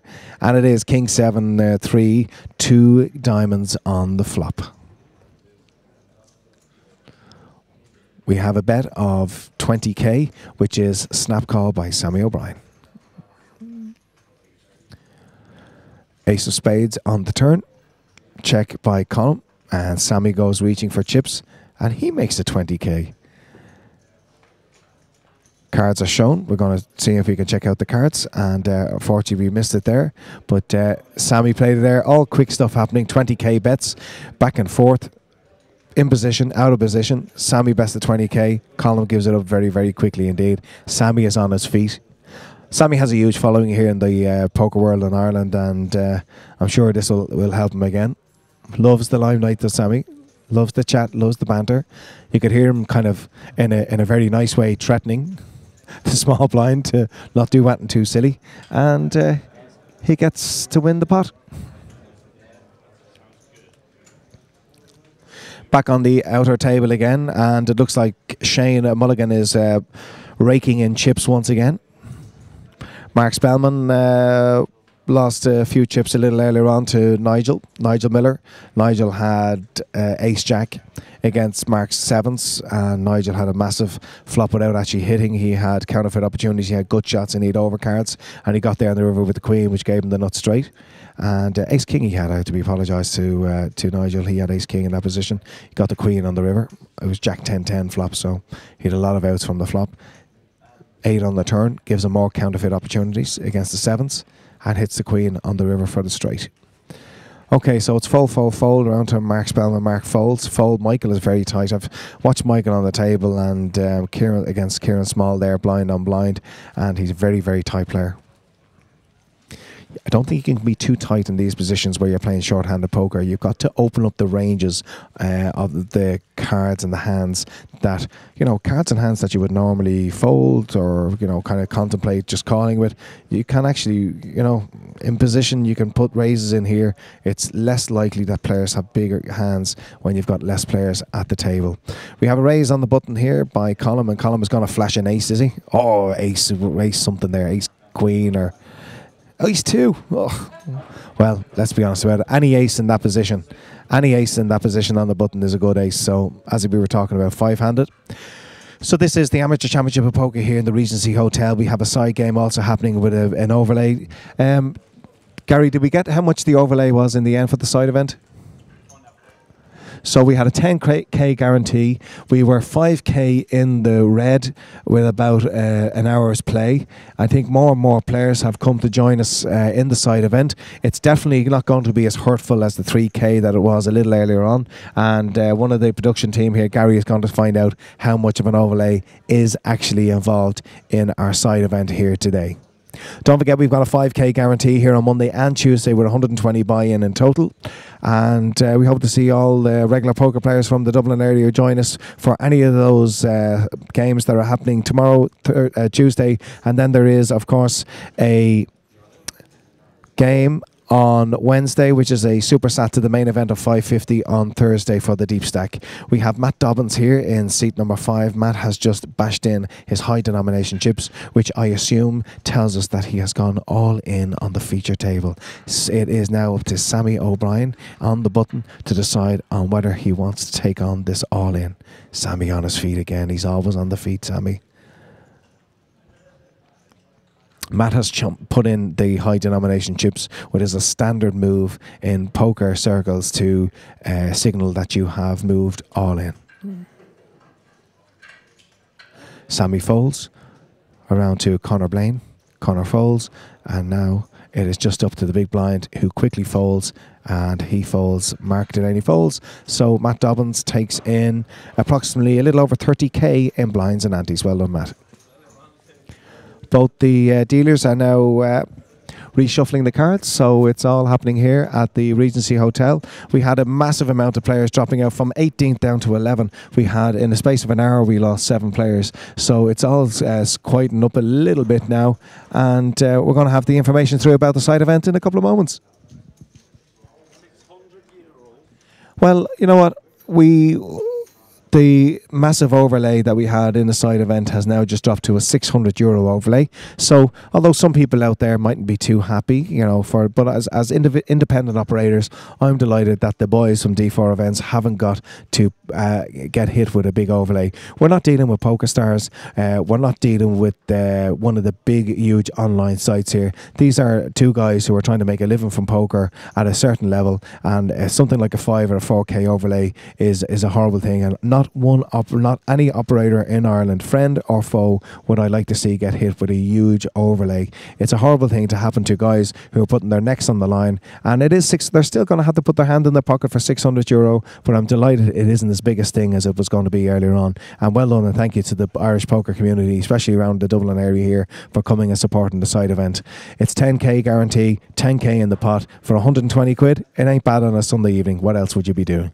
This is the Regency Hotel. We are still concentrating on the feature table. This is the outer table, and our dealers are just shuffling up and dealing our next cards. We will bring the action to you live as we can. I'm a little bit away from the side table, the outer table, so it takes me a few seconds to get across, and I am trying to judge any of the action from a distance here, so apologise if all the information from the outer tables is not 100% accurate. We will try our best to give you as accurate information as we can. Sammy O'Brien has raised here under the gun, and it's folded in from the small blind, very quickly folded from column in the big blind, and Sammy wins our blinds and antes of over 30k.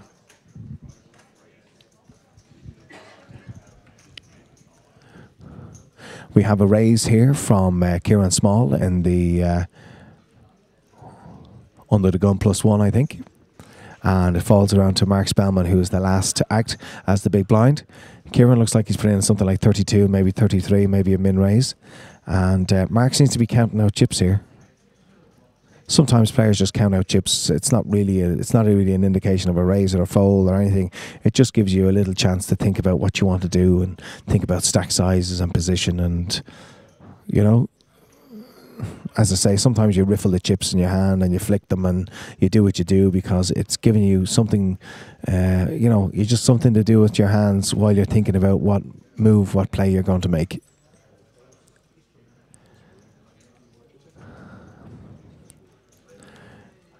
Mark looks like he's putting out approximately 16, so it looks like he's going to at least call. And the call goes in. So, two players in the hand. I think we'll go across and check them out. So a min raise by Kieran Small. The flop comes down 3, king, 3, 2 spades on the flop. Mark Spellman checks the flop. Kieran Small reaches for chips.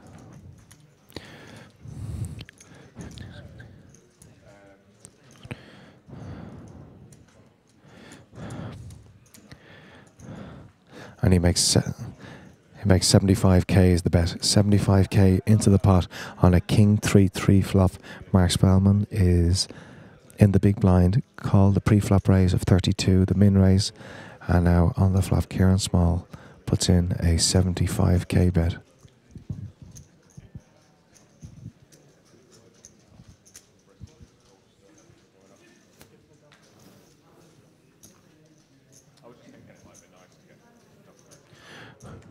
Mark Spellman says no thank you. Kieran shows us a king. Kieran flopped top pair there, and Kieran takes home a nice little pot there to help him along in his way to win our main event. We've some blind on blind action here on the feature table with a 7 ace ace 6 ace flop. It's blind on blind. Sammy O'Brien checks the river. And Connor is counting out chips. Connor puts out the chips even before the chips land on the table. Sammy folds. Connor wins the blinds and antes. We have 11 players remaining in the main event this evening on a Sunday evening here in the Regency Hotel. €32,600 was up for grabs. We've lost some players in 7 positions in the cash, but we are down to the players who will be taking home most of the cash here this evening. This is the feature table. Matt Dobbins. There's Matt paying for a drink. I haven't seen Matt pay for a drink since 1997, where he got confused in Killarney, bought me a drink, and I see him buying a drink here this evening. See him putting his hand in his pocket. We should take a picture of this. Fantastic. Outer table. Feature table. Any action that's happening. I think Henry Porter's involved in the hand here. He's put a raise in. And on the button, Henry gets nobody taking him on, and he wins it there. Back to our feature table. With these short-handed games, there's always going to be action. There's going to be action on every hand. Very, very rare that you'll see it. Very rare you'll see it probably folded around to the blinds. And just as I say that, we have Mark Delaney, who gets it uncontested into the big blind. As the blinds go up, it's going to make your decisions more vital each and every stage, because full equity is going to be less and less each and every time. So you've got to be, it's very, very important that you stay switched on. You look at people's chip counts. You should look at people's chips, that you count of everybody's chips before the cards are even dealt down, so you know that, especially a short-handed, it's much easier to do it. If you've got 4 competitors at the table with you, look at everybody's chips, and if you get a certain hand against a certain players in certain positions, you should have your decision made up for you what you're going to do against these players with their stack sizes. It's going to look a lot more confident if you are making a move when you do make that move. The tightest player of the whole 11 players that are remaining has to be Michael O'Neill. Michael had a massive amount of chips. He hasn't got that many chips now comparative to everybody else, because he hasn't got involved. He's sat very quietly on the fence, and he seems only to be willing to play premium hands. And at this stage of the game, playing only premium hands short-handed, it's not going to work. He's going to have to mix it up, match it up a little bit, because he had a massive amount. He had 180k when he had double the average chip count, but he doesn't have that advantage anymore. He's less than average stack now, and he's going to have to make some moves if he wants to get involved in this game.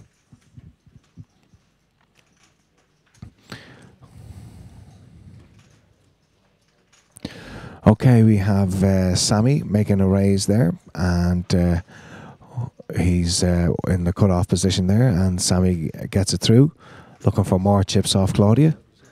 And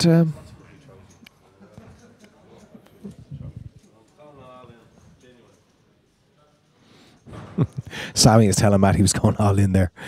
Genuine he was. He wasn't folding, Sammy says. Definitely going all in. Sammy's a real jack in the box. Sammy's up and down off the seats and all that. He's a vibrant player. He likes to get involved, and he likes, as I say, he likes the fun. He likes the. Are you coming in, Gar?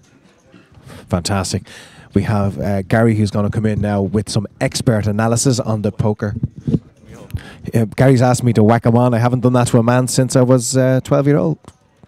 Are you on, sir? Hiya. So, Gary, you've joined us here. What do you think of the game so far? We're short-handed on each of the tables. We have 6 on the outer table, and we have 5 players on the feature table. Yeah, I was just saying to Nick that I think it's some battle for the final table.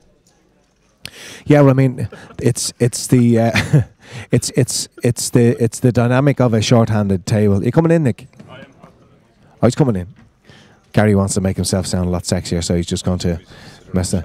Nick O'Hara says he's too busy to sit around chatting around, which is a true story. Okay, as well, he Matt stands there with his cup of tea. Matt Dobbin is here. We have blind on blind, and Matt looks like he's made up the big blind there. We just got a little. That's our seat 1, and that is Mark Delaney. And we look like we have a little raise. I think it could be a min raise from Matt in the small blind. And what's Colm going to do here in the big blind?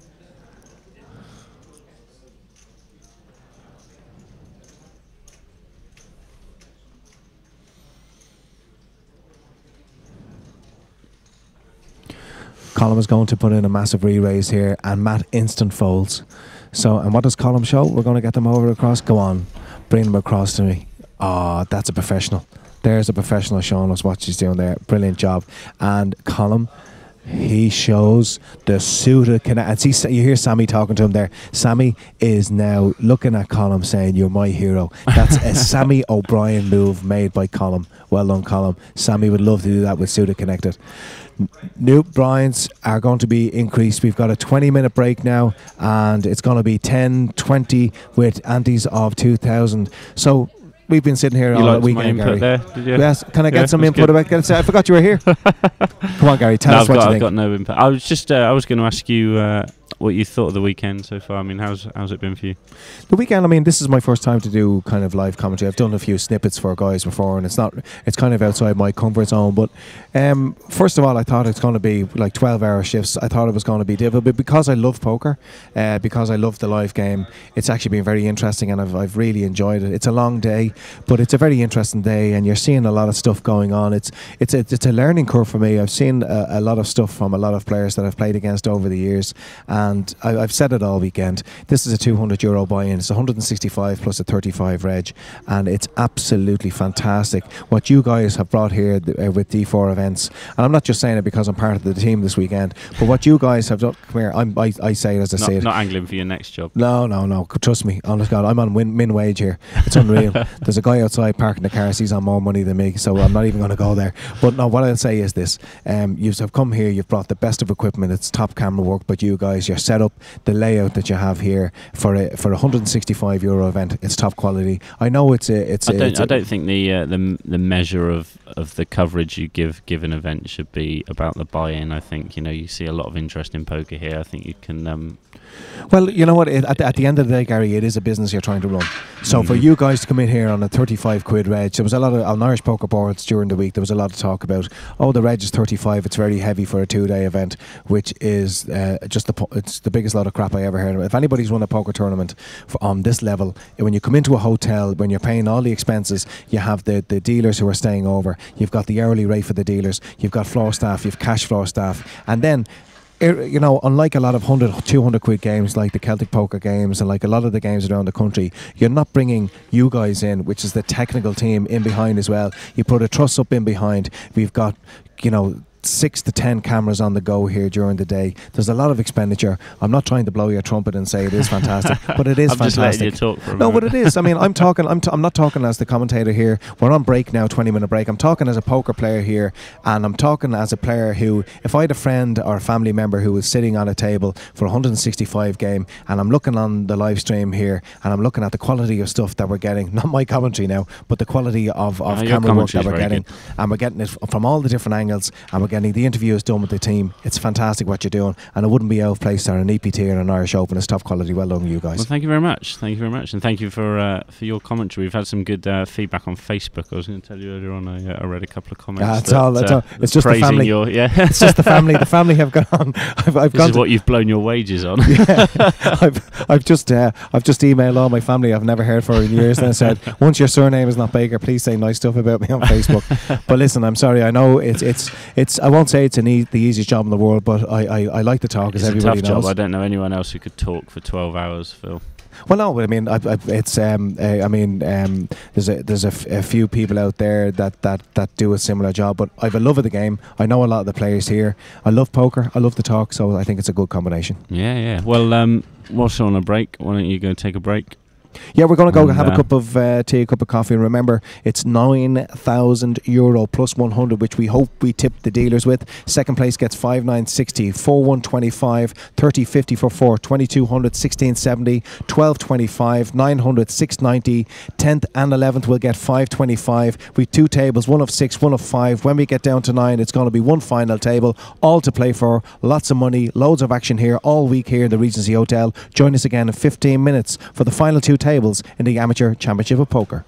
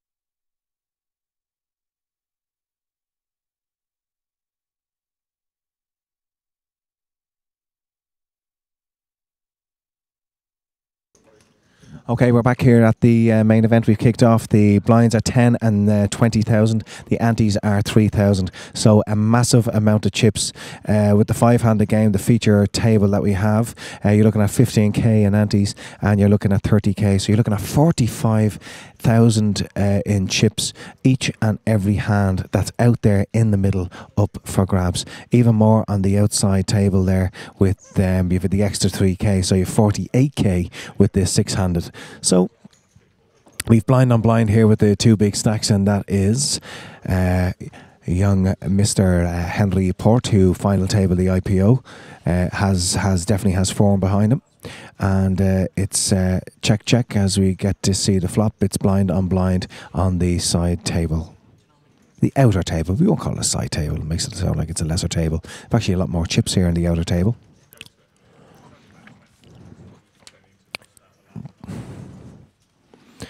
We got Nick O'Hara's just given me a chip count of chip stacks of our 11 final players. The turn card on the outer table has brought out a bet from Mark Spellman in the big blind, and Henry in the small has called it. We get to see the river. And the river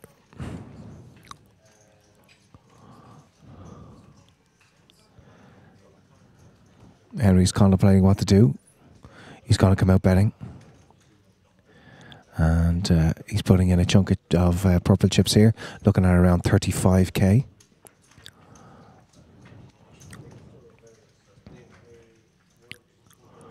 Matt Dobbin looks like he's all in on our feature table. On the button against the big blind, Colin is folded in the small, and Sammy contemplating what to do here in the big blind with his 20k and blind out there. So Matt Dobbin, representing Irish Eyes, is all in and waiting. We have a call on the side table to his bet, and Henry looks like he's conceding the hand here, and Mark makes the call. The call is good, and Mark is now on the telephone. We've an all in on the feature table. All in on the feature. Matt is called by Sammy. Sammy has ace 8. Matt has queen 4. And ace straight away in the window. It looks good for Sammy with the 4 on the turn, more outs, and a 10 on the river. So, ladies and gentlemen, we lose the representation of Irish Eyes, and that is Matt Dobbin from Kerry. He's made the push there with the queen 4, and he got a little bit of hope on the turn with the 4. Any queen gets him home, but it is Mr. Sammy O'Brien. Sammy has won this pot. We are now 10-handed in the main event. We're going to get the next big blind from the outer table. We'll come on to the feature table, but Sammy O'Brien in seed 8, he's made the correct call. He's thought about it for a while there, but you know what, we were chatting just before the break there, and ace 8 or any kind of ace in that position in the big blind is going to be a massive hand, 5-handed, and Sammy O'Brien makes the correct call and gets it in good against Matt's queen 4. Matt had a few outs there on the turn with the 4, but he had to hit big with queen of 4, and Sammy O'Brien keeps on taking in the chips. Before we had the action on the both tables there. We had Henry Port was our chip leader with 529. We had Sammy O'Brien on 525. Sammy definitely our chip leader now. We have Mark Spellman on 475. Also on 475, Mark Delaney. 365, Conor Blaine's count. 351, Shane Mullen. We had 305, that was Nigel Miller. We had Kieran Small on 290k. Michael O'Neill on 285k. Colin McCreary on 225. And Matt Dobbins was our short stacker on 120. And we've just lost Matt Dobbins off the feature table. So, feature table has broken down a little bit there. I'm not quite sure what's happening. Are we going 10-handed for the main event? I think we might be. The table's big enough, and I think we might be going 10-handed. I'm going to go in and talk with Sammy. Maybe we can get a few little talk to him while we're breaking down the tables. Okay, let's get over and talk to... we're going to have a little chat with Sammy while we're breaking down. I think we're going 10-handed. Are we for the final? Are we going 10-handed? Nick, are we going 10-handed? Okay, so we're going to go 10-handed. We're going to talk to Sammy O'Brien, Dublin poker legend here. Sammy, we had a little conversation, I think, just before the break there. And Matt made the move. He was short stack lead, 110. We were talking about how much is 42,000 every single hand here. And Matt made the move there with the queen 4 on the button. You thought about it for a while. I don't think there was any chance you were ever going to fold your hand there. I think so, no, definitely not. You know, the ace was, I thought was golden, so Yeah, we talked about a five-handed any ace in that position, especially into a player it's folded. The first two guys have folded, folded, and also Mark folded there. So you were in a position with ace eight. You hit it straight in the window. You give the little bang on the table. That's your customary little bang. Yeah, but then I got the scare with the four on the turn. Come here. This is poker. There's always going to be outs for the other player. He's got the little bit of a lifeline with the four, any queen, any four, of course. But you get it home. You're now chip leader. You're on the final table, and the very best of luck to you, Sammy. Thank you, Philip. Thank you. Big shout out to all your fans. Yeah. All to the JP gang. They're all sitting around. They're all sitting around looking at you, looking great.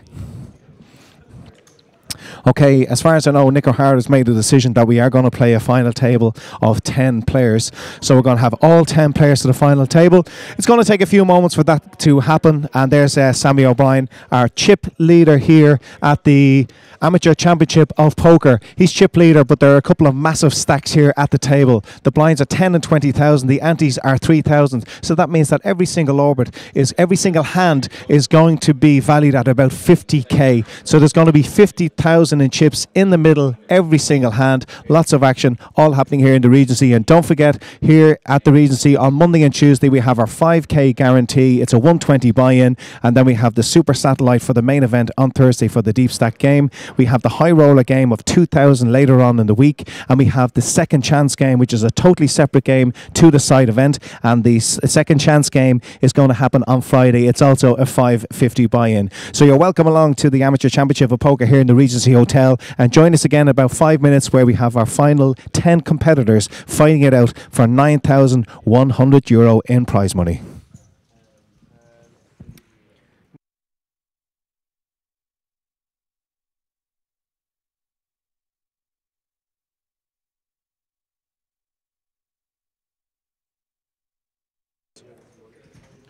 I apologise there. I gave you some false information there. I thought we were going final table of 10, which would be highly unusual on a tournament. But we haven't. We've left it 5 on 5. So we've got 5 players on each of the tables. That's our main table and our outer table.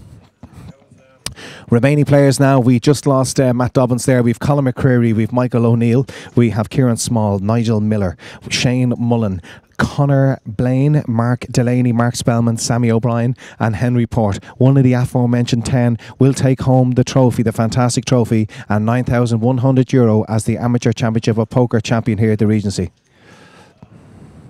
So our 5 players there, if I get any action on the outer table, and it's folded around to the big blind, and the big blind there was Nigel Miller, and Nigel shows pocket 5s. The side event is still going strong. Just the €600 overlay in the end for the side event. It was looking pretty bleak earlier on with a 5k overlay with an hour into the game. But we had a lot of players that filtered through into the side event. And it's worked out not too bad at all for the D4 events. It's only a €600 overlay, a lot less of a hit than the initial. In seat 1 there, Mark Delaney, he's quieting up a little bit. He was involved in a lot of hands earlier on, and justifiably, he had the cards to be involved in those hands, and he has done very, very well in seat number 1. He's done very well in positions that he should call, he should fold. I think he's made the correct decision each and every time. I haven't seen him do anything wrong at all. He's joined now in seat number 2 by a young gentleman here. This is Michael O'Neill. Michael had a massive stack comparative to the average stack here approximately 3-4 hours ago. He hasn't really got involved in a lot of hands, and he's been very, very quiet on the outer table. So, you know, Michael 5-handed will have to open up his range of cards that he's willing to play with, that he's going to raise with, that he's going to fold with, and he can't let a stack dwindle. As I say, every single hand is going to be 40k pot, so there's going to be 40k in the middle before any more chips are put in the centre. So it's every single decision you make from now on on the final 2 tables is going to be a vital decision. Sammy O'Brien is getting the phone call as he puts in a raise. He knocks it off. We have Connor Blaine. Connor Blaine in seat 9 is contemplating doing something sexy here on the feature table. And again, I've been impressed with Connor's play. He's been quiet enough, but maybe he hasn't been getting the cards in the last 45 minutes or so. Matt and then Mark Delaney folds, and again Michael folds. Michael O'Neill folds and seat number 2 there. Michael has to start making some moves. He's got to get involved. Again, he was one of our chip leaders 3 hours ago. But Michael, please, please, please make some moves. Open up your range. Your range cannot be that tight. You can't get aces and kings and ace kings all the time. 5-handed. Ace 5 is a monster. Get them in. Defend yourself, young man. Outer table again. 5 players remaining. Mark Spellman, top right. We have Cork's finest next door to him on our left-hand side, Mark's right-hand side. And that is our chip leader, initially our chip leader before we started the 11. And that's Henry Port.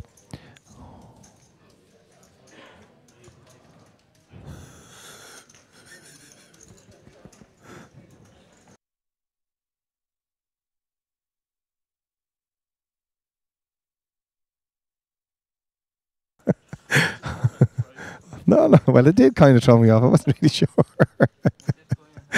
Okay. Oh, now I get it.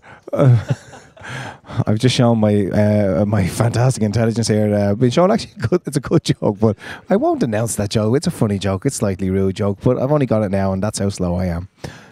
Okay, we are concentrating on the other table. We have blind on blind, and that is Mr. Mullen. That's Shane Mullen. Calling Shane Mulligan earlier on. I'd like to apologise. That's Danny's terrible handwriting, not my poor reading. Well, it could be a little combination of both. So that's Shane Mullen, who's put in a raise in the small blind on the outer table. Oh, we have action happening. Back to the feature table. 2, 10, 3, 7, 2 hearts on the board, and let's see who's involved. I told Michael to get involved, and he has got involved, and he's betting out of the gate here. He's been so ultra tight in this game. It's unreal. When he's had that when we've gone short-handed, he stayed ultra tight. I assume he has a hand, or has he heard me? Has he said, God, the mouth behind the screen could be right? He's put a bet into Colm. Does Colm knows this is the tightest player in the whole of the venue here? Does Colm knows this is the tightest player in the whole of the Regency Hotel? What is he thinking about doing here? Colm is really tight. He's re-raised, he must have it. Now, back to Michael.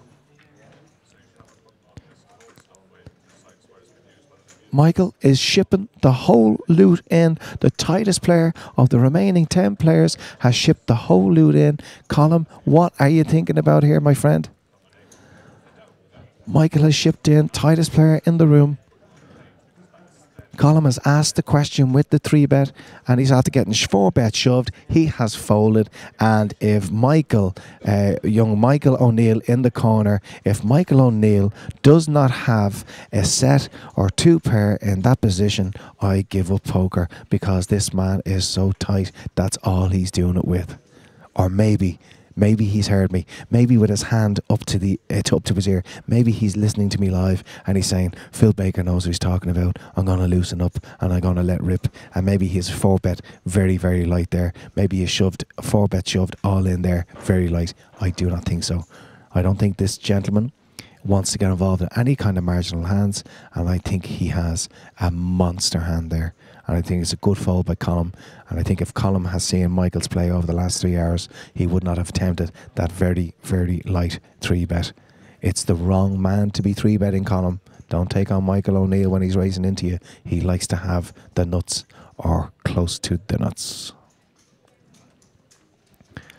Back to our outer table again, and this is half of our final competitors in the Amateur Championship of Poker. And we see our old friend, and that's Kieran Small, is making a bet there. He gets re-raised on the button there by Shane Mullen. Fold by Mark Spellman. Now, Kieran could have been just in for the flat call here at the 20k. I don't like any flat calling here. He's got Queen, Jack of Spades, and he folds. I don't like it, Kieran. You've got Queen, Jack there. I know the board is there. I know there's cards in the centre, but I think in that position there, You know, we can't see the cards. If you can see the cards, you have a better eyesight than I have in this corner. But he's made a little 20k bet, little min bet there. Queen Jack, I'm not sure what was happening pre-flop there. Maybe he was calling on the button, but he was the big blind. I think I would have been raising with Queen Jack 5-handed. Queen Jack suited, I think I put the raise in pre-flop. Okay, we're back to the feature table again. And again, as soon as we lose one of our final 10 players, we will have one ring table. We'll have our 9 finalists all together, which will change the dynamic, should change the dynamic of the game a lot more. The ranges should all close in again. Yeah, time-wise, we are at the moment... I'm just going to go to my laptop. We are at 8:40 at the moment. So... I mean, I think things are going along to plan. What's going to make a huge difference to what time we wrap up at tonight as far as having a winner will be if any deals have been done. If there's a deal done with cash, we will still have to play out for the trophy. I'm not sure, some tournaments and some directors have, tournament directors have a rule that some money must be played out for. So, I mean, it can be a nominal amount of money. And you've also got the trophy there as well, a fantastic trophy. And most important, you've got the inaugural running of the Amateur Championship of Poker. You will become in the history of Irish poker, you will become the first winner of what is sure to become an annual event. So the prestige of that is also up for grabs. Let's see that flop of 10-6-10. And we have blind on blind. Check, check. We have an 8 on the turn.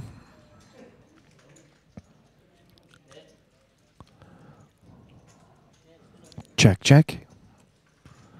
River is the 5 of hearts. There's our flop, there's our turn, there's our river, and there's the 2 players in the hand. We have Connor and we have Sammy O'Brien. Sammy checks, Connor bets 20. Sammy's going to snap off that 20k, is he? Yep, you can say that call. And the fact that Connor is taking forever to turn over the cards, he shows 4-5 on the 5 river, gets there on the river for 2 pair, gets paid off 20k by Sammy, who was probably calling with something like king high, gets a little few chips there, and Connor Blaine is accumulating chips. He's moving along steadily, hasn't got involved in too many hands, but keeps on accumulating those chips, and I think he's playing really well. Okay, the blinds once again at 10 and 20. We have 10 players remaining from 198, antes of 3,000, and the average stack at the moment is 300, just a smidge of 400,000. So 400,000 is your average stack, and the next level will be 1530. Is going to hurt the next level, 1530 with antes of 4,000, and still that fantastic prize of €9,100 going to the winner. I hope they tip the dealers well here this weekend. They've done really well. Any action happening on any of the tables? There's Sammy and there is Connor. Impressed with both their play here today. Young Michael in seat number 2. Again, Michael ultra tight. He's got a little rack of purples there when he got involved in a little fracas with Colm there a few minutes ago. But Colm was ill-advised to be taking on what is the tightest player on the table. It really is. I mean, if I'm in position against him, I think Connor is in a beautiful position against Michael. He is very tight, ultra tight. And Connor on the big blind, if Sammy, who is... Sammy can mix it up. And if it comes around to Connor, Connor shouldn't be even looking at his 2 cards every time it's folded to him in the button in this position, because he should be raising. Mark Delaney would be in a bad position there, because Mark doesn't want to do anything too sexy with a player still to act behind him with his chip stack. Indeed, with everybody's chip stack is becoming very tight again at the top end of it, and you've got a 400k average stack. Our next blind increases are going to go up to the 15 and 30 mark, so you have all the information that you need there. The mistakes will be heavily punished at this stage when we have 2 5-handed tables fighting it out for the Amateur Championship of Poker title here this evening. This is the outer table once again, and we see Kieran Small. He's counting out chips in racks of 10. I assume it's 50k. And 50k is going to go on top of 10k. So even I can work out that 60. 60k raise, and it's folded in the big blind. And let's get back to our feature table. See, I don't like that fold by Connor. Connor is up against the tightest player at the table in the big blind position. Now Mark is going to make his move now in this position, because Mark knows he's up against an ultra tight player. And look at it. Look! Just Michael just folds there instantly. Michael should never, ever just be instant folding. First of all, he's looking. He's obviously, because he's folded there, he hasn't looked at his cards. So he has looked at his cards, I should say, before the action has come around to him. So he's made up his mind, irrespective of what's going to happen ahead of him. He should be dwelling and making Mark sweat a little bit every time, because it's not about calling that time. It's that it puts the little bit of worry in Mark, and he should be staring at him, he should be looking at him, he should be playing mind and body games with him, and he shouldn't allow him to run through him like that. He's instant fold, and now Mark is saying to himself, this guy, he's a big blind and he's only playing premium hands, and I kind of have him in my pocket.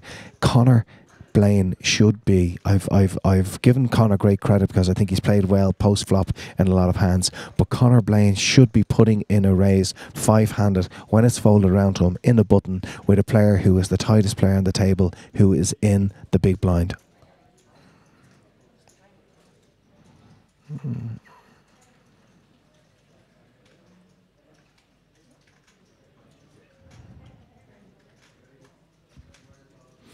We have a flop on the outer table, and we have some players. We have Shane Mullen there in. We can see. I'm trying to see who the other player is. Well, it's obviously up against Kieran Small. We see a turn blind on. It's actually button on blind. River comes down, and Shane Mullen decides he's going to bet it out. And Kieran Small. Kieran's going to call this, I think. Kieran calls. And he throws it over. Shane Mullen throws it over. He's got a little smile in his face. Oh, and we see a little ace there. Ace 3, I think it was, of spades. And Shane is giving them that L. I kind of got lucky there, look. So can't obviously see the cards in this angle, but... And Henry Ford thinks this is very funny down the end, whatever happened there in the river. But I think he got very, very lucky in the end. Shane, just from what's happening at the table, I can't hear the guys, I can't see the cards, but it looks like he got lucky. Back to our feature. Players on your side event are now on a 15-minute break. I will ask you to leave the area as quick as possible so we can get the chip race done on the 20 balls. Thank you.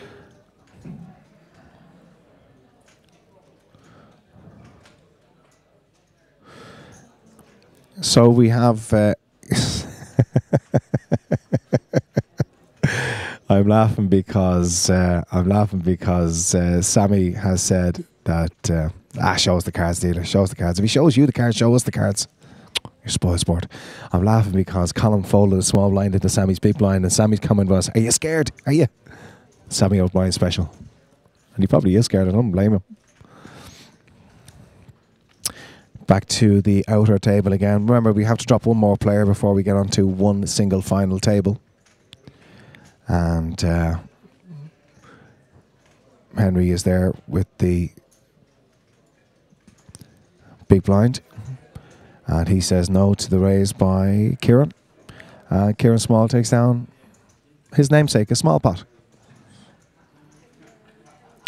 The antes are 3,000. The blinds are 15 and 30.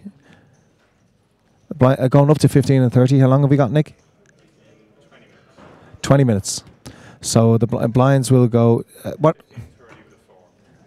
In 20 minutes, the blinds will go. So the blinds are still 10-20 with the antes of 3,000.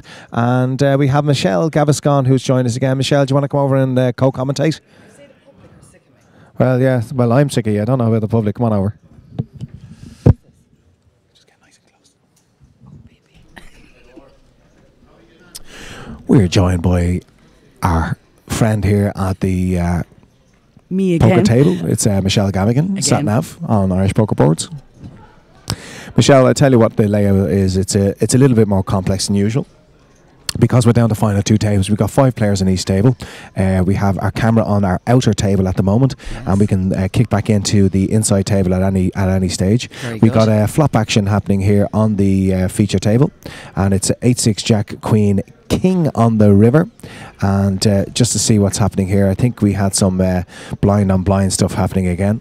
And Sammy is showing a winning hand there at the jack. So Sammy flopped top pair. No more money went in the middle. I think Sammy is a little bit scared. I think Sammy was going to check call any card there in the turn or the river. A little bit of a scare card in the turn. The river, the river doesn't help him whatsoever. So fairly conservative play there from Sammy O'Brien. Hails from JP's Card Club up in Tala there in the village. Is it the village complex, or it's... What do they call it? Green, no? Village Green. It's Village Green there in Tala. And JP has a great... his players have a great history in all the bigger games around Ireland, around Dublin. And Sammy is one of those players that is a regular with JP. I know in JP you had a lot of Johnny Weaver, and we had... your good self. Myself, yeah, I started off in JP's games, and you had Bomber, and a lot of the lads like JP. You go up and play a JP game, it's a tricky game to play. A lot of lads are very capable players, so possibly not the easiest game in the world. But JP's club's doing very, very well at the moment. Lots of cash games going each and every night, and he thoroughly deserves it because he's one of the great ambassadors to poker. I hate even saying that. Jeez. Good plug there for JP. I know. How much are you getting for that, Phil? I get a game of pool, free game of pool or something. I'll get out of him. JP, you mad? You're crazy. Okay, we have Colm all in here. Colm has gone all in seat 6, in seat 7, I should say. Colm has gone all in against Sammy on the button who folds. Connor folds on the small blind, and Mark turns around and says, "Ain't calling with them bad boys." 10-4 of clubs. How does he not get it in with 10-4? What is our player showing us? Come on, show us what he had. The old King Jack suited, huh? King Jack suited. So there's something happening here. We've asked for the time has been asked. Nick has actually froze the clock. Oh, Mark is still there. So we have to cop on him now. So we had some action. We had some action out on the outer table here. Unfortunately, we were just watching the flop action there. We've missed something, and believe it or not, I think it happened very, very quickly. He got very short stacked, but we've just lost our 10th finisher. And just by the look behind there, and just breaking down the fact that I don't see him, I think Nigel Miller in seat 4 on the outer table has just been eliminated from the main event. So, ladies and gentlemen, we are down to our final 9 players on the main event for the Amateur Championship of Poker, and the final table will consist of Michael O'Neill, Kieran Small, Shane Mullen, Henry Port, Mark Spellman, and then we have on our feature table, I just want to make sure we get all the names right, we have Conor Blaine, we have Colm McCreary. Also on the final table will be Mark Delaney and Sammy O'Brien. So I think that's all 9 players called out with there. I hope I didn't miss any of the guys. We're going to take a little break now, and what we will do is we will get Nick O'Hara, our TD here this afternoon, to give us a chip count of the chips in play for our final 9 players. And when we get the chip counts, when we get the seating positions, they probably do a redraw for the seating positions now with the final table. So this will change the dynamic of this game massively now, because we've now got a full ring game. The variations, the variety of hands that you can do what you need to do now with 9 players is going to be totally different to a short-handed game. It's going to change this game, and we've got it all to play for. €9,100 to the winner, 5,960 to second, 4,125 to third, €3,050 to the fourth, 2,200 for fifth, 1,670 for sixth, seventh home will get 1,225, eighth gets 900 quid, and €690 goes to ninth place, when we're going to redraw for the final table positions. Michelle Gavigan. Yeah. Michelle, how are you? I'm still in the side event. You're still in the side. How much have you got in the side? I have about average stack. How much is that? About 19 grand. At about 19. What was your starting stack, Michelle? 10. All right, so tell us any interesting hands that you can tell us about. Well, and do you know who you're up against? I'm after moved tables now more times than... Well, a lot of people will ask for you to be moved away from them, let's be honest. Joe O'Neill now kind of dogged me. I was actually glad to get Did you away enjoy from it? I just, I kept calling him like a fool every hand because he just didn't believe me. He called me every time. No, but to be fair, Joe can be added an awful lot as well. I know, that's why I kept calling him. But you still got 19k, so you're still there with a good shout anyway. Yeah, I'm grand. And tell me this, Michelle, we're down to our final line. Would you like to be on that final table? Sure, who wouldn't like? Yeah, it'd be nice, wouldn't it? Instead of commentating, it'd be great to be on that table. There's just looking. The stacks are all fairly even. There's nothing mad like it. Look. Yeah, well, I'm not really sure who took down. Apologies to anybody listening or looking in there, and especially to anybody who's friends or family with Nigel Miller. We apologise. We will always endeavour to get the big action. We were involved in a hand that really was immaterial there with blind and blind, and we're just trying to do. The outer coverage is not going to be as good as our coverage of our feature table, and the outer coverage that we have is fairly limited. So apologies to friends and family. Yes, please, Danny. Thank you. Okay, well, here, Danny, we're just going to get Danny. Stay with Michelle. No, Danny, just tell us about it, because it's easy, instead of me reiterating it. Danny, tell us about the hand. Nigel Miller, all in pre-flop for 300,000 okay. with Ace King, and Mark Spellman woke up with Pocket Kings behind him. And that was that miss, Yes, brick, and fairly standard stuff. And he had 300k, so Mark Spellman will probably go on to the final table as chip leader, will he? Interesting. Yeah, we'll find out. Nick O'Hara is going to come back to us with the information. So we're looking at about 5 to 10 minutes before we do the table draw for the seat allocation. I'm not sure if we do a fresh button draw or it's standard seat 9 and then blinds are 1 and 2, or we'll find out. It's not going to be vitally important to us here on the outskirts, looking in and listening in. Michael O'Neill is on the phone there, telling all his friends to be listening in to himself. Michael, you know what? I'm going to talk about, when we get all the 9 players to sit down, we're going to talk about how I think everything has gone with the players and how I think the people have played the tournament so far. Where I've been impressed, where I've kind of think that they should change it up a little bit. I think it's definitely going to be in Michael O'Neill's favour that we go full 9-handed now, because he's a relatively tight player, very tight player. He got involved in one big hand where he went 4-bet all into a 3-bet, and we see a couple of the guys there. We see Henry Port in camera now, just to the left hand side. Henry is wearing his kind of handbag snatcher outfit there with the hood up and the little carrier bag on his back. And it's not even a man bag, it's just, it's a satchel. Is it a satchel? It's a rucksack. It's a rucksack, is it? Rucksack. I'm not from we don't know what rucksacks are, Michelle. Rucksack. I'm from Dublin. What's a rucksack? It's a thing you put in your back that holds things. Right. And what's the difference between that and say like a satchel? A satchel is down by the side. A satchel is like a 1960s school bag. Well, I'm born in 1968. Yeah, so well, you're just showing it now. Shut up, Michelle. Jesus. Have any favourites here, Phil? Yeah, well, I mean, Mark Spellman. Mark Spellman for me too. Well, Mark Spellman has the experience and the ability. Mark has played at the highest level in Ireland and Europe in poker. He's played UK IPTs, he's played EPTs, he's played massive events all over Europe. So Mark Spellman will be one of the hot favourites here. I mean, the chips you're going to be looking at when the boys come back, you're still on the 10-20 with the antes of 3, but very shortly, in about 10 minutes, you're going to have a blind increase up to 15 and 30, Michelle. And it doesn't matter. I mean, the standard raise, I hope the boys control it. Your standard raise should be about 65, maybe 70k at a push. Anybody who's putting in 90 or 100k, you better be willing to put your stack in, because the chips just aren't there for that kind of raising, And here we see the players going in. Like we wait. I'm going to wait till they get into position, and then I think I'm just going to run through. This is only my kind of uneducated opinion about each and every player, but I've sat here for 2 days watching everybody play. I think we've got 75-80% of the players that have been here have been on the live stream, and that's something that the guys in D4 events were very conscious about, making sure that as many players out there who came to an amateur game got as much coverage and enjoyed the feel of it, and had their family say, God, look, it's Eamon, it's John, it's Freddie, everybody's on stream there. And I mean, it's always it's a bit nerve-wracking sometimes when you're on stream. It does actually affect your play, but we had this conversation last night. I said that because you're not seeing the whole cards, it doesn't really, it's not kind of that you're not afraid to make some moves and stuff like that. See the whole cards, you see the whole cards. Well, what did you make that call? But you're the player, so you're very conscious because people are seeing whole cards, and you don't want people to be overcritical. But you know what my opinion that is? I've paid me 200 quid, I'll play what I like, so I wouldn't care what anybody said. Okay, so we're going to get the chip counts. Only Nick O'Hara will come back to me with chip counts in a moment. I'm going to guesstimate on who's sitting where. In seat number 1, it appears to be... Who's in seat number 1? It'd be nearly easy to go back the way. Okay, let's go reverse, because then I know who's left. Yeah.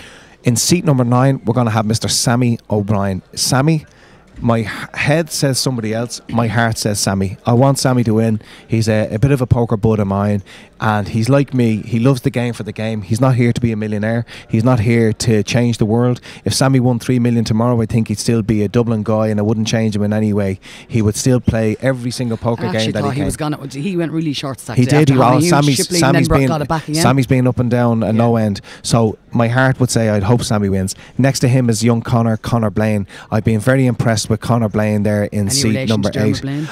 Yes, he's Dermot's brother. Oh, right. So I don't think he has any results, but he has the pedigree there. Right. He doesn't have any results on online that I could see of. But I mean, could be a bit of good training there. He didn't. I'm say he licked it up off the stone, as they say. He got it off Dermot, and Dermot Blaine would be his brother. Dermot would be one of the most successful. This week, didn't he? Yeah, he would be one of the most successful online and live players. He won the Asian Pacific there for $750,000, I think, a couple of years ago. So Dermot is a fantastic and a lovely guy, and I'm sure Connor is very similar. Next to him in seat number 7 is Mark Spellman. Mark, as I say, Mark has a lot of chips. Mark has the experience. He's been there. He's done that. And, Mark would be, if you were a bookie, Mark would probably be the favourite here with that experience. He's made some great calls here today. Then we have, next to Mark, we have Colm. Colm is in seat 6. Colm, Colm has done really well to get to this table at this stage. And Colm, I'm not sure, I think he might be short his stack, but Colm is going to give himself any chance to get a big cash. Michael O'Neill in seat number 5. Michael, for me, has been waiting on premium hands from start to finish. He's only played premium hands. Now, early on in the day, he came back here today. He came back here today with a massive stack. The only thing I'll be critical about is that he has waited. He has waited to get big hands here all the time, and he can't do that. He shouldn't have been doing that when he went short stack. So Sammy O'Brien in seat 9. We have Donald Blaine, brother. The pedigree is there in seat 8. Mark Spellman. We have Colm in behind there, Colin McCreary in behind in seat number. We've just lost a bit of memory card there. So if we get camera 3 across there, we get one of the other cameras there. Yes, let's go to camera 5. And then we have representing Cork, we have Henry Port in seat number 4. In seat number 3, Shane Mullen, who's done well to come back and get that stack in front of him. Seat number 2, we have Kieran Small representing the North and representing the Drinkers. And in seat number 1, Mark Delaney. All to play for, loads of money on the table, top players, good players who know what they're doing. Michelle, are you excited? I feel like you're on the final table yourself. You're That's actually unbelievable. That excited. Well, now, you know what? I have a side event to get back to, and I'm going to take this one down. I forgot all about it. Listen, good luck to you. Don't forget I'm on for 10%. Yeah, we'll have a chat about that. Lovely. Thanks, Shell. Small blind 400, big blind 800, and a running ante of 100. Bidders shuffle up and down. Want to do some stuff? Sorry? Want to do anything? I do. But when they're all back, we do an intro to Is that Mike Anderson? Yes, Mike.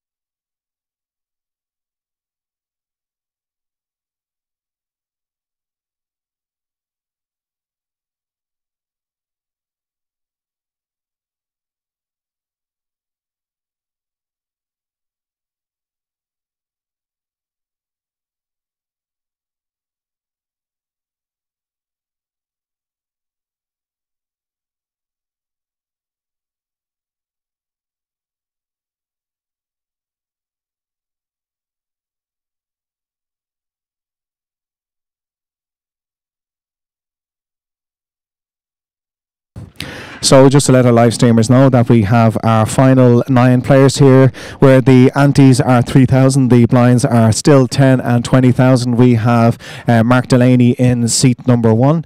In seat number 2, we have Mr. Kieran Small in seat number 3. We have Shane Mullen in seat number 3. Seat number 4 is representation of Cork. That's Mr. Henry Porter, IPO finalist. Seat number 5 is Michael O'Neill. Seat number 6 in the small blind, kicking off the game here, we have Colin McCreary. The big blind will be Mark Spellman in seat number 7. Conor Blaine in seat number 8. And Sammy O'Brien is in seat number 9. And all to play for now as we check out what's going to happen here on our final table. Our final table. It's no longer the feature table, it's the final table. And straight away out of the block we see that Conor Blaine is going to make a move here under the gun. And Conor puts in a raise. Sammy quickly folds in seat 9. Back around to Mark Delaney. I assume Mark has folded, so it's fold. Seat 1 is the hardest seat for us to see here at our angle, so apologise if I'm a bit delayed coming through. Michael O'Neill has folded on the button. Colin is in the small blind and he's checking out his 2 cards, looking down. Let's get a close-up of Colin. These are the 2 boys who have a decision to make now. Colin says no, Mark Spellman. Mark hasn't looked at his 2 cards yet, he's now checking them out.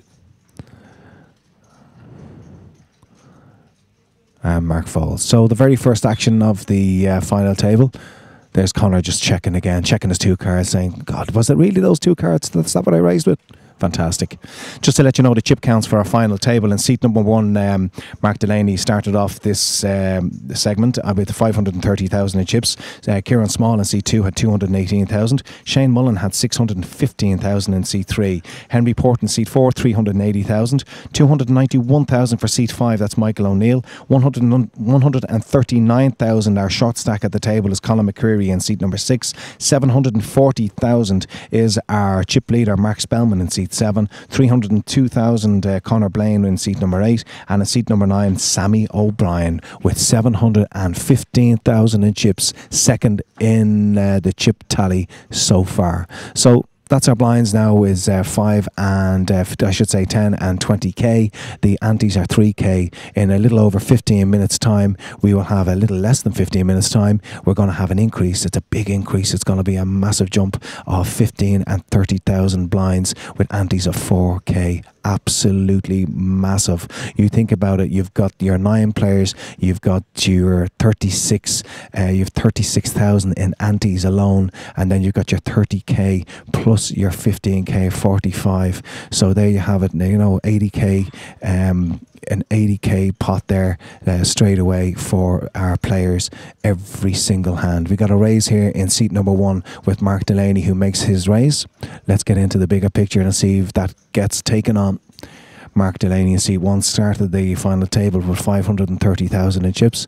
And listen, I don't want to apologise to anybody out there who was watching our live stream over the last hour. I really did want to make sure that we got as much equal action on both tables, not just the feature table, but indeed I wanted to give the outer table as much coverage as we could, because it's only fair. All 10 guys had qualified, all 11 guys had qualified equally there.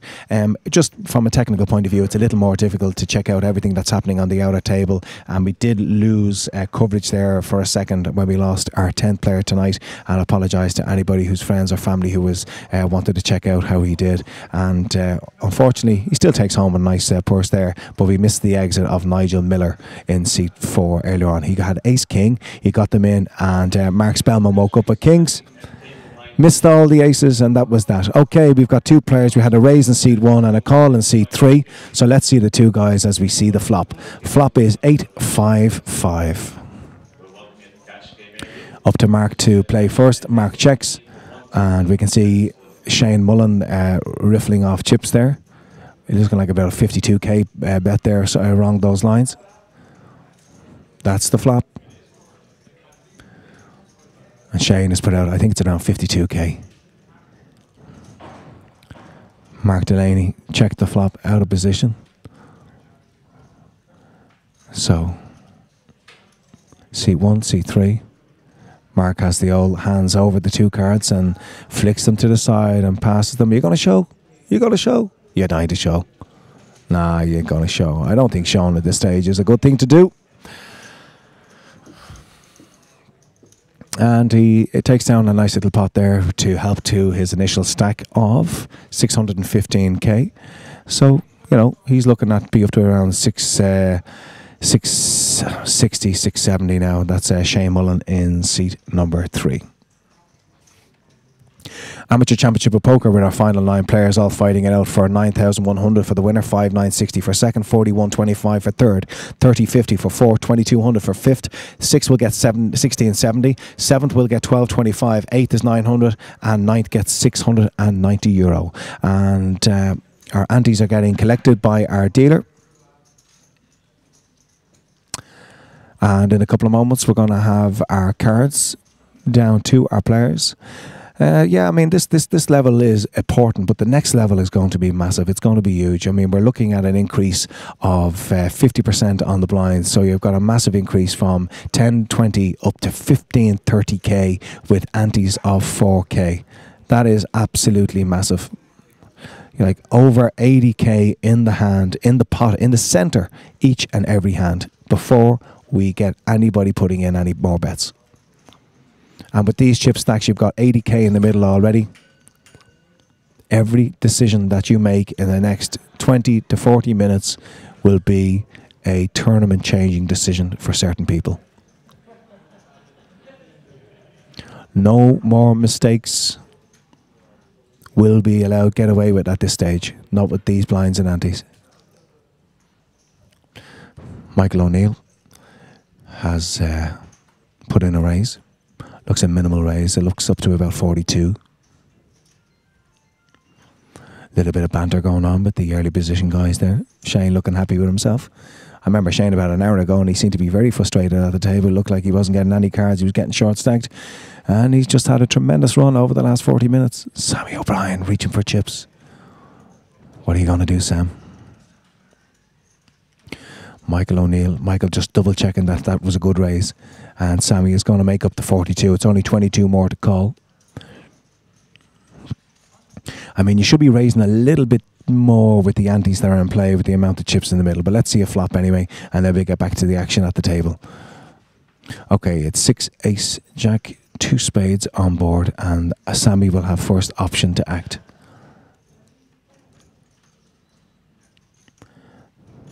Sammy has checked. Shane, Michael, I should say, he's putting out, is it 52, 53, something along those lines? Back to Sammy, who very, very quickly folds. I think when you're, if you're calling for some kind of value call and you see a flop and it's got an ace in it to the pre-flop raiser, I think irrespective of a big pocket pair, you still got to put in the C-bet there and a flop like that.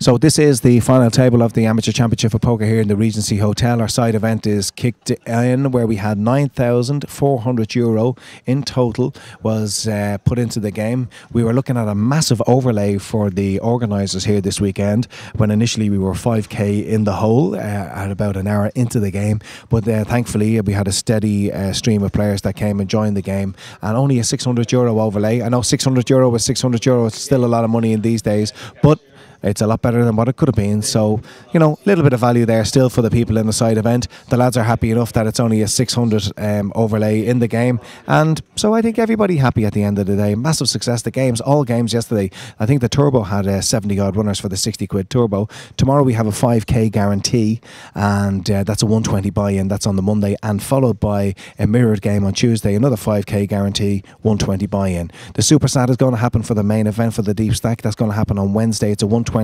game for the main event on Thursday, which is a 550 buy-in. There's a second chance game. Second chance meaning that there's a totally separate game on Friday, but it's also a 550 game, as we see an all in here from our short stack, and that is Colm McCreary moves all in. Full fold behind to the button and to the small blind, and now it's down to Mark Delaney in seat 1. What is Mark going to do? And Mark quickly folds. So Colm, are you going to show us, my friend? He ain't going to show. Oh, maybe. Come on, Colm, show. Nah, he ain't going to show. Well, listen, it's a great push for Colin because Colin is sitting there. He's after having a couple of antes taken away. So you're looking at Colin. He's only got about 120k. He's after making a move there where he's after accumulating over 50k. So basically, what he's after doing there is he's after getting double his. He's after getting 50% of his stack. 50% of his stack is after being increased, and he doesn't even have to take on the sweat of being in a race or anything like that whatsoever. That's the great thing about this. When we're late into a tournament like that, people with stacks of columns amount can make these pushes. Nobody really wants to lose, and maybe the big stacks can afford it. Nobody really wants to lose 130k, and for a 130k push, he now sitting there with closer to 200k, so a 50% increase to his total stack. Nice poker, well done, Colin, and if you keep on doing that, you could be our chip leader soon.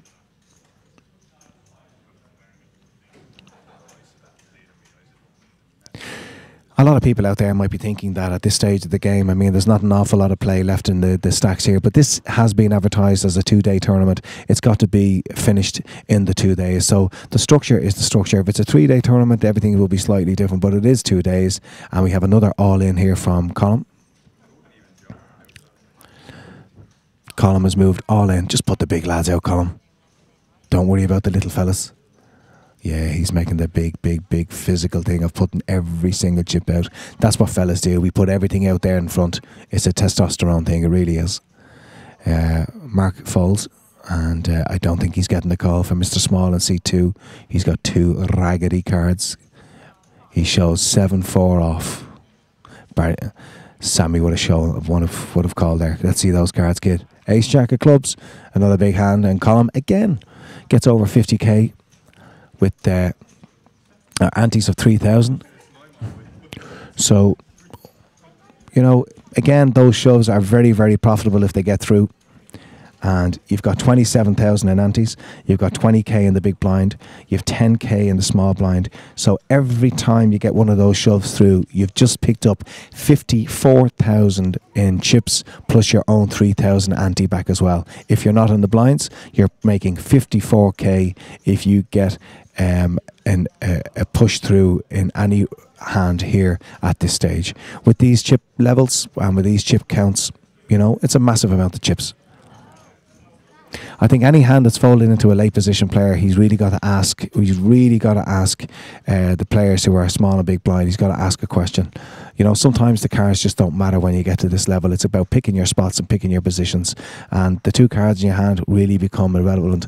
You're just, you know, you're going to be working on players who you think are going to be playing. It's all about who you're playing against, and it's all about chip stacks as well.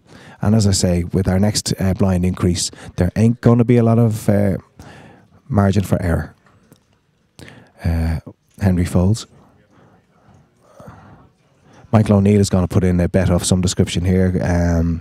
I think flat calling in this position is just a no-no at this stage, and he definitely has put out a raise.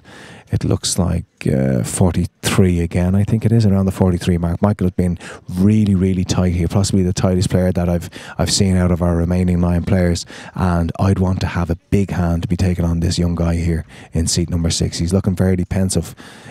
He sees seat number 2, and he sees that Kieran Small is grabbing chips here. I don't think he likes it. Kieran is going to flat it. Michael there, you can see, he looks really, really nervous. The big blind folds. Michael is up. He's one hand up the side. He's one hand across the mouth. I think he could do it too. I think if he had shoes and socks off, he could put a foot on the side of his face and a foot on his forehead. Let's see a flop. And the flop is Ace, King, 2 clubs on the flop.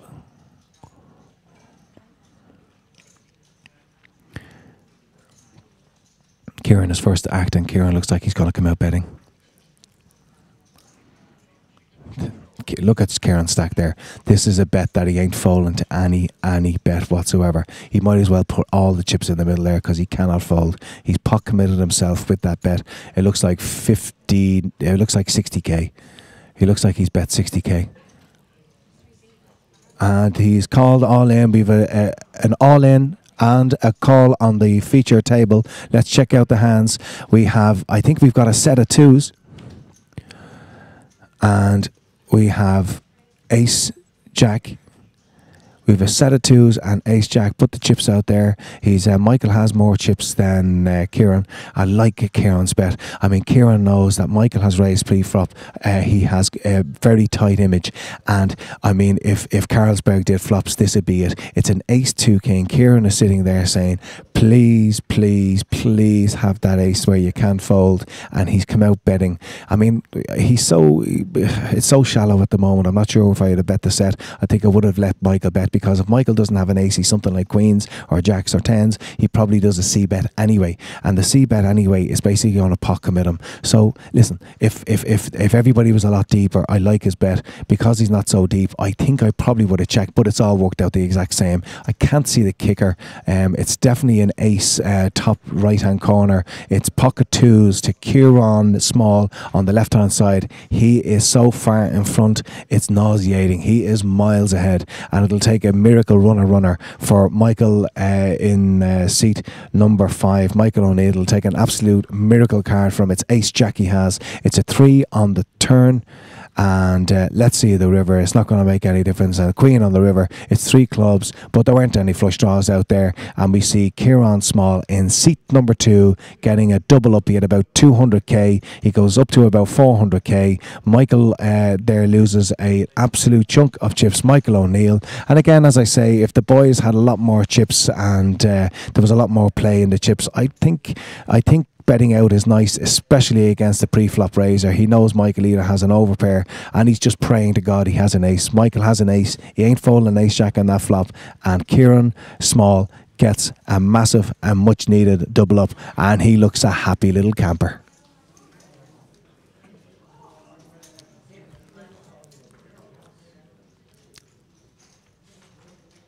Well, it's been a fantastic weekend here. I mean, we have been here over the last 2 days in the Amateur Championship of Poker. And again, we've endeavoured to get as many fresh players to the feature table at each and every occasion. I think we've done really well in doing that. And hopefully, if you friends and family, hopefully you one of the guys on the table here, but friends and family of everybody who's been involved in the Amateur Championship, hopefully they have seen their friends and family on the feature table. And again, we hope to see everybody join us here at the Regency Hotel throughout the week for the multitude of scheduled games that we have on offer. Let's get back to the poker, and let's check out the previous winner of the big hand there. Kieran is now the button. He's busy accumulating chips, stacking them up there, thinking about it, saying, wasn't I absolutely fantastic? How well did I play that? I knew the kid had to have the ace and he couldn't fold. Wasn't I just brilliant? Didn't I play it fantastic?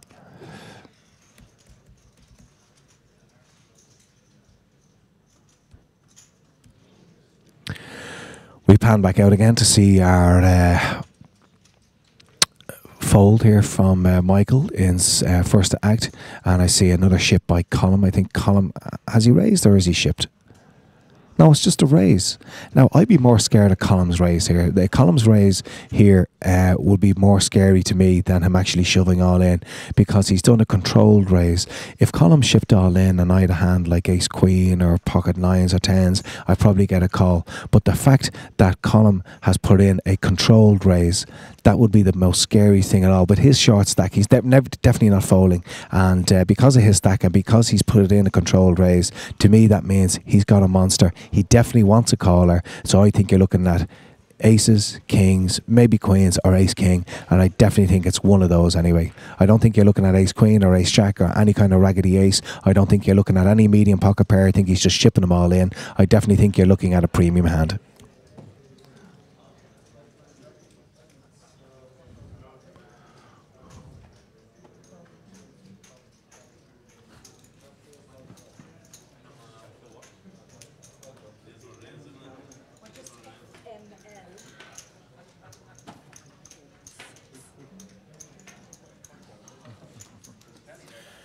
Okay, we're getting into a serious part of the evening now, where the blinds have been increased to antes of 4,000. The blinds are now 15,000 and 30,000. So 15 and 30 with antes of 4,000. Massive amount of chips in play. Over 80k will be in the centre of the pot before another chip goes in.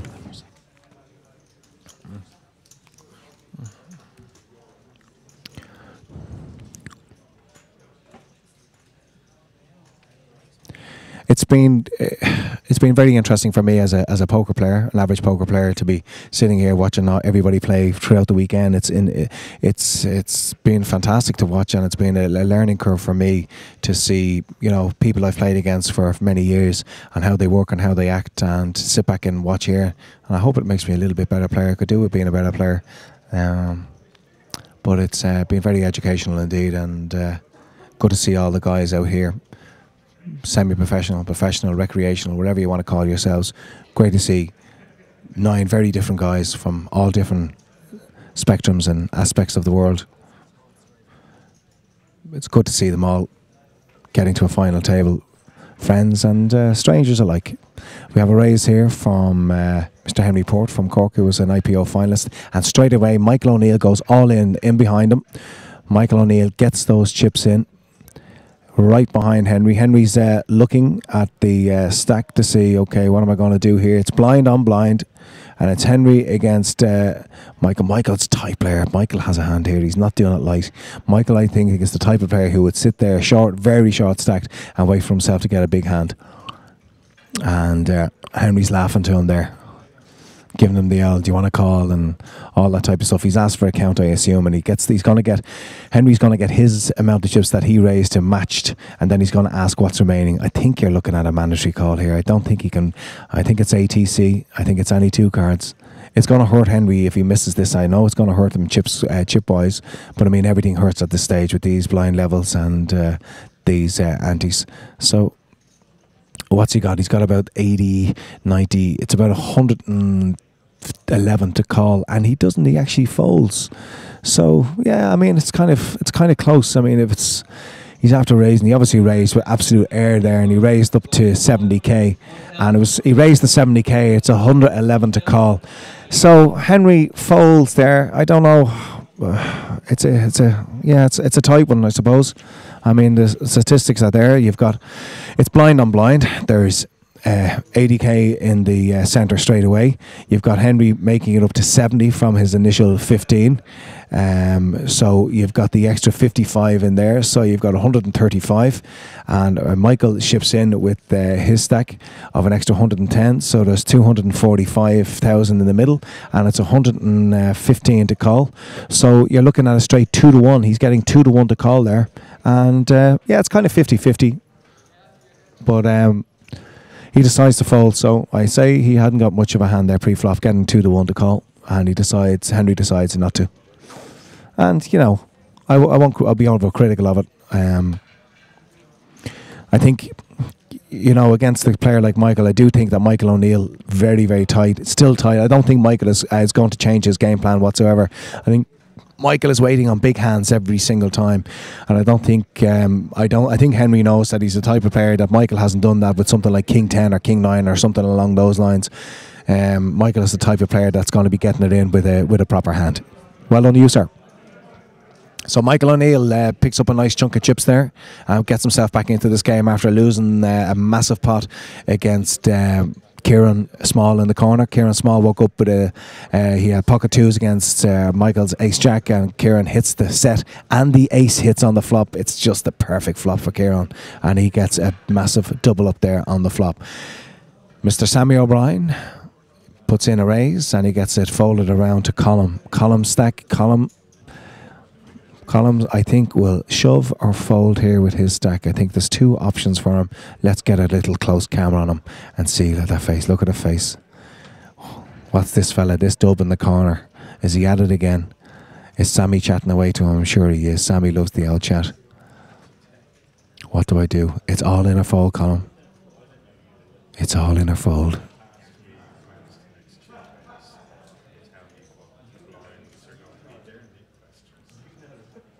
And he's just flatted it. He's out of position. He's in the big blind. He's flat called. And I do not like it. His hands are shaking unbelievably. So we're going to see a flop. I don't like the flat call. I think if he puts in the shove, I mean, exactly what does he want to see on the flop against Sammy here? You don't want to see...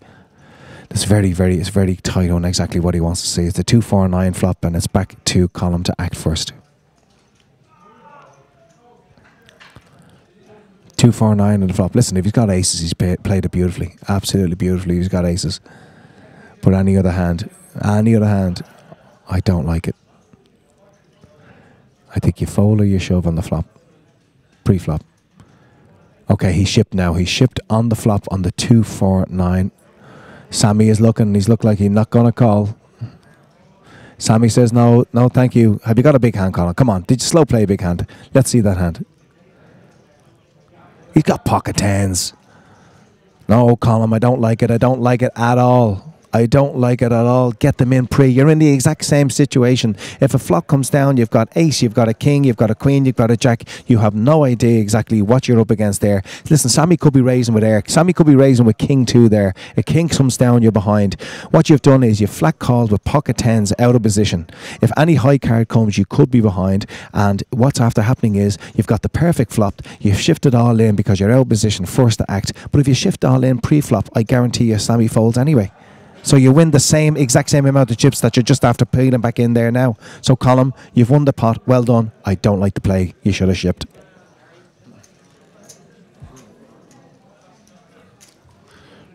Pocket tens, out of position to a player like Sammy, you just push the chips in, and if you're not racing and you're behind with pocket tens, you are just very, very unfortunate.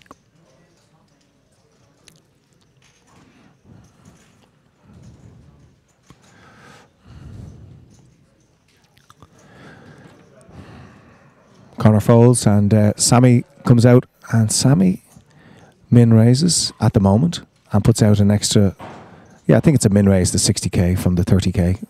Paul will double off the chips for me here and tell me if I'm right or wrong, and I think I'm right with the 60k min raise. You know, Sammy's probably not a bad man to have a little bit of a pop out at the moment. I think Sammy has a hand, but I think it's, you know, when you've lost a pot like you've lost there, when you've gotten involved in a little skirmish with somebody, it can be a little offsetting. It can make you a little bit rattled. And let's see what Mark is going to do here. He's going to flat call. This is the second player that's flat called in stack sizes that there should be no flat calling with. And I think this is where you see the little bit of inexperience with the players at the table. It really is starting to shine through now at a level where, listen, anybody who's playing any kind of level of game at the upper level with, you know, top recreational or professional, I think they're shipping or folding in every single position here with stack sizes and with raises that are going in. Sammy is now out of position, so I think I'm after getting a flash of Sammy's cards there. I'm not going to be announcing people's cards over the microphone here because it's certainly not people with the mobile phones there. We won't be talking about cards. It's 2-5-5 and it's 2 clubs on the flop and it's Sammy first to act.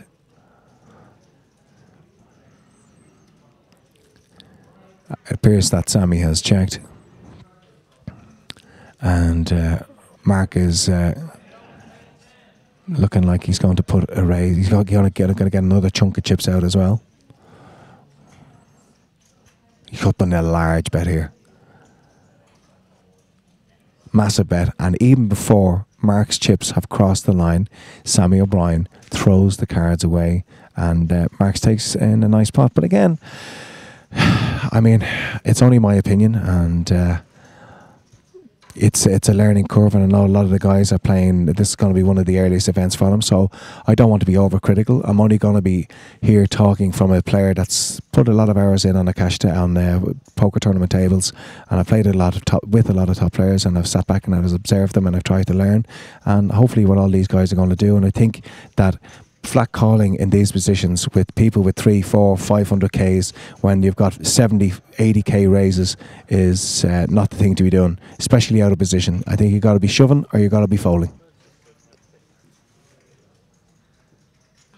I see that Gary's after getting himself a cup of tea again, so well done to Gary. Don't mind anybody else. Well done.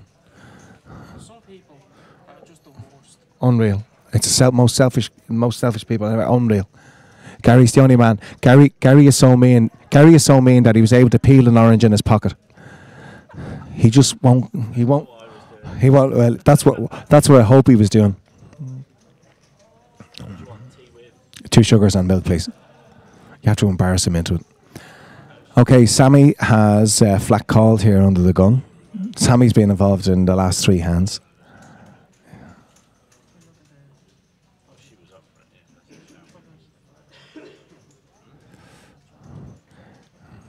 Fofo fold. Michael folds. Column.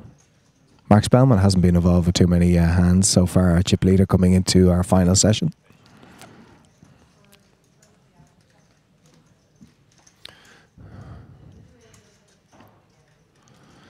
The blinds are 15 and 30. Mark is going to make up the big blind. And now it's down to Conor. Conor Blaine, brother of professional poker player Dermot. And a check. So we have our 3 players all together in the far right hand corner, and we're going to see a flop. Flop is Queen, King, 3, Rainbow. Check from the small. Check from the big. And Sammy is going reaching for chips.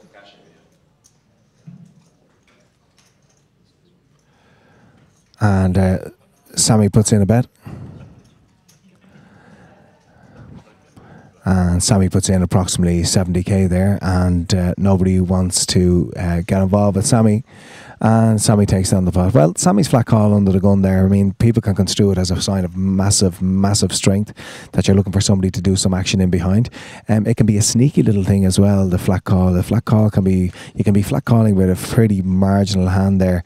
And instead of raising where you get a massive, you get a 3-bet behind you that you have to fold to because you have a marginal hand, that little flat call there against inexperienced players would possibly be construed as massive strength. I would still ask the question of Sammy in behind him if I had a serious hand. I wouldn't let him away with it, and I would ask him the question if I had a proper hand in behind. And if he wanted to go all in, then good luck to him. And then I'd obviously have a decision to make, and I would fold like a wimp. So your blinds are 15, 30,000, and on the button you have Mark Spellman, our chip leader coming into the final table.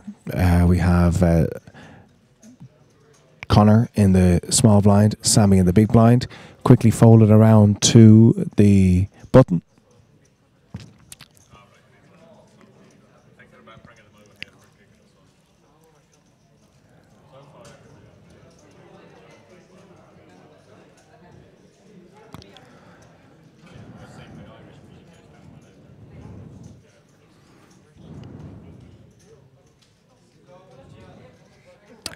And we get a raise from Mark of around the 72 mark, I think it is.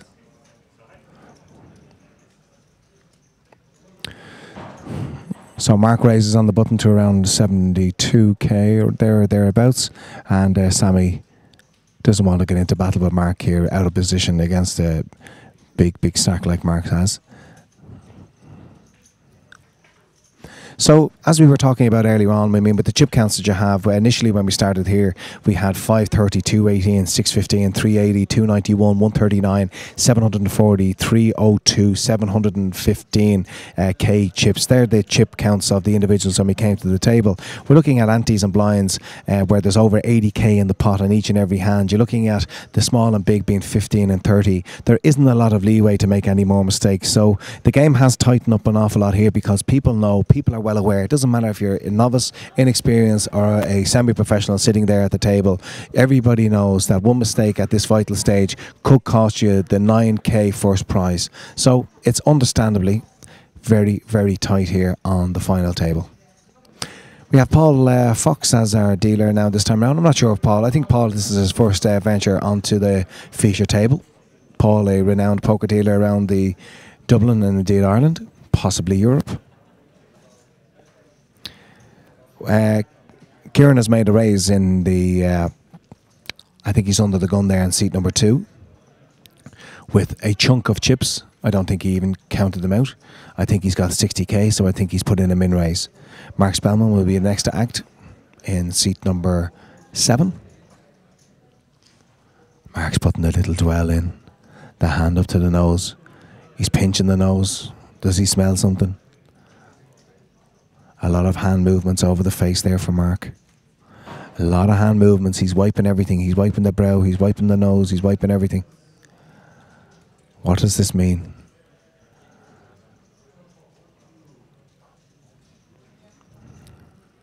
We had a min raise from Kieran to 60k under the gun. And Mark is going to raise a chunk of chips. I think, what's he made it? He's made it about 100 and maybe 200, 180, 200. He's basically said to Kieran, get them in, kid, or get off the hand. Get them in or get off the hand. Kieran is smiling. When you're smiling and laughing, it means a fold. If he's giggling and laughing like that and he gets them in, he is he's my new hero.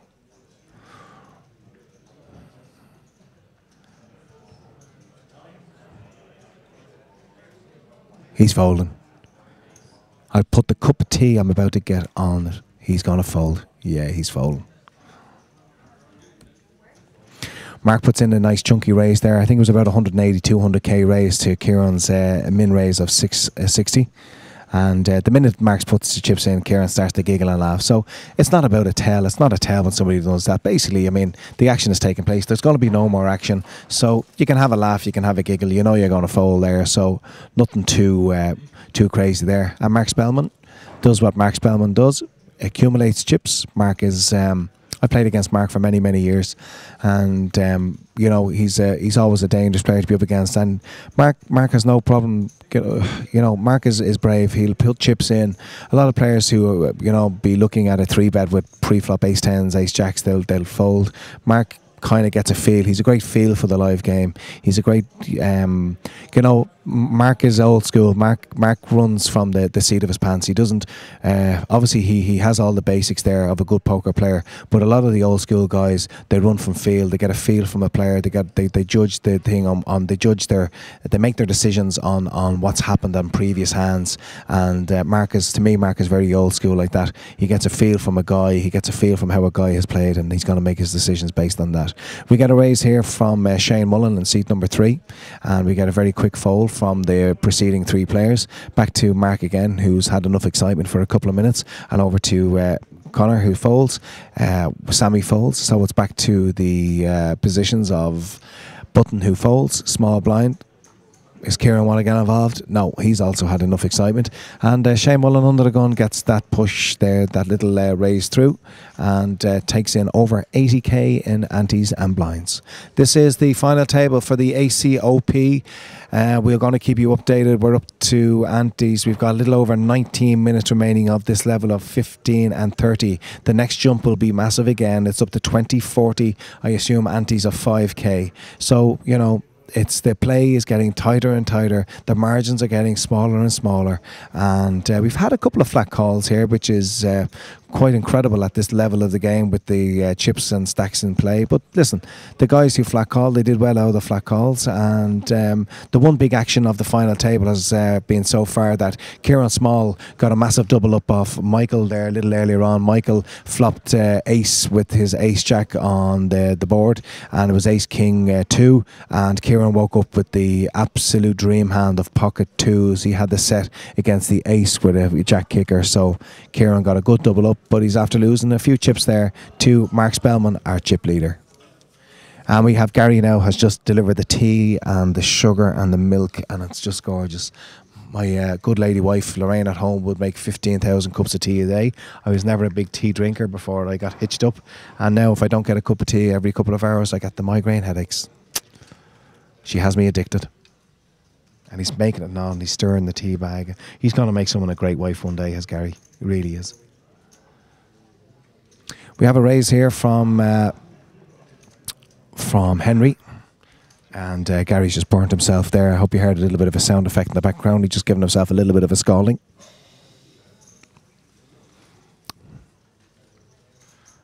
If anybody's health and safety, it's all being looked after. And yeah, it's been an interesting weekend of poker. We haven't had too many people doing co-commentary, which I don't know if that's good or bad. But this is my first venture into commentating, and I hope we've relayed as much information as been possible to you guys. And again, I really do. Yeah, if it's been, come here, if you've enjoyed it, like the ACOP page, please. And I really do, as an individual, as a person, I want people to come in, and we're going to be looking after the commentary for the deep stack, and I would love any feedback we get from people, good or bad. please, I'll take it on all equally, and everybody's entitled to their opinion. So if anybody's any opinion about the commentary, about the live stream, I know nobody's going to say too much about the television coverage, the actual visual coverage that you've got, because it's been top quality for an event such as this here this weekend. So it's been absolutely top quality. But if you do have any input about the commentary, any input about anything pertaining to the game, I know the guys in D4, and I will personally take it on board, good or bad. Please let me have it, no problems whatsoever. It's a small blind make up into the big blind. I think I've just got a shove there from Henry. I think the small blind has just made up the big blind there. Yeah, it's a nice shove. I like it. There's no way Shane has a big hand there, and I like his shove. What's he showing? He's showing the 2 clubs. Oh, very good man, Shane. Shane makes up the big blind. I thought he was going to show us a queen or a king or something there. So he flats it up into the 30k, and Henry does what I like. Henry has a hand, doesn't have to be a huge hand, and Henry says, here, why should I see you flop? You've just put 15k into an 80k of 100k in the middle there, and if I shove you can't call. So I've just picked up 100k and I don't even have to sweat it. I like it.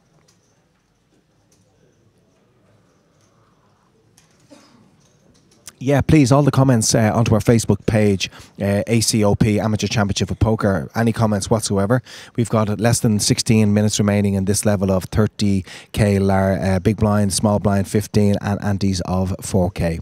Definitely an increase. I just want to check the antes. I assume the antes are going up to 5k the next level, and they will be blinds of 20 and 40k.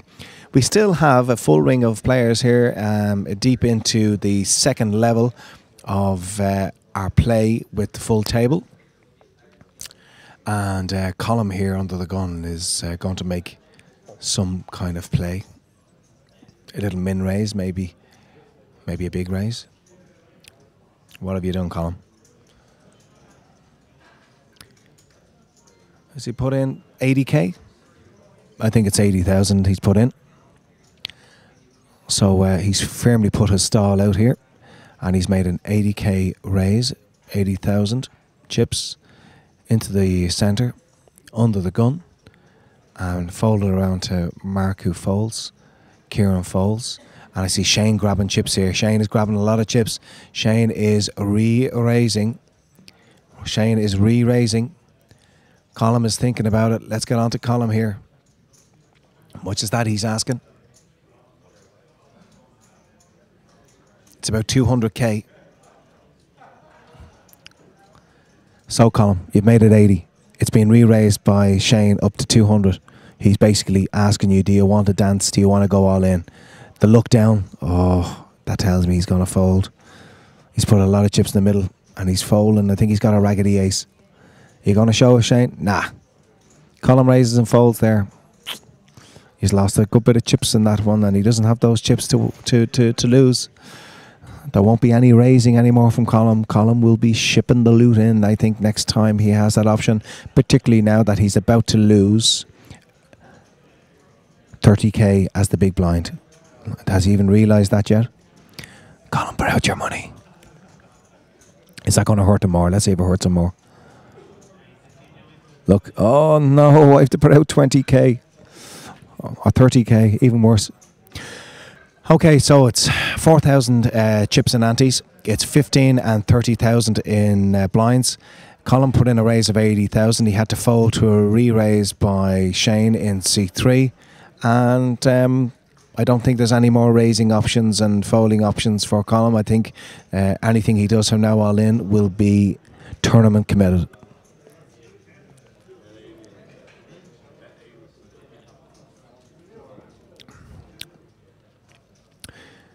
Well, it's been a little over 12 hours on the microphone yesterday. It's going to be a little longer here tonight, a lot longer possibly with the way things are going.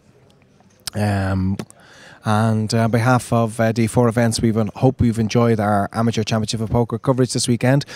Don't forget, we do have our 5,000 guaranteed games happening Monday and Tuesday night. It's a 120 buy-in for both evenings. And you've also got your super sats for the main event for the Deep Stack of Poker, which is happening on Thursday. The sat is going to happen on Wednesday for the Thursday game. And then you have your own individual separate game, 550 game on Friday. High Roller takes place on Saturday, and lots of games right throughout. Lots of turbo events also happening around the peripherals of the main events.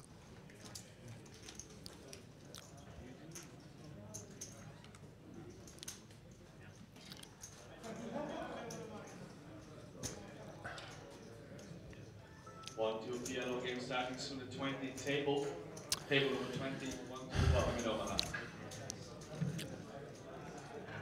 So here we are on a Sunday night here in the Regency Hotel. The weather in Dublin has been absolutely despicable. Not so cold, but it's never stopped raining. It's been horrendous rain right throughout the weekend. Hasn't dampened our spirits here, though, at the final table. We have young Michael O'Neill there in seat 5, who's one of our short stacks now. He had a massive hit earlier on when he got basically always behind against pocket twos, but he also got the flop from hell when he had ace jack against pocket twos, and of course it's an ace king 2 flop, and he lost an absolute chunk of chips to Kieran, who's leaving us. Not in a bad way. He still has chips. He's not going to the bar. He's not going to the bar. He's promised me he's not going to have a drink here all weekend until he finishes his game. But he will make up for it when the game is over. Michael O'Neill has shipped in on the button here, folded by Colm, and Michael gets it through, and he picks up over 80k in antes and blinds. Now, if Kieran Small goes to the bar, I'll be devastated by him. He's not. He's going for a smoke.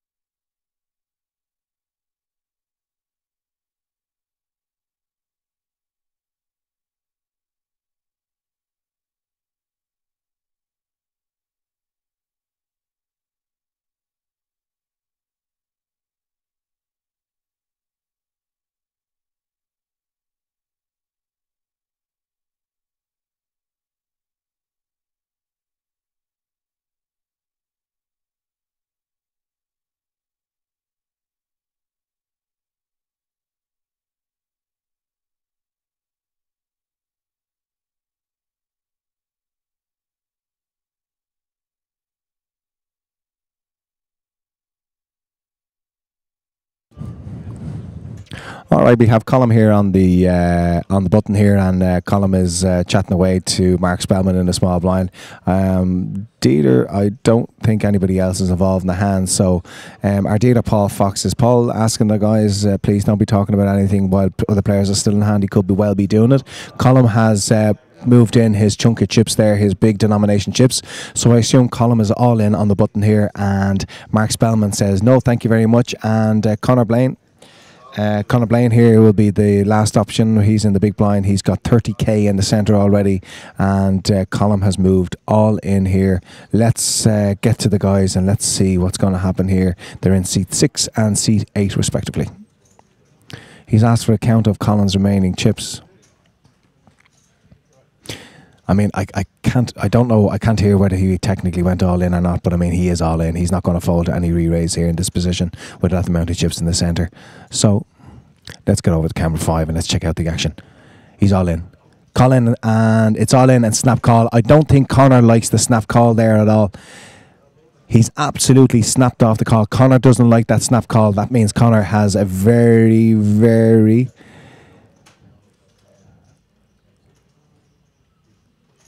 average kind of hand. I think we're waiting to see the cards. He's got jacks or queens or something. I think Colm has some kind of hand like that. Let's see the hands, boys. Paul, bring those cards in. No, he has nines. He didn't want the snap call there off Colm. But sure, what's Colm going to do?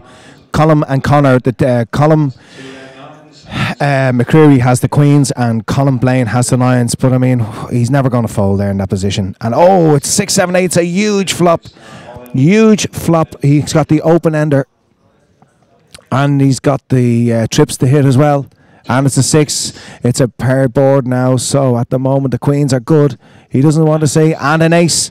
So we lose Conor Blaine off the final table. I was so impressed with Conor's play earlier on. I mean, Conor looked disappointed with the call there, but like, with the stacks, with Column stacked there, he's put the chunk of purples in. He's never folding, and he looked very disappointed when he got the call there, Colin. But Conor, I should say, Conor Blaine gets them in with the nines. I think you get them in with the nines all day long. You're never going to fold pocket nines in that position. Button on blind, you're never folding pocket nines. He gets unlucky because he runs into a monster hands, but Colin is never folding, and he looked disappointed even before he saw the cards. And Colin could have been sitting there with ace 10 or ace 4 or ace 5 or anything. He looked like a young man who did not want the caller, but you're going to get called all day long there, Conor, in that position. He's got most of his chips in the middle. He ain't folding for the reds that are in behind, and Colin gets, I think Colin McCreary gets a massive hand for his stack, and he gets himself a 3/4 double up if there is such a thing.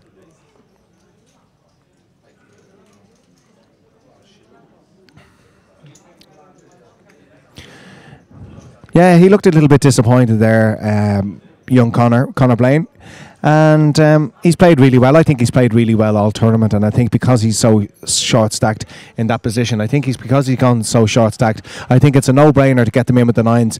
I'm wondering why he's looking a bit perplexed because he's got the call, because Colin cannot fold with what he's got left behind, so he's always going to get a call there, and all he can hope for is that he's against an inferior pocket pair, or he's against 2 overcards. He was against 2 overcards. Unfortunately, they were both the same, and he was fairly crushed from the offset. He got probably the second best flop he can ask for. He flopped the up and down with the 6-7-8, so he had basically had 10 outs then twice, so he's got 20 outs. He's got the up and down, and he missed, and he loses. Yeah, I knew there wasn't much in it. I wasn't sure which one of them. There was only 2,000. I said he got a 3/4 double up. Does that even make sense? It makes sense to me. No. Well, it's not a full double up, but it was 3/4. Well, it was actually it was more a 9/10 double up, because there was only 2,000 between the two guys, so there wasn't an awful lot in it. I bet you use it. Unbelievable. Okay, let's get back to the action again. Sammy is now on his own in the big blind, and we have Kieran Small in the under the gun +1, who has made a raise.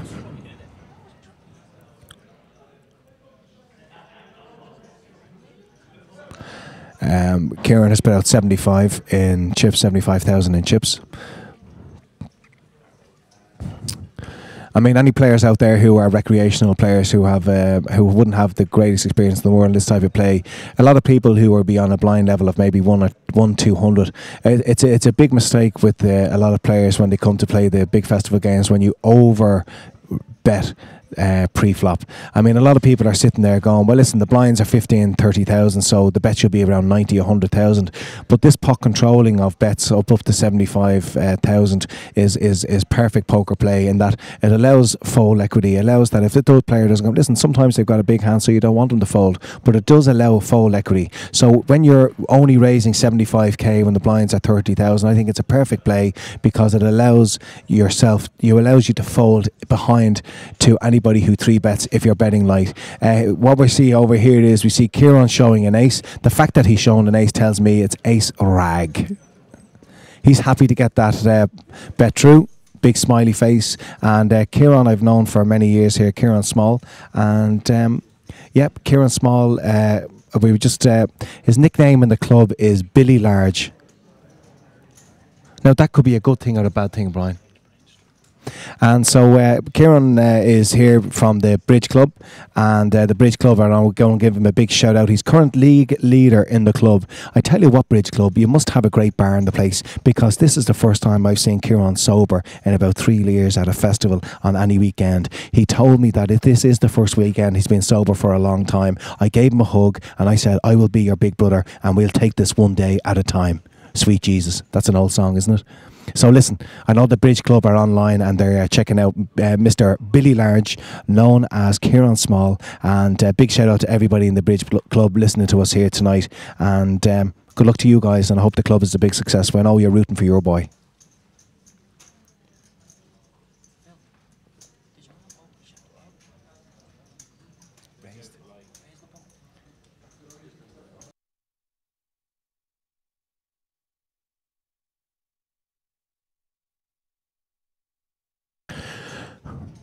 Okay, we got a raise from Sammy in the small blind, and Sammy's after raising up to 90,000, I think it is, in or around those parts.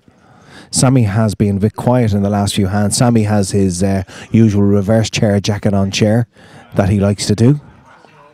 And let's get up now to seat 1 and see young Mr. Mark Delaney. And Mark Delaney is in the big there for 30k, and Mark is going to make the call for 90,000. We have a lot of chips in the middle here. It's going to be an action flop, turn and river. We're going to see sparks this time round. Has to be a lot in the centre now. Mark has made the call. It's going to happen. It's going to happen. Let's see a flop, Karen. Don't let us down, girl. Give us the flop we want. It's 6-8-2 diamonds on the flop. All in straight away. Announced from Sammy. Mark is looking at the cards. All in. Sammy just gets them in there, and Mark folds, and Sammy is after taking down. I don't think Sammy has got too many chips left in behind there. And it wasn't a massive amount of chips that Sammy had left in behind. A massive amount of chips. With the blinds in action there, you've got over 80k in the centre. Sammy's raised to 90. So on top of his big blind, he's just put an extra 75k in. The big blind has made it up. So there's an extra 120. There's over 200k in the middle there. And Sammy gets in, I think, around 130, 140 in behind. So I think if Mark Delaney in the seat number 1 has any kind of hand there, he has value to call if he's got a marginal hand comparable to the flop. He didn't, he folded, and we see the legend that is Sammy O'Brien in seat 9 get a nice chunk of chips and puts himself firmly back into this event.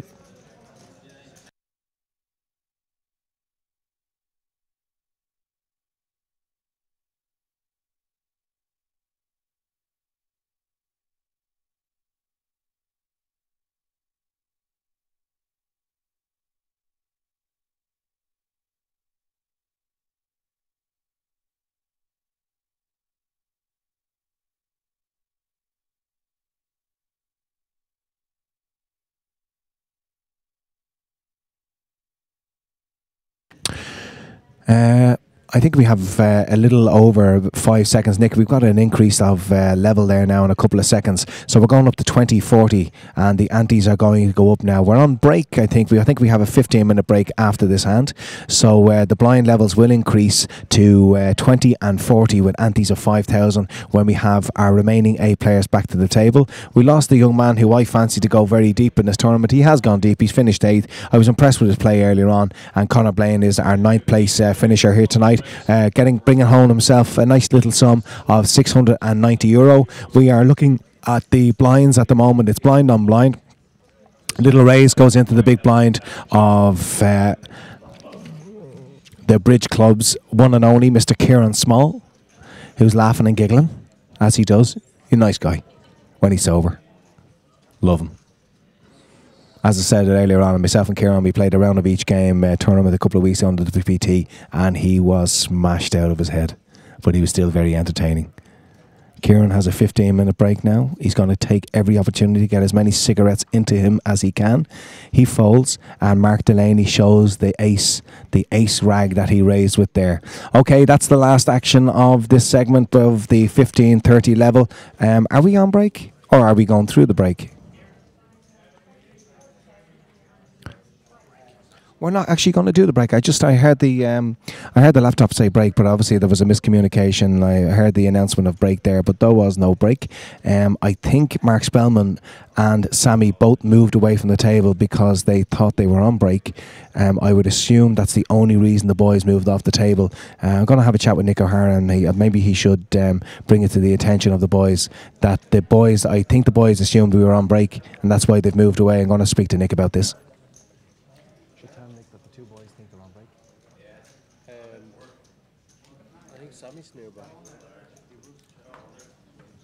I think it's only fair. I did the laptop with the with all the information on it with the clock. Did announce that we were on 15-minute break. So I think it's only fair to the two players that are actually off the table at the moment that they are informed that this is not a break. We are not on break. We are still going through. The blinds are now 20-40 with antes of 5. And we've made it a little shorthand again with just the 6 players out of the 8 still remaining at the table. Kieran is in the small blind and we have Shane Mullen in the big blind. And the 2 boys are coming back. I'm glad to see that because I've seen those situations before where people have thought they were on break, they go off, and it's very unfair on players, especially at this level where the blinds are so severe comparable to all the stacks in play. So glad to see Mark and Sammy come back.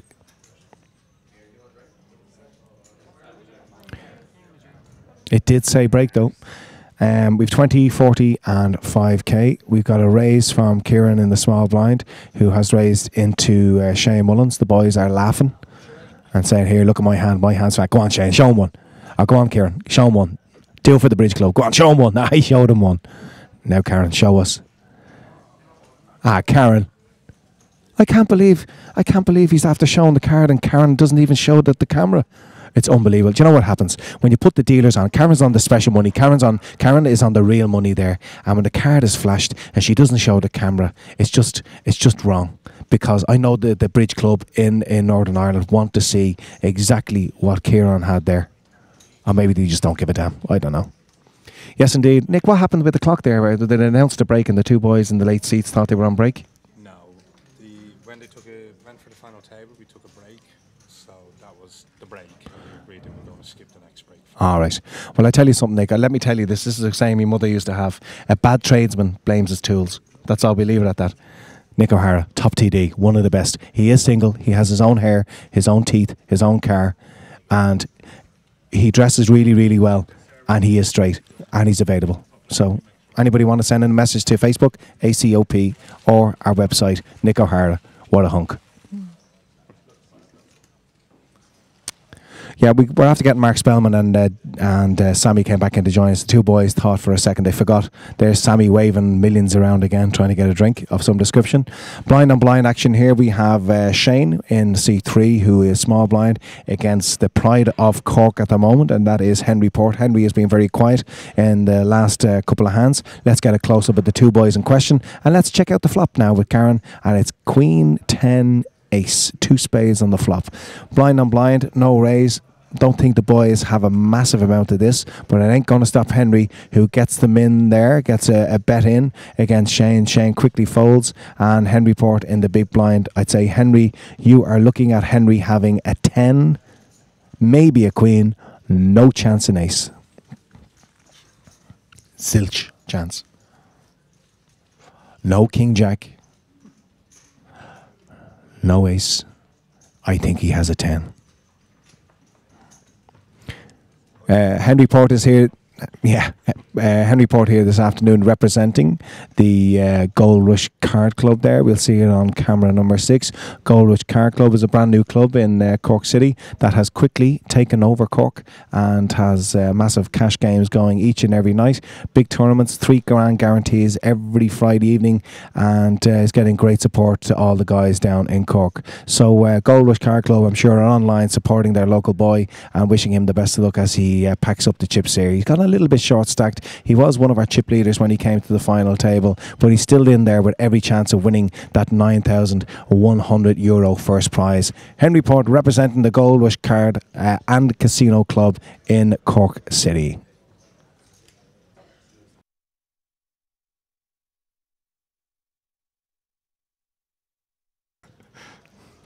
Let's get back to the action on the table. And we have Michael O'Neill. I know it's an amateur game. I've been a little bit critical of Michael over the last couple of hours. It's not a criticism. It's just Michael, to me, probably doesn't have a vast amount of experience. So it's a learning curve for a lot of players here at the table. He's up against Henry Port there, who was the small blind on big blind action. And Henry has loads of experience. He final tabled the IPO this year and is a very, very competent player. Michael had a massive amount of chips when we came back today. He had something like 180, 200,000 in chips, and he played very conservatively, only playing premium hands. That's fine in those levels. But when you get five-handed, when you got 5 players at a table, your margin of hands has to go wide open. So you cannot wait for premium hands all the time. And I'm not going to be critical of any player on the table, because we have 8 finalists now still remaining on the table, and it's just something in his game that he will look at when he looks back at this game and say, well, maybe I should have done this. Listen, if you're a professional recreation and you put 12, 14 hours a day into poker, you're always going to criticize yourself a little bit at the table. But Michael has done really, really well to get to this level, and it's something that he might be able to address at some stage. He definitely should open up his range of what he's willing to get them in with when we go five-handed. Mark hasn't done an awful lot wrong. None of the guys have done an awful lot wrong. The only thing I didn't like was some of the flat calling with when we're so shallow in the game. But all the guys, it's a big arena for a lot of the players. Some of the more experienced players, you can see that experience is coming to the fore. What we have is we've got Henry Port now pushing the chips all in over the line there, because he's got 2 short stacks in behind him. So when a player, you're saying to yourself, well, why is he going all in with so many chips? He's only going all in because he doesn't have Mark Spellman or Sammy, who've got a chunk of chips behind him. So what he's doing on the button there is he's looking at 2 short stacks in the blinds, and the small and the big blind, and he's just saying to them, listen, I've got a half decent hand here. If he had a real hand there, if Henry Port had a real hand there, he's going to put in a small raise. But what he's doing there is he's saying, I've got half a hand here. It's more than likely that I'm ahead of either of you, and if you think you're good, get them in with me there, and I'll take you on, because you're not going to knock me out of this tournament. So that is very good tournament play there from Henry. No min raises, none of that kind of crack. He puts in the raise, and it's up to the short stacks if they want to get it in behind him.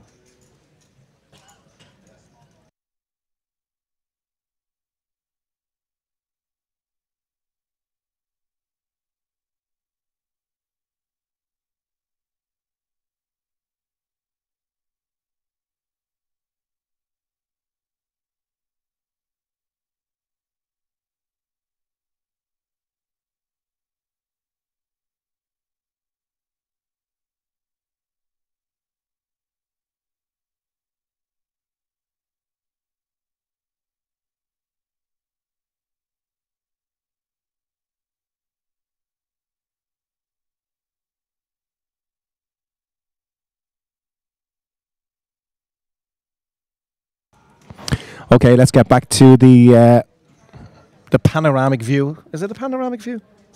No. What is it, Danny? That view? Yeah. The view. Oh, it's a view. The out there view, and we got a blind on blind folded around to the 2 boys, and it looks like we have a raise of 85. The boys are showing cards. Come on, Karen, show us the cards. Show what they raised with. We got 3-6, that's Mark's cards, and we got pocket 5s, and Colin puts in a good raise there on the small blind with 5s, and Mark Spellman says, I won't get involved there with the 3-6, and so we move swiftly on. This could be a late one. I know we're fairly shallow in the game, and shallow in the meaning that we have stacks comparable to blinds. It means that the average chip count, I'm going to get the average chip count now in a second, and we'll just make it comparable to the chip stacks, and I think Nick O'Hara is going to do a chip count, an approximation of chip counts for our stacks there, but it's got to be hurting now with the blinds at 20 and 40k with a 5k ante. It's got to be hurting out there. Mistakes are for yesterday. No more mistakes at the final table. If you wake up with a big hand, a little like Connor did earlier on, Connor Blaine, if you've got pocket 9s in that position, you're definitely never falling with pocket 9s. Obviously, you're not flat calling with the 2 stacks in play. So with pocket 9s there, Connor's done the exact thing. No mistake there whatsoever. He's got to get it in with pocket 9s in that position. He's last to act. He's big blind and he has pocket 9s. He's woken up against a raise from the button and a very, very standard push. Unfortunately, he ran into a real hand there, pocket queens with Column. And, that's why it's such an intriguing game, poker. Skill levels will only make a difference of percentages. Luck has to hit. You can have to play the perfect game and still walk away from a poker tournament with zilch. Lady luck doesn't shine on you, you ain't going to go nowhere. Okay, we have the 2 blinds now. We have Sammy and Mark. Mark in the small, Sammy in the big. 2 very capable players. Very capable of doing anything, both these boys. Lots of experience on the tables here. Mark has a vast amount of experience. Sammy probably not playing the game as long as Mark, but Sammy's abilities have definitely improved dramatically over the last couple of years. He's shown a great level of game, as Mark Spellman shows us the ace of spades. Sammy folds. Let's get a view of some of the boys around the table here. Here's a view of tables 1, 2 and 3. There's their bridge clubs. Kieran telling Shane how brilliant he is. Shane is saying, I've won this. I finished second in this. I won the 100 quid freeze out my local club. Kieran is looking really interested there. The only thing on Kieran's mind is, I'd love a whiskey and a pint, in that order. And maybe a chaser on top of the whiskey. A chaser. Kieran is he is one of the most entertaining guys you'd ever meet at a poker table, especially when he has a few scoops on him. And he's freely admitted that this is the first weekend in a long time that he doesn't have a few scoops on him. And I think it's doing him the power of good. He's keeping the concentration level. He wants that €9,000 first prize, and who doesn't? We have a player all in. Let's get back out to the outside view, and we have Mr. Michael O'Neill in seat number 5, who's pushed in his purple chips. He's predominantly got purple chips with only a couple of reds on top. Sammy O'Brien in seat number 9 has asked for a chip count. Karen's brilliant at handling chips. She really is. She's so sharp. He's got over, I think he's got about 132, 133, something along those lines. And Sammy in the small blind is going to fold. Big blind is going to be a different option for the big blind, because the big blind is already in for 40k, but he's going to fold, and Michael has done himself no harm there with that shove. You can see, you know, that's the stack. If he's got 130k, he's just after shoving there, and what he's after picking up, he's after picking up 40 for the big blind, he's after picking up 20 for the small blind. At 60, he's got antes of 5, which is 40,000, so he's got the big blind, 2 big blinds and a small blind, and he's got 100,000 picked up for 130k push. It's a simple game, Michael. Get your spots, get your positions, and that's what you do all the time. Get your spots, get them in. If you get called, so be it. If you don't get called, you've just doubled your stack.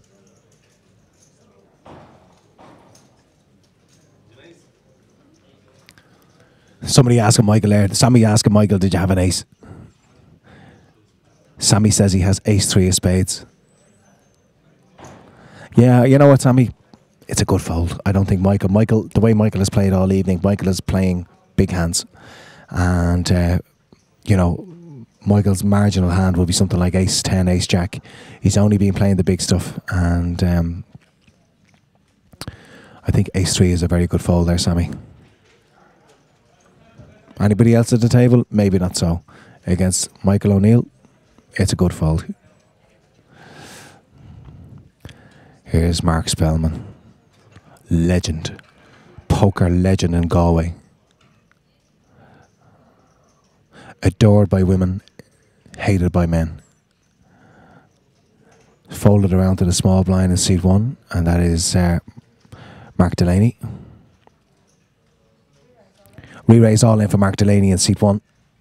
Let's get back over to Mark Spellman.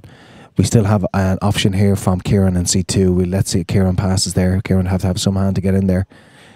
Call. We have an all-in and a call here on the final table, and Mark Spellman flips over the cards. Mark shows ace-king off, and Mark Delaney in seat 1 shows king-jack suited hearts there. So Mark Delaney is in the middle here for his tournament, his main event tournament, and let's see a flop.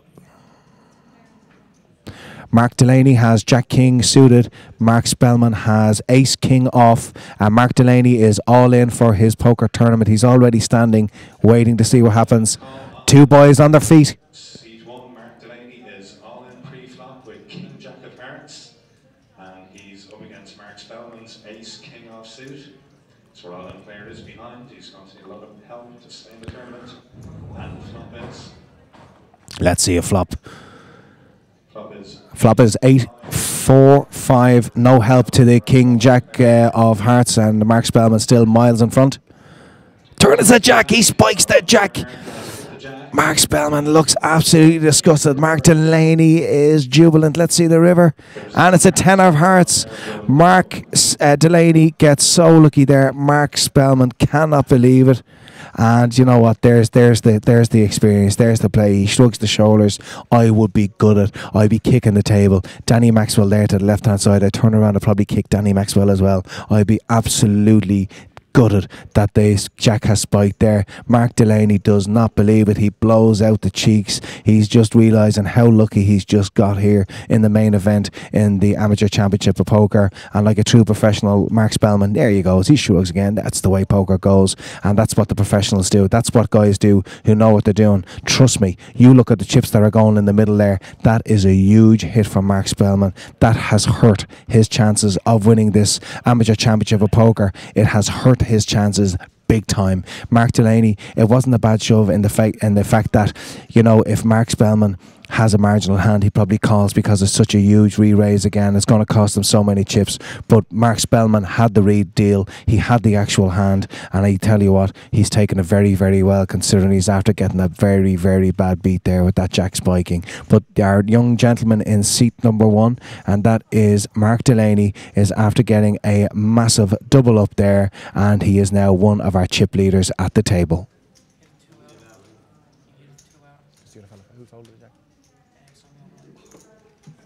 It gets even sicker. Sammy O'Brien is after telling Danny Maxwell that he folded a jack, so Mark hit that 2-outer. Unbelievable. 376 was the all-in push. I don't mind the all-in push because, you know, it's Mark Spellman would have to have a proper hand for him to call, but he did have a proper hand. He had Mark Delaney absolutely creased, and Mark Delaney hit his 2-outer. Poker. It's a sick game.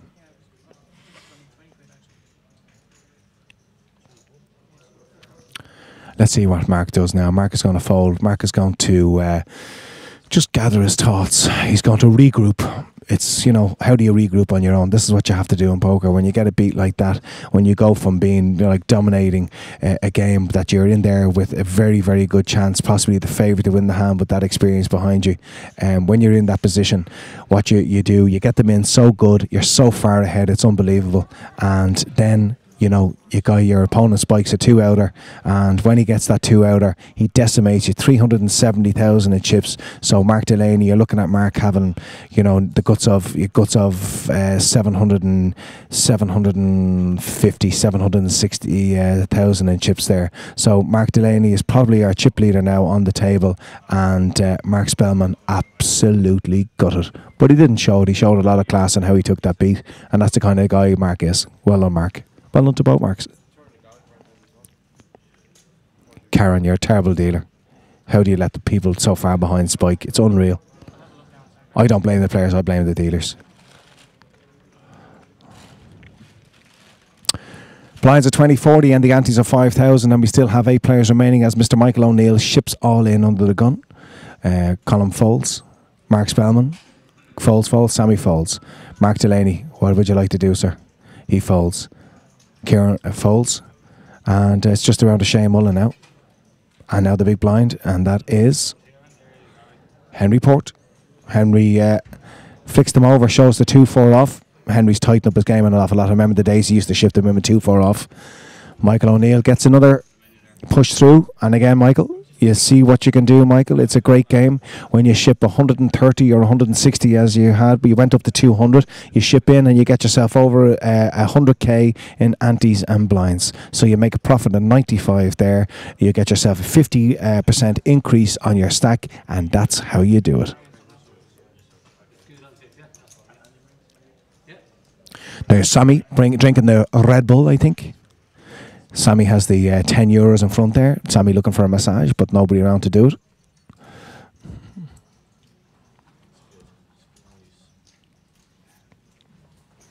It's been an intriguing couple of days. I think when we went 5-handed on both tables, it was a particularly tough time for a lot of players because the wide margins of play in the short-handed game totally different to what we're experiencing now with nearly a full ring on the table. And again, anybody who hasn't played a lot of festivals, this is a fantastic learning curve. It's all about picking up. You never stop learning till the day you die. I don't think you ever stop learning stuff about poker, and that's the brilliant thing, and it also can be the heartbreaking thing about this game. So many lows with a few little highs in the game, and that's what poker will always be for any poker player. Lots and lots of lows and a few little spiky highs, and it's those little spike of the highs that keep us all playing.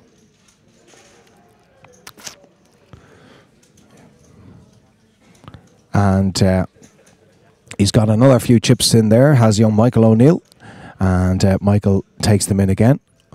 Nobody willing to take on the big blind of Michael. I think I was on the button. I would have a little pop at the young Michael, as he doesn't mind folding. He's not into defending his big blind at all.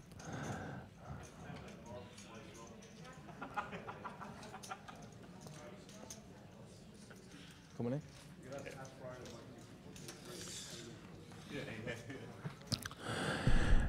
We're just joined by, I've just scalded myself, Gary here. Gary, lovely job with the teas, well done. So you make a fine cup of tea, you're going to make a lovely wife. I said it earlier, I'll say it again. I think you might be right. I thought I'd come and join you. It's a long time to be chatting on your own. However, I'm a pretty shit commentator, truth be told. Well, so am I, but it hasn't stopped me trying. So you can you can bounce off me, Phil. Cool. Yeah. Well, listen. You know what? It's all about people's opinions, and that's all it is. I'll take the amateur approach, not being much of a poker player. Okay. myself. Well, we got Sammy O'Brien in seat number 9. He's moved all in earlyish position. It's quickly folded. Michael Mark in seat 1 is folded. Kieran is folded, and we have a re-raise all in behind. And we have Henry Port from Cork has re-raised all in. I'm not sure Sammy likes this. He doesn't like it. No. He doesn't like it. I mean, they raise all in, and then, you know, has Sammy moved? Did I hear Sammy all in? Maybe not. I thought I heard him say all in. And he's folding, so he's not. It was just a raise. Shows Jack Ace. I was wondering how he's moving all in there with that stack. I would be surprised with Sammy. So, yeah, no all in there. Sammy does it well. He shows Ace Jack to the camera there, and Henry Port moves all in behind. So, well done, Henry. And I've no doubt in the world that Henry had a real hand there, and Sammy instantly falls with Ace Jack, not going to get involved. I'm sorry, I thought I heard. We're sitting right beside the commentary. We're just on the left-hand side behind seat number 1, and that's Mark Delaney. Mark Delaney there. We're sitting right behind there, and I misheard Sammy say so. It was just a raise, and a very good fall by Sammy with Ace Jack. I'm sure he was miles behind. I realise I got the order in which I named the cards wrong. I've been chastised for that before when I said Jack Ace. I can remember Jack Ace. Yeah. That's terrible commentating. People would, yeah. You know, always go with the big fella first. Me alive for that. Always go for the top card first, Ace Jack. Okay, well, listen, we're going to do a little bit of co-commentating here, and we have Gary who's joined us. And Gary has been very hard on himself, saying I'm a pretty shit commentator. But do you know what? It's all different perspectives. I have my own opinion about stuff. Some of it, I'm sure, is right. Some of it is absolutely talking out of my ass. So that's the way it goes. You're entitled to your opinion. So you let us know what you think here. Sammy's fold with the Ace Jack, or the Jack Ace, as you would say. What do you think? Ace Jack. For the Ace Jack. What do I think? Do you like his fold? We have an all in here from the Bridge Club's Kieran Small, and we got a very quick fold from the 3 preceding players. Very quick fold from the small blind, and only around now to Mark Spellman, who got a pretty rotten beat earlier on with Jack King, as like he's Gary would say. No, it's gone. And he's folded. Thank you. You know what King Jack is? Do you know what they call King Jack? King Jack is known as the lonely man's hand. Is it? Why is that? Do you know why it's called the lonely man's hand? Go for it. Tell me. Especially if it's not the same suit. Why? Because it's Jack King off. Very good. I don't know why I didn't anticipate that coming out of your mouth then. Well, that's a pun as well, is it? Yeah, okay. A little bit. You didn't know I anticipate that coming. Okay. Jack King off is the lonely man's hand. I think folding Ace Jack. Ace Jack might look like a good hand, but there was an insta re-raise really all in. So I think that's that's a clear sign you should. Sometimes I maybe back think off. when you've played hours and hours against players, and a lot of these players have crossed back and forward from tables with pushing of big blinds and stuff like that. I think when you've played hours and hours, you get a feel for a person's play. You get a feel for a person.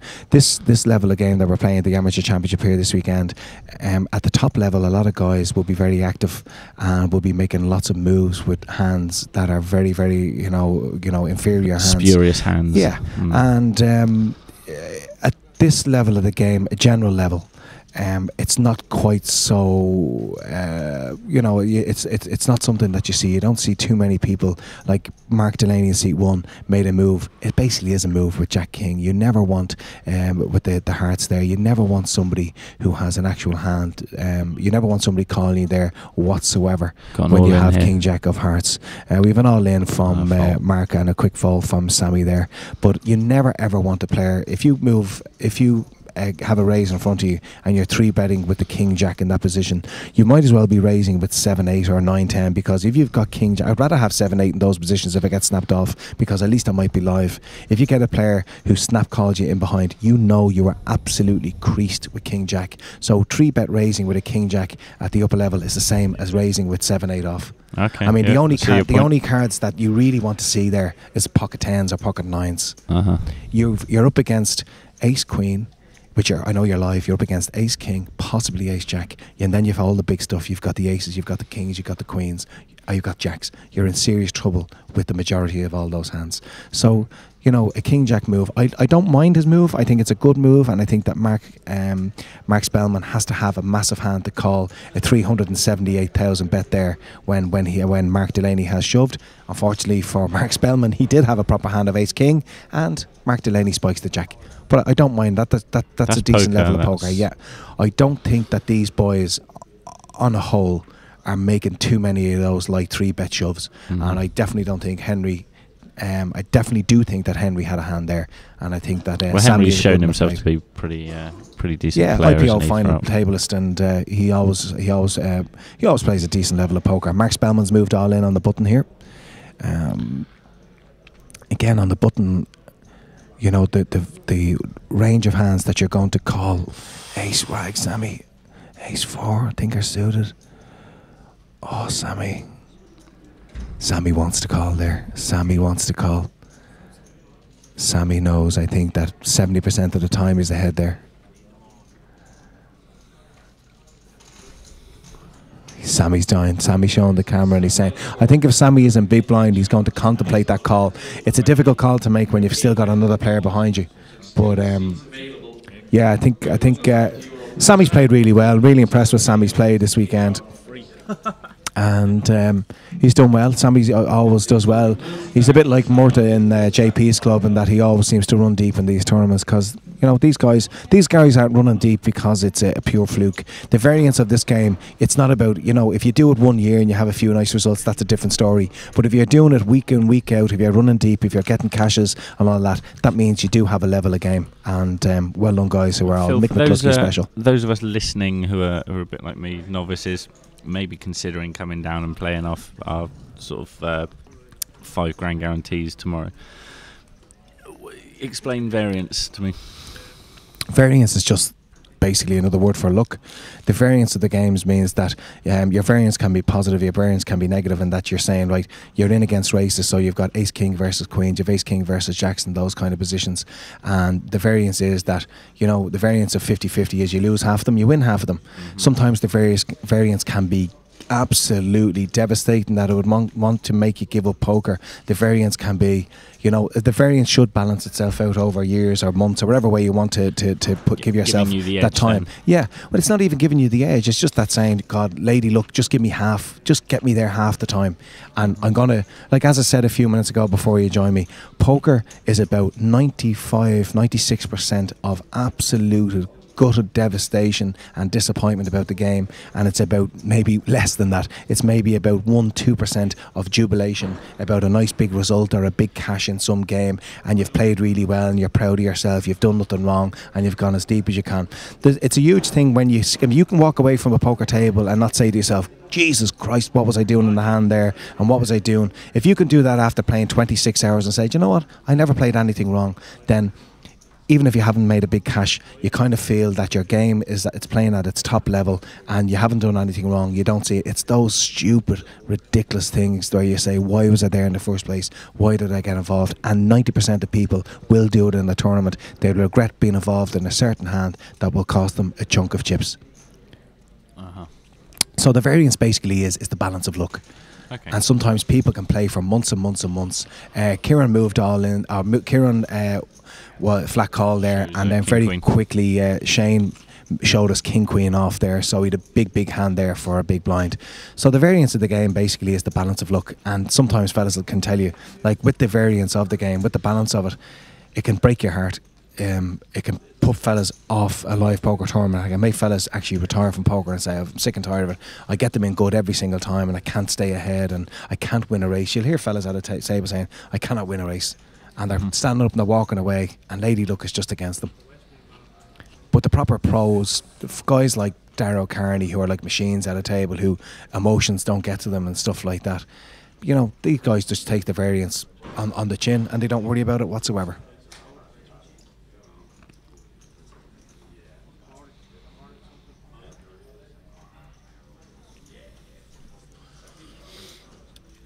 Have you played much, Gary, yourself?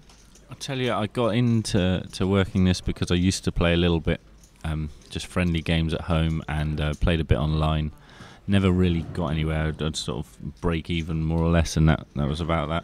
Sorry to cut across you. Mark Spellman has just moved all in there in seat number 7. Mark, who got his stack decimated by Mark Delaney a little earlier on, and it's quickly folded. And Mark Spellman, an absolute professional recreation player. There's only two types of players. There's a professional and there's a recreational player. Professional is very easy. Professional is a guy who makes his living playing poker and does nothing else. A recreational player has a much wider meaning.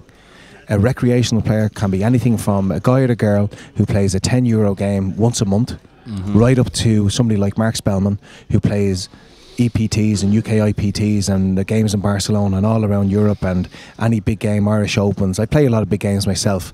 So there's every level of recreational player, and the range of recreational player is massive. Amateur means recreational, but there is a massive range of difference of recreational players. Yeah. It's a wide kind of difference between the novice recreational player and Mark Spellman. Mark basically works for a living. He has a company, and that's what he does. Yeah. But for all intents and purposes, Mark is a professional poker player. I've certainly been at the novice end of that scale when I was playing. But when I started working it and doing 15 hours a day of filming it, all day, every day, interviewing players, that sort of thing, I just sort of gravitated away from. Of course, it's only natural poker. because I can hear so many. Mark bad Spellman beat has just moved stories all and in again in seat number 7. And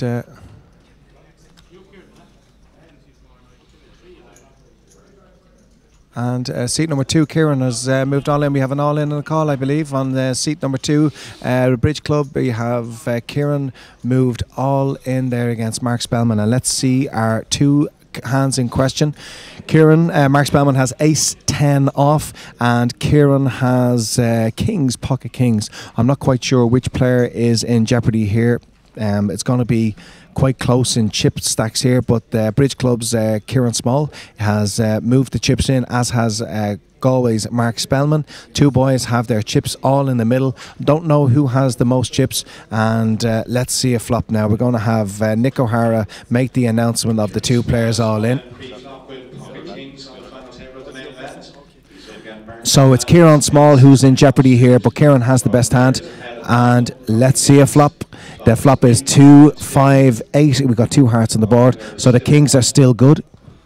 It's a 9 of hearts, so no player has an no player has a heart in their hand, and it's a 5, so no help there. And Mark Spellman has had another tough time there. He's after losing the majority of his chips, and he goes from being our chip leader to our short stack on our feature table. And we have Kieran Small from the Bridge Club. The boys and girls in the Bridge Club are up there and they're cheering him on. They're going to celebrate, they're going to be cheering, they're going to be clapping, they're going to be going crazy because they want their boy to take home the first prize and that fantastic trophy that we have here for the Amateur Championship of Poker. There we have the flop again, 25895. No real outs there, only the aces for Mark Spellman, who had ace 10 off, and the kings stand up. Well done to Kieran Small, and Mark Spellman is now on life support.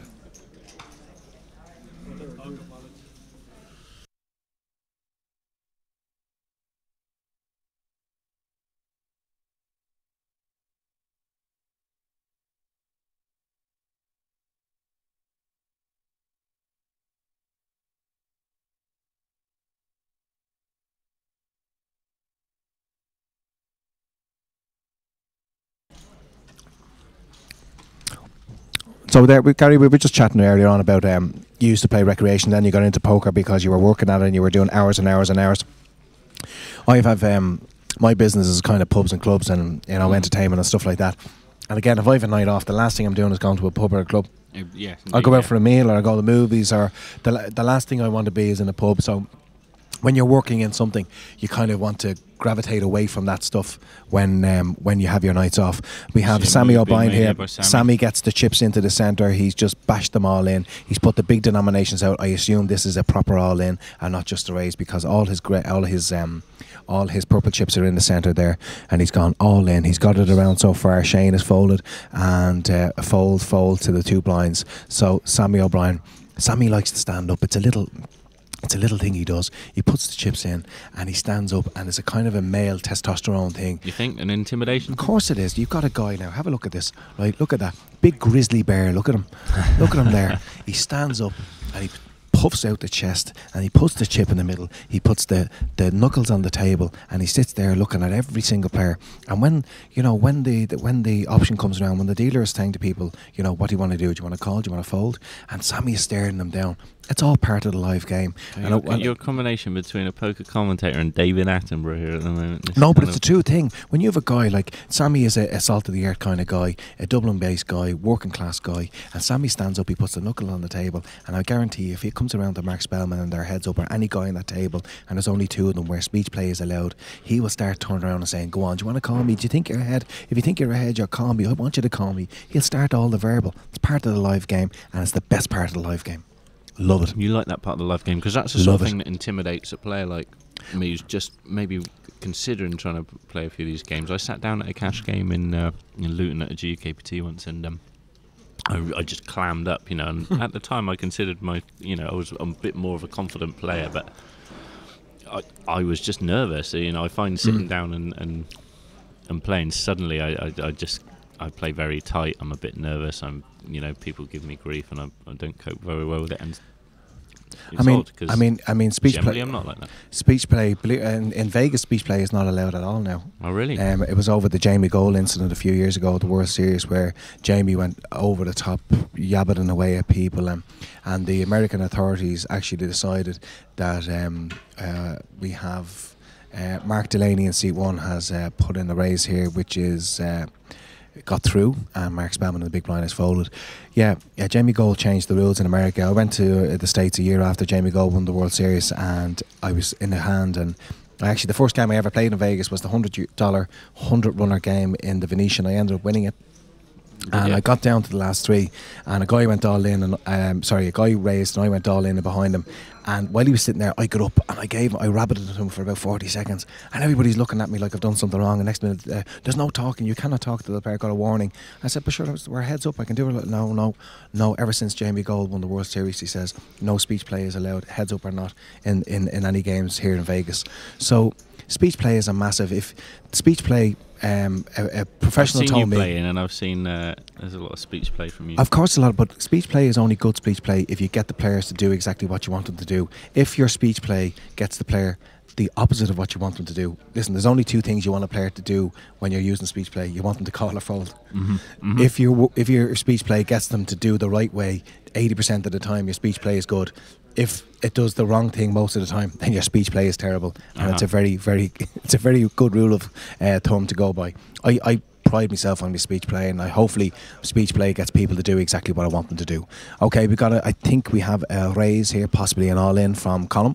He has put a chunk of his chips out in the front there, and Sammy O'Brien has folded. So anybody listening and checking out our live stream here this evening on this Sunday night here at the Amateur Championship of Poker, we are going to go into a break now. I assume the blinds are going to be 25.50 when they come back, with antes of still 5,000. Maybe it'll be 30.60. I have to check out with our TD, but I will update you with that information. We have our guys remaining on the table. We have 8 players still remaining. We've just lost the one player, and that was Conor Blaine a little earlier on. Mark Spellman has had a torrid time over the last few minutes. He had his ace-king basically gazumped by young Mark Delaney in seat number 1 there, and Mark had king jack of hearts. He hits the jack, it hurt Mark Spellman's stack. Then Mark got involved with the bridge clubs.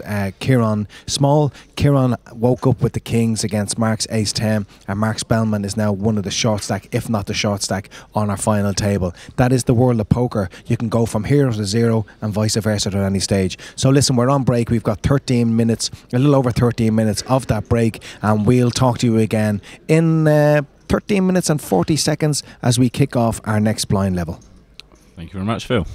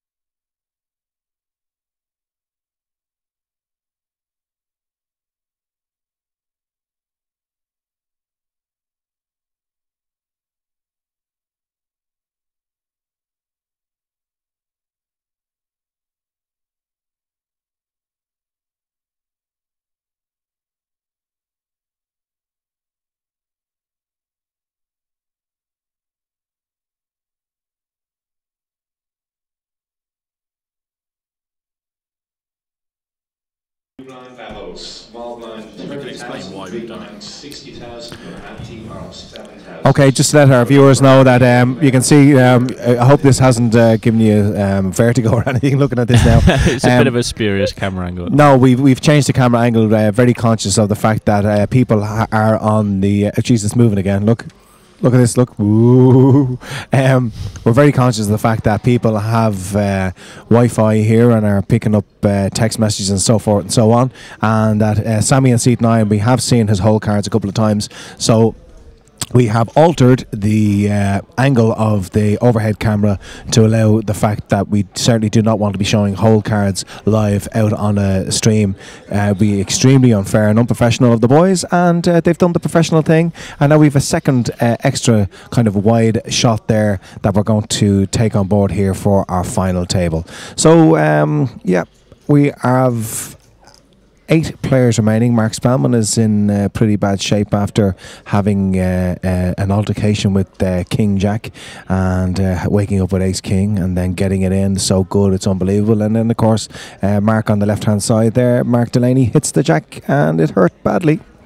So we have a raise here from seat number 2, and that is Kieran Small.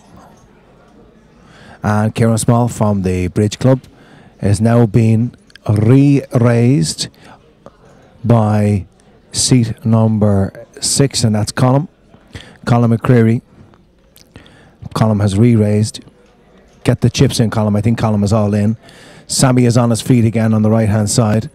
And what is Kieran going to do to the re-raise? Kieran is looking for a count. He wants to know how much money it's going to cost him. To be fair to Kieran, I don't think it's a slow roll here. I think it's kind of a marginal thing that he's going to do, and Kieran obviously doesn't have a premium hand. I think he would just snap Colm irrespective of what Colm's cards were. And there's Colm's chips going into the centre.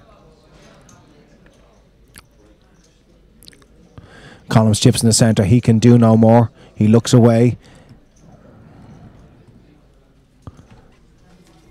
Kieran is looking for a count.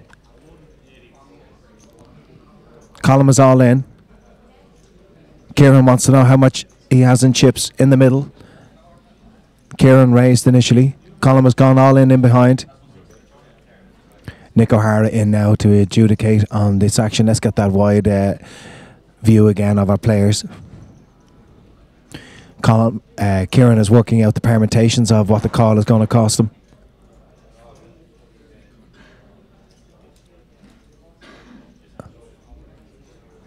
And we have a call. We have an all-in and a call. So we have Kieran Small with Ace-Queen. He's put the chips in. He's not all-in. His opponent is. And that is Colm McCreary is all in there. He's away from his seat. He's got the kings at the moment. He's miles ahead. But as you know, in this, it's a 6-6 game. Anything can happen. And Colm has his chips in the centre there. He's in great position at the moment with those kings. And Kieran is there. I think it's a fairly standard call. I think with the amount of chips that he had to put in to call, he was always going to call there with the Ace-Queen, hoping that Colm has maybe hoping that he has 10s or jacks or Ace-Jack, but I don't think Colm is ever doing that with that hand. So here's our two boys looking pensive. Let's see the flop. Flop is 4, 8, 10, 2 clubs, and still ahead the all-in player with the kings. Let's see that turn. It's a king of clubs. It's all. He's got a gut shot. No, he's got the gut shot there. If he hits the jack, Nick has announced that it's all clear, but it's not clear yet. He's got the clubs, so the kings are good, and we get a massive double up for Colm at the table. Colm McCreary gets that double up. There was an out on the river. If he hits the jack, then we would have had a victory here for Kieran Small, but it wasn't to be. Pretty standard call. He puts in the raise. There's a re-raise behind him. He's hoping that he's at least racing there. At best, I say racing there, but it wasn't to be. And the winner of this hand, we have Colm McCreary, wakes up with the big hand that is the kings, gets the set on the turn. Sometimes those sets can actually give your opponent a couple of outs, and it did indeed. We still had Kieran with an out there, 4 outs, 4 jacks to give him the gut shot for the straight. It wasn't to be, and Colm McCreary is now back in with a big shout to win this tournament after coming to our final table as one of the short stacks.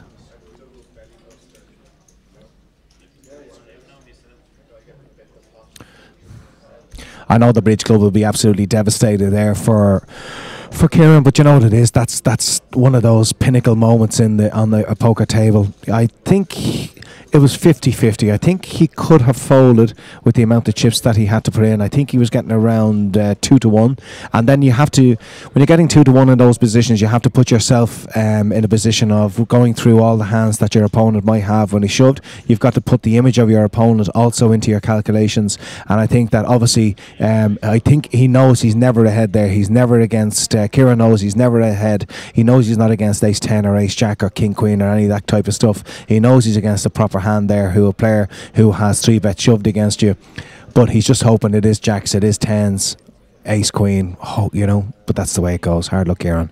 We're going back to Mark Spellman here, who's in seat number 7, and Mark Spellman has just moved all in.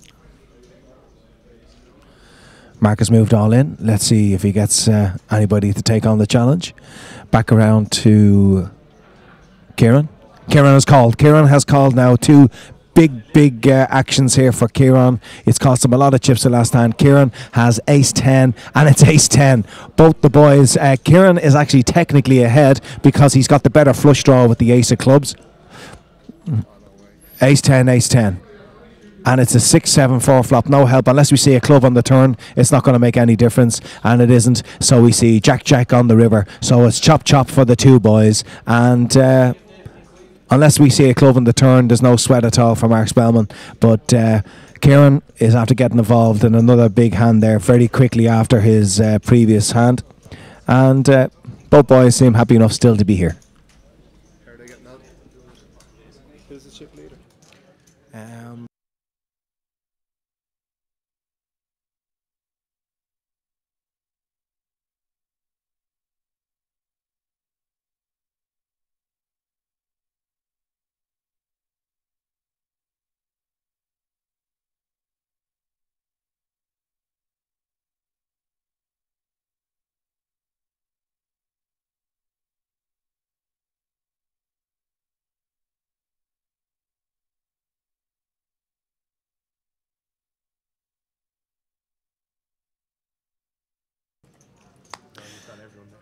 This is the Amateur Championship of Poker, and I just have a slice of pizza after turning up right beside me here, which is greatly received. Thank you, boys. It's not often that Danny Maxwell actually shares food, and it's a great moment here on this Sunday night. He took one from Al. Okay, well then he didn't share his own food. Okay, we've Michael O'Neill, who's shifted in the chips into the centre. Michael has gone all in. Just to remind people that are blinds and antes, I think we're up to 7,000 in antes, and the blinds are now 30-60. Massive amount of chips in the middle, even before we get any action from the players. Michael O'Neill has been extremely tight with everything at any stage of the game here this evening. And I was just talking to Mark Spellman about this. Mark is sitting there. Mark has a hand. Mark definitely has a hand. And against probably any other player, the way Mark is dwelling there, I guarantee you, against any other player, Mark has shifted in the chips against any other player here instantly. But because it's against Michael O'Neill, who has shown definitely that he only willing to get involved with premium hands from start to finish, and every time we've seen him on the stream or I've seen him on the outer tables, Michael O'Neill has only played premium hands. It's a little bit of a weakness in his games that he wasn't able to max it up, but see the way Mark has dwelled there. I'm going to talk to Mark after this. I guarantee you Mark Spellman had a huge hand there, and he's after folding to what is the tightest player on the table. It's folded around to Shane, and now it's up to Cork's representation, and that is Henry Port now, and Henry folds. Henry also has the opinion that Mark, and he shows the cards. And King Jack, that's probably the worst hand he's had all night that he's shoved with. And watch Mark Spellman. Check out Mark Spellman. Mark cannot believe he's had King Jack. Look at the face of Mark. Mark is saying, oh wow, I don't believe it. Michael O'Neill is asking Mark, does he have a proper hand? And Mark Spellman is saying, yeah, slightly ahead. I was slightly ahead. No, Mark definitely had an ace there of some description. and he just can't believe that Michael, who's played so tight, and Michael showing the bluff as well, the cheeky little fecker showing the bluff with the King Jack, Mark Spellman there. Well done, Michael. I'm glad to see you're mixing it up a bit. It's going to pay dividends for you. The only thing is, after showing the bluff, the next time you try and do it, you might get snapped cold. Possibly. Pizza.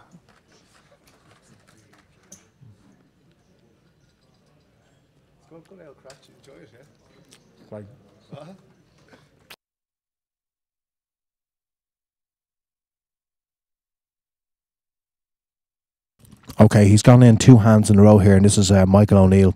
He's after shifting in a batch of chips again. He's getting the hole on in. And will people believe him twice? I tell you what, it's definitely not King Jack this time.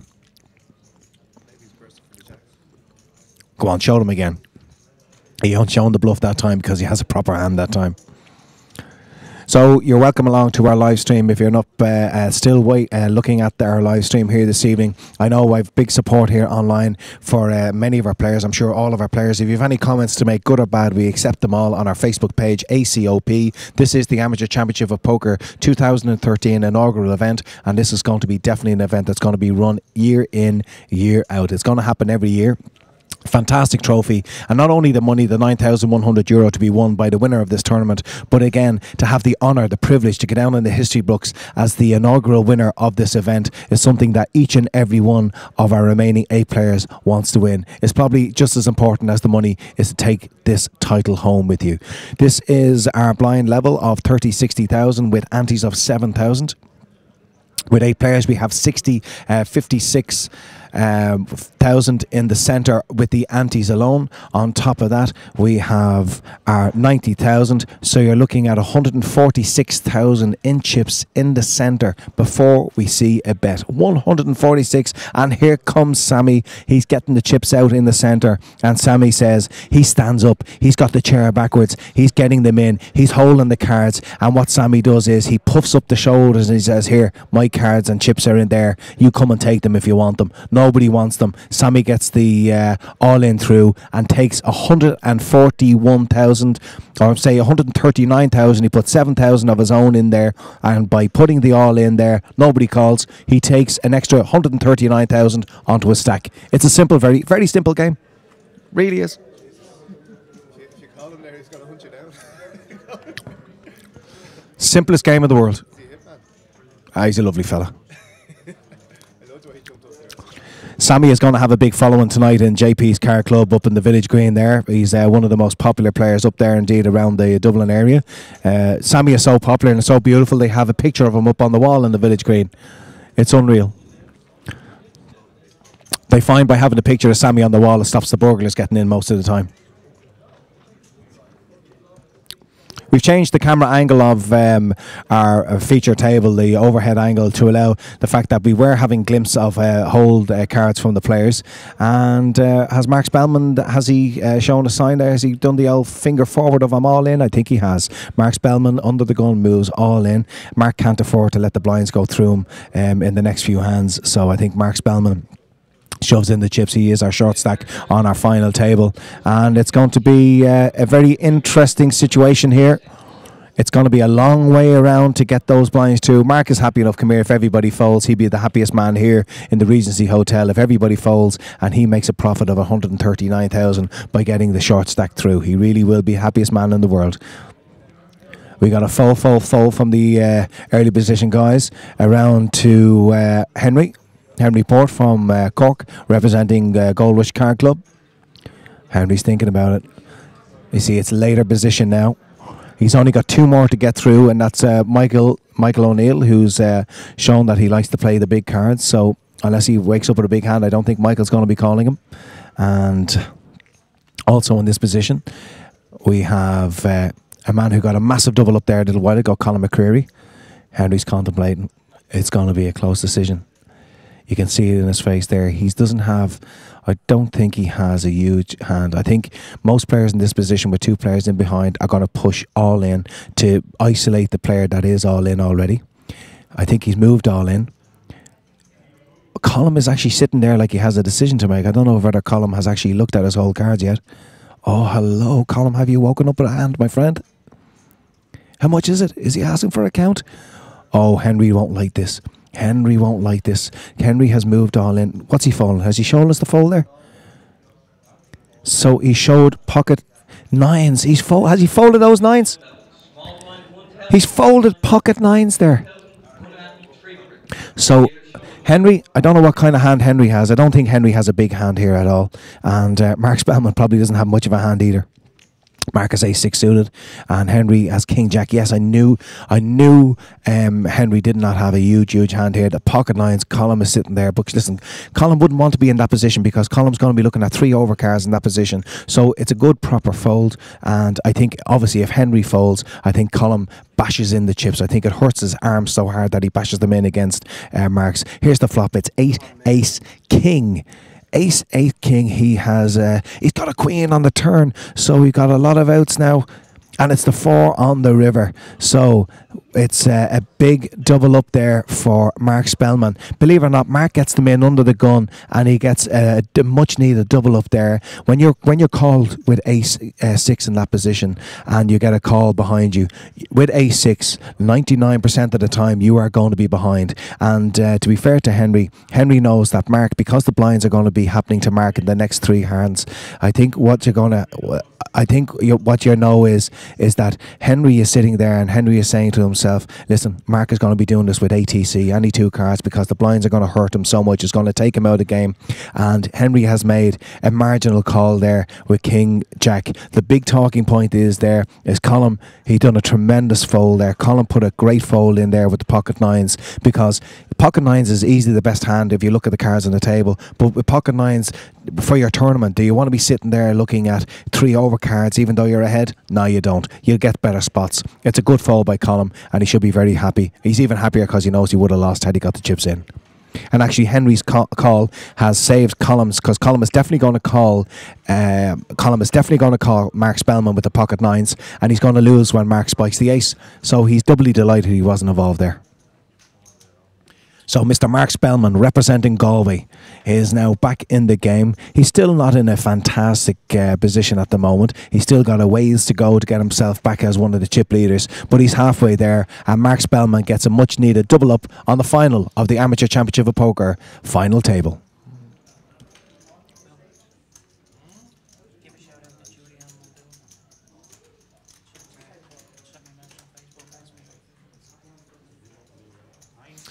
Very good friend of the programme here, and a very good friend of Danny Maxwell, Judy-Ann Muldoon. We want to give wife of Michael Muldoon, and if you are the wife of Michael Muldoon, you are the beautiful mother of that beautiful child that I have seen pictures of. Congratulations to both of you. And Mick is a bit like myself. He's a very proud father, and yeah, we're in the same boat. We're recreational players, but we love our kids, and that's the way we want to be. So Julianne, a big shout out to Erev, to you, to Mick, and to your babies. I know you love the dogs as well, so we'll include them as your babies. And big shout out to you, and delighted you're tuning into us tonight, and love from Danny Maxwell.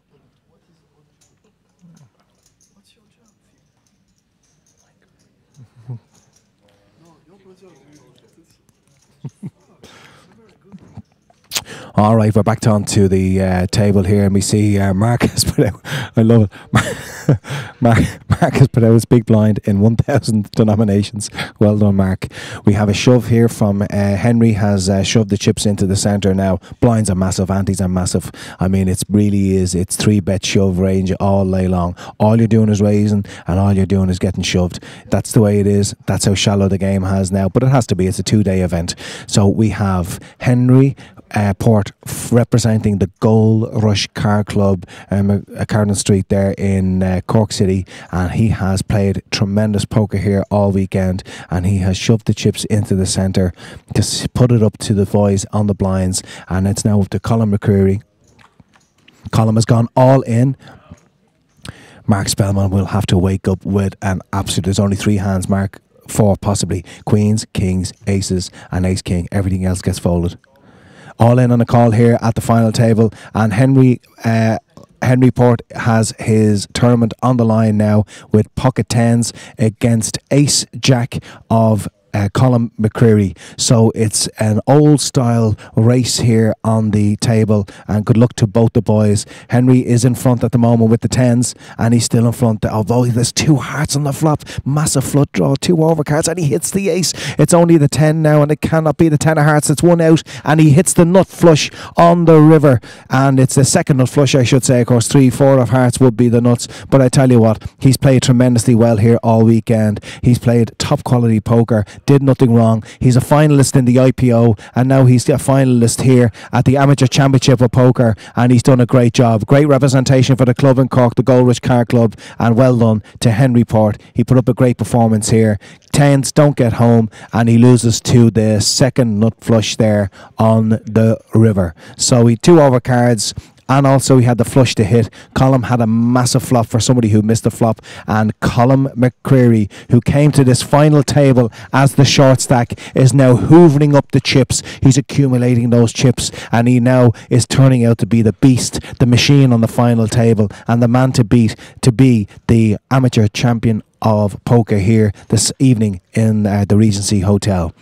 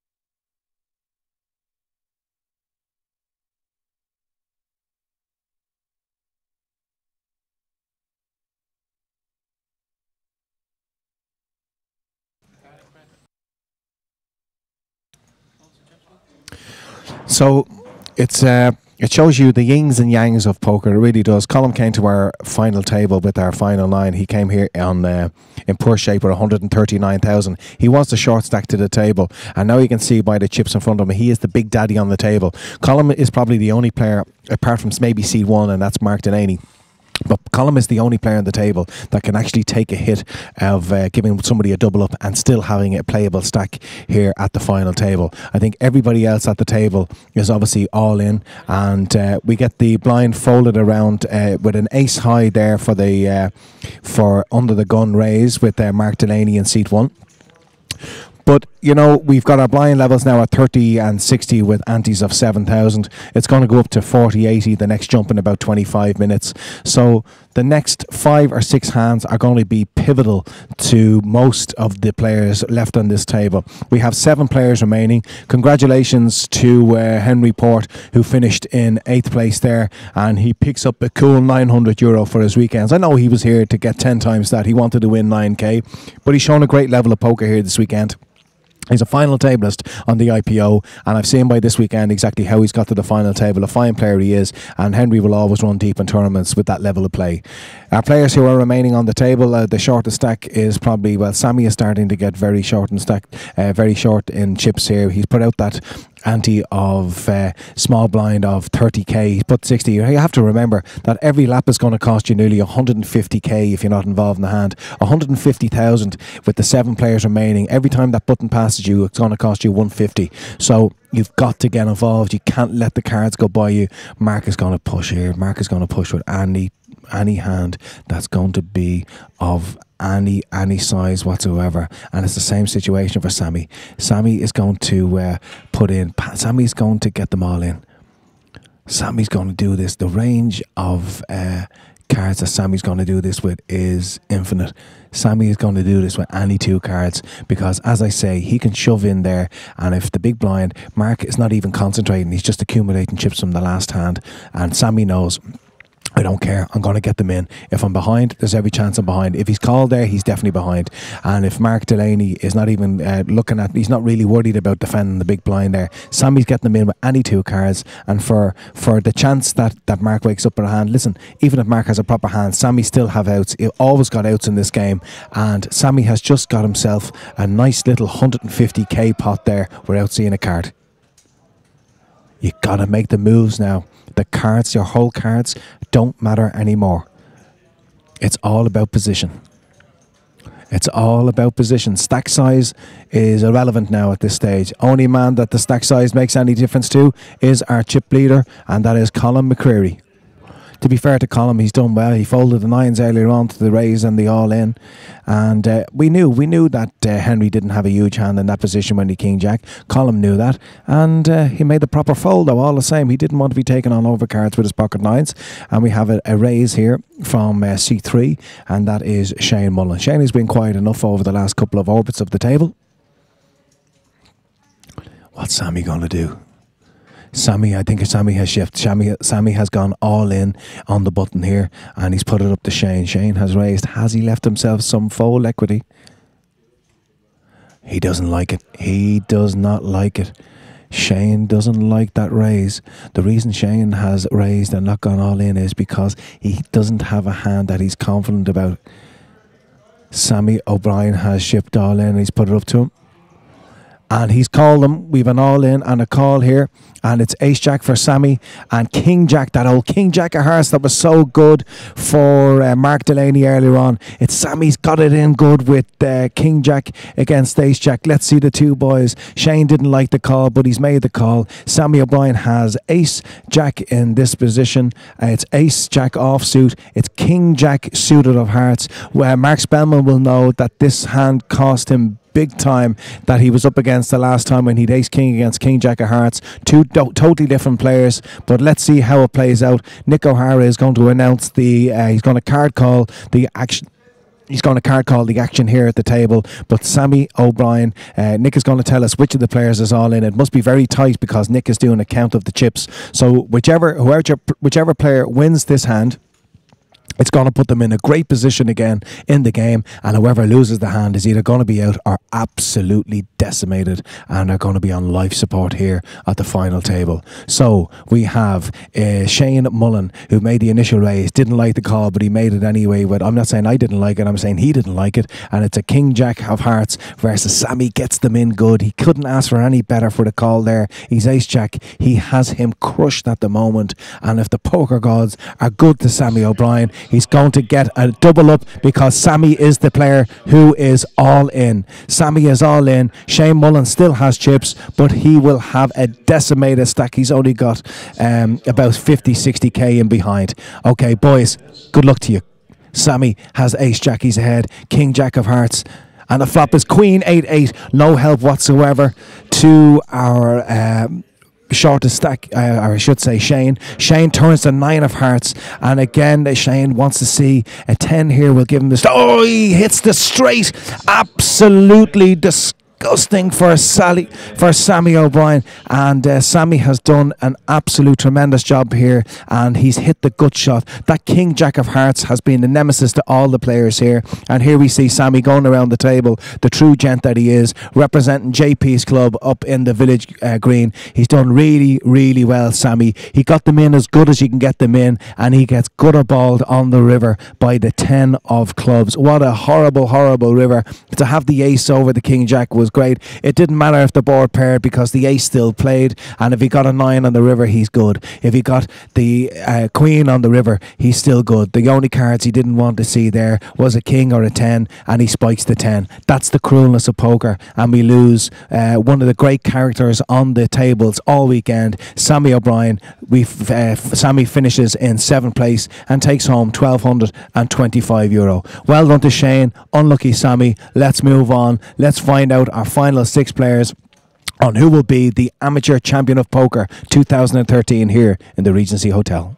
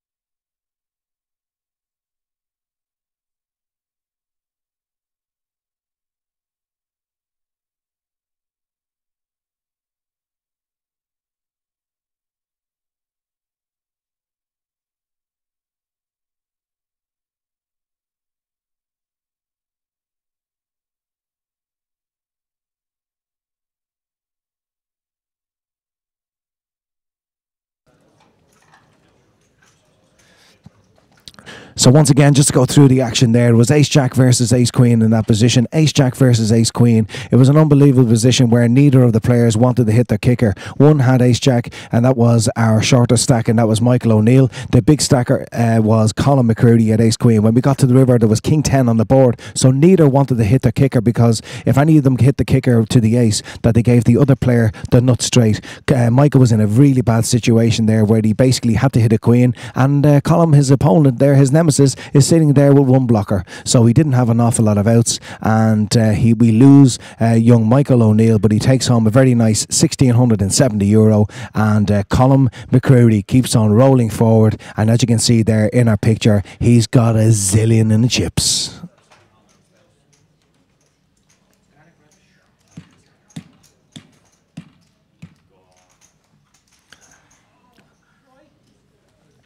We are down to our final players in the ACOP this weekend, the Amateur Championship of Poker. We've talked about €9,100, but I tell you what, we do not forget about that each and every one of these players, this is the inaugural event, and every one of these players want to take the title. The title is as important as the money, and everybody wants to be the first ever winner of the Amateur Championship of Poker. We've talked about it earlier on. There's only two types of players in the world. There's professional and there's recreational. Professional is very simple. You make your living as a professional poker player. Recreational is much wider. Recreational, you can play a €10 tournament once every 3 years, or you can play big tournaments every weekend and make your living outside of poker.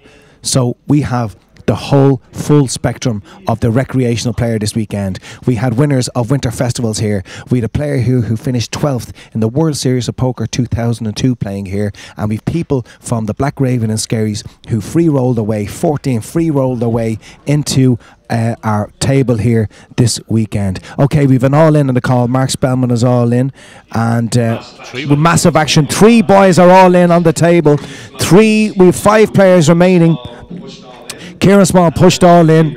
He was short stacked in C2. Chip leader Colin McCready called, and Mark Spellman got them in behind. Mark is absolutely crushed here at the table. We've got Kieran, the pride of the bridge, and he is in with queens. We have Colin has woken up with ace king suited, and Mark Spellman is in a position of hell where he's got ace queen. So Kieran is the shortest stack on this table with queens. Chip leader Colin has ace king suited, and Mark Spellman, who is in a horrible position here, he is crushed with ace queen. A straight or the flush draw with the ace of spades is the only thing he can really hope for. Let's see the flop. 6-8, a great flop for the queens here. Great flop for the queens. Let's see the turn.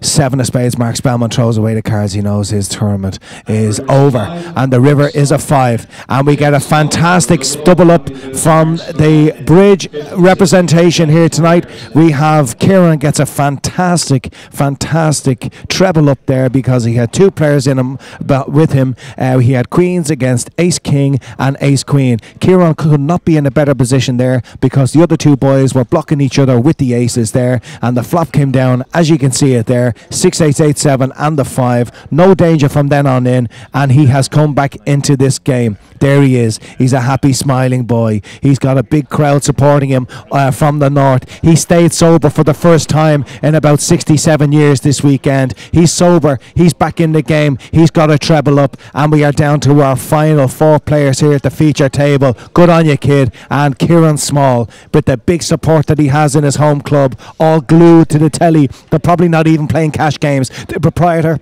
of that club is probably depressed because nobody is putting into the rake because they're here to watch Kieran, and he's after getting that treble up. He's sober, he's good, he's a big, mean, fighting poker machine, and he's back in the game with that treble up. Well done, Kieran Small. You can say something now, Brian. That was actually that was a massive hand for Kieran. Massive hand. Yep. Yeah, there would have been a side. Kieran was a short stack, so there would have been a Side pot for Colm. So Colm didn't get much of a hit there at all because he won the side pot with the Ace King. Ace King played ace, and I think Mark Spellman. If Mark Spellman wrote to Santa and said, "Santa, give me the 2 worst cards in this position," and he said, "Give me the 2 worst hands I could be up against," I think he would turn around and say, "Well, listen, you're against Queens and Ace King." And Mark, the only thing Mark was drawing to was a spade flush, which he had to hit 4 spades, or some kind of a 6 straight on the board with the 10 Jack King situation. So Mark Spellman knew he was absolutely creased. He had the stack that he had to shove in there. He knew he wasn't going to be in brilliant position. He didn't think he was going to be that bad position. Brian, it's been exciting stuff. Oh yeah, absolutely, it's great. And the commentary even makes it more exciting. You know, it's better watching it here than it is live. It's unbelievable. Me and Brian are so excited about it. We're doing a clinch that you'd be proud of in Brokeback Mountain. We just locked onto each other there. It was unbelievable. And tell me, you come over to me with a message from the club there for he's had a very kind of turbulent last couple of hours. Kieran Small, he's been up, he's been down, he's back in the game now in a big way, and I know he's got a great support back home from all the boys in the Bridge Club. Oh, absolutely, yeah. Kieran actually won his seat into this from win the league up there in the Bridge Club, so he's really free rolling. Oh, that's fantastic. Absolutely, it's brilliant to see it. And as we said there earlier about we had a player in from the Black Raven and Skerries, and he got in a free roll, and I think a tenner rebuy is what his ticket cost him, and he gets into the money as well. So it's great to see that type of thing. There's nothing better than free rolling into an event and then getting the cash there, sure, does not? Oh, it's fancy. I'm the king of the super sats and stuff like that. And I mean, to actually get in for something like 10 or 20 or 50 quid or something like that, and you're getting yourself into monkey games, 500,000, 2,000 games, and it's such a big bonus to tell everybody that, listen, I put 50 quid in, or I put a tenner in, and we're looking at the player earlier on from the Black Raven. I think he took home something like he took home a bit more. He took home 550, I think, and he gets the 200 quid for being the last longest. Absolutely. So for €10 he's after taking 750, and that's I know that's what we've talked about, Brian, and that's exactly what you wanted to bring. You wanted to bring the novice recreational player, and you wanted to give them super low buy-ins in their local pubs and clubs. And to all organisers out there, you can see the guys here who are living the dream. Okay, if you're the big time players, if you're the big time recreation players or a professional poker player, you might be scoffing at this a little bit, but I can tell you, if you're a level of player, if you're playing in your pub and club and you're putting 10 and 20 quid into a game every week, to come here and play for any part of €32,600 and have players who are on final tables after getting a ticket out of cash leagues, getting a ticket for a free roll, getting a ticket for a tenner, it's great, it's exciting, it's bringing new people into the poker arena, it's bringing fresh blood to the tables, which is exactly what we need. And listen, for these individuals with their families and friends looking at home, cheering them on, sitting there having a glass of wine, a bite to eat, and enjoying the excitement, the ups and downs, the thrills and spills of the poker game, it's a win-win for everybody. Oh, absolutely, and you rightly said, Phil, that's the player we want to bring to this tournament. We want to give them a taste of the excitement, and I'm sure there's a few lads on the final table here who have never experienced anything like this before, and absolutely. Let's be honest about it, Phil. The first time even yourself or yourself sat into a big tournament, and you're nervous and you're afraid that you're going to do something wrong, and the whole lot, and the whole thrill and excitement of it.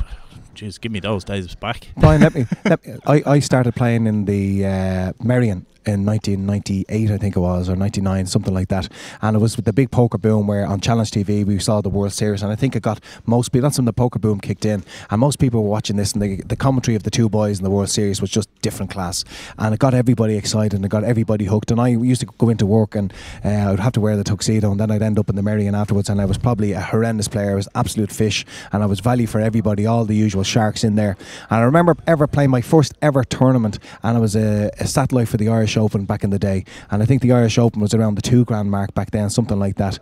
And I remember I bought in for 50 quid, and I played the game, and we were down to 3 players, and there were 2 tickets for the Irish Open, and there was a ticket for the 350 quid side event.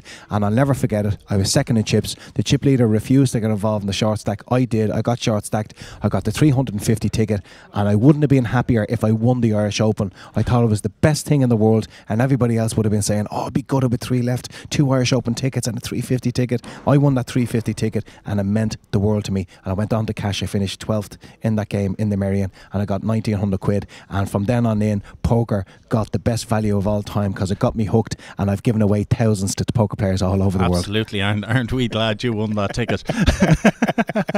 I was actually going to say, and what's changed about this this big fish coming into the game? No, it's great. It's the best thing ever happened to poker in Ireland. Trust me. No, but it is. Like, all joking aside, it really is. It's like, you know, sometimes poker is probably one of the most cynical sports I've ever come across in my life. I'm probably one of the worst players in the world when it comes to a cynical side of things, to a certain extent. It can be a very derogatory game. It can be a very condescending game. We can all laugh and scoff at styles of play. I've picked out some points with some of the plays here tonight with certain players. I wasn't having the pop at the guys. I know the guys are new to the game, and I know it's probably a new thing that they've introduced into their life, is playing a nice festival game like that. So it's not any way looking down at these guys or being condescending to them whatsoever. It's, if they look back, I'm here because I do some commentaries for the guys. This is what I do for a living, and I also know a little bit of poker, and I know how poker games run, and I know what it's like to run deep in poker festivals, and that's why I have a combination of both. But it's not about talking down about these guys who are inexperienced players. It's all about a learning curve, and I guarantee you, the Black Raven guys who knocked out of here, if they finished in 15th or 16th or 12th place or anything like that, any of those guys who are in here for a low buy-in, those guys who are in here for the low buy-in are absolutely delighted to get any cash out whatsoever, and it's going to mean the world to them, and it's going to get fresh players into the game. Okay, we've got Mr. Nick O'Hara, who is on the table at the moment, and Nick is just sorting out the chip counts of our last remaining 4 players. Our 4 players that are still at the table is Mark Delaney is in seat 1. In seat number 2, it is the pride of the Bridge House, and that is Kieran Small. In seat number 3, we have Shane Mullen, and in seat number 6, I think he's in, is Colin McCreary. They will be our final 4 players at the table, and it is the 4 players that will fight it out to be the champion for the Amateur Championship of Poker here at the Regency Hotel. All still to play for. The blinds are absolutely crippling at the moment, but it is a 2-day event, and that's the way it has to be.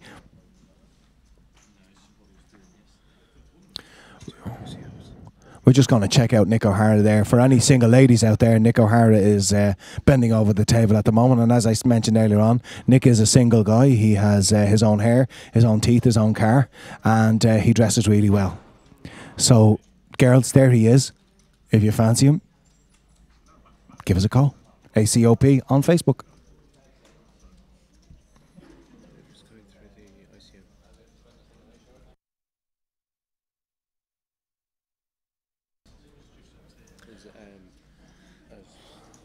Seat 6 stage, he goes, look, guys, I've never come across this before, so, you know, and they're actually going, okay, well, they're explaining it perfectly to him, so they're not, you know, trying to do, they're trying to do this, but they're not going to anything out of him, because he's the big chip, he's massive. Yeah, I've just, Abby's just informed me that, there's, the boys are doing a chip count at the moment, and they're working out the permutations of what the possibilities would be maybe for some kind of deal. What you're looking at here with our 4 remaining players is that you're looking at a little over 9k with the guts of 6, so you're looking at 15 there for the top 2 alone. You're looking at another 4, so you have 19 plus 3,000, so you have altogether you have 22,500 euro between the 4 players there. So some kind of equity deal might be being done at the moment. All 4 of these boys still want to take the title of this, the first time around for the Amateur Championship of Poker. I guarantee you one thing: you always want to take the title, you want that trophy, and you want to be able to tell your kids, your grandkids, you know, when you look back and you say, I'm a poker player and this is what I won. I won the biggest recreational game around. Monetary wise, it mightn't be the biggest game in the world, but I can tell you one thing: all 4 players on that table want this title just as much as they want that money.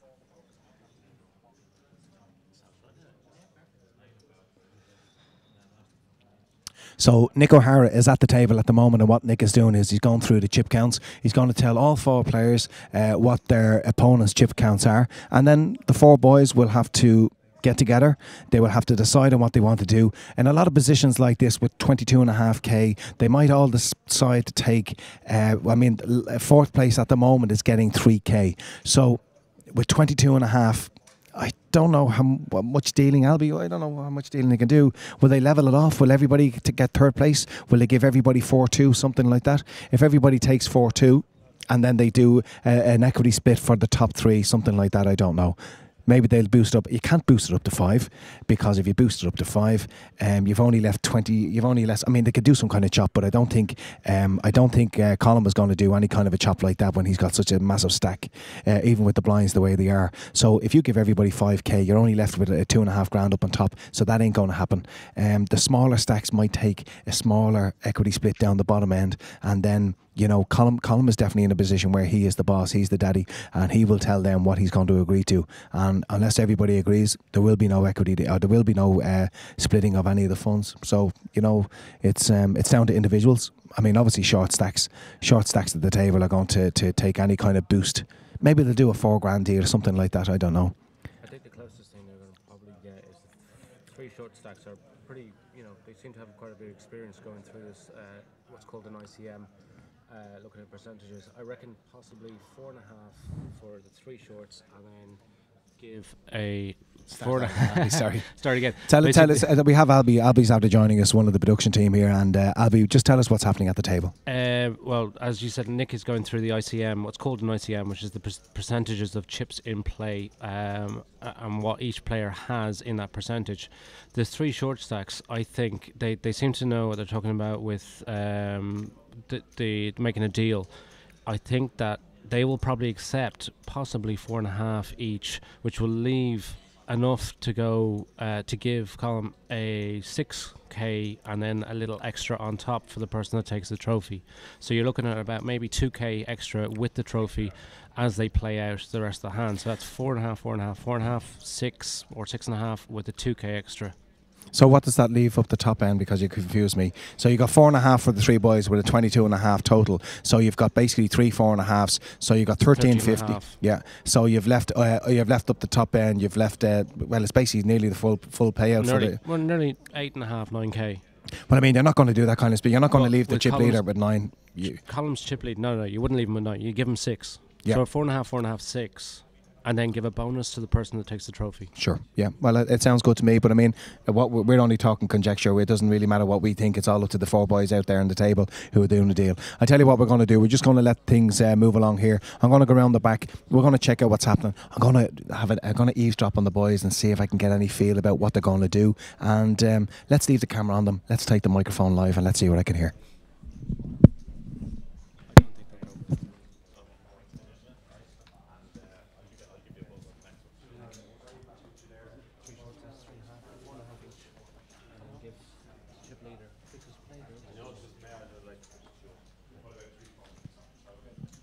Okay, we're over here at the table now, and the 4 boys are talking. I think there's over 22,000. There's over 22,000 on the top 4. I think I'm just going to ask Nick O'Hara over 22k, Nick, in the prize pool with the top 4. Yeah. So our chip leader has almost 1.5 million. The way this works is the 4 players are all guaranteed 4th prize, which is 3,050. So the computer will immediately pay everybody the 3,050. The remaining prize money will be divided up. The percentage of chips that the players have, that percentage of the remaining prize money. So that's where this comes from. Players cannot win less than 4th position at this time. So at the moment, that would give our chip leader €6,415. Our second chip lead would be €5,650. The third guy would be 5,250, and seat 1 then is our short stack. He would receive 4,920. I know the calculations are there. As a poker player, I'm looking at the stats, and I'm looking at 148,000 chips against basically what I have is over double the bottom player, who will be basically getting the guts of €5,000, and I get, as the winner, I get 6.5. I'm not going to get involved here. I wouldn't be doing the deal if I was him. Well, that's why you play poker and I stand here and watch. What I'm saying is, you have 150k in chips. Let's round it up. You've got 66k in chips is the bottom, and you're going to take 6.5k, 6,400, and the other player is going to get 5. It's only 1,500, and you've got double the chips of the other player. I know it's absolutely bang on to the money. It's an equation. It's the ICM equation, in that it balances off the amount of money in the pot. It balances off the chips in play. Me as a poker player, I don't do the deal. I look for a better deal as the chip leader. Yeah, the only thing I would say is they are very tight at the moment in terms of average stack and big blinds. If you fancy your chance and want to play on with the big stack, you know yourself, poker is poker, anything can happen. I don't know. That's why you guys play poker and I don't. Okay, Nick O'Hara, TD, thank you very much indeed. We're just going to eavesdrop on the 4 players here and see what kind of action we're getting at the table here with the 4 boys. We have Mark in seat 1. We have Kieran in seat 2.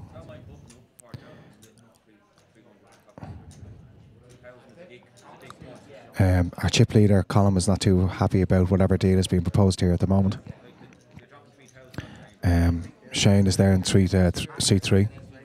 Shane Mullen in seat 3. And Colin is in seat 6 there. And, you know, the boys are bantering it out here on what they want to do. It's, I mean, this is part of a poker game. You've got 4 players who've got down to a final table, and it's by all rights, they should haggle. They should haggle. Nobody should just accept it. If you accept it straight away, it's poor form. As an Irish person, it's your natural right to haggle over this. If I'm chip leader, I've heard about the equity splits, but if I'm chip leader, I'm looking to squeeze out a little more up the top end.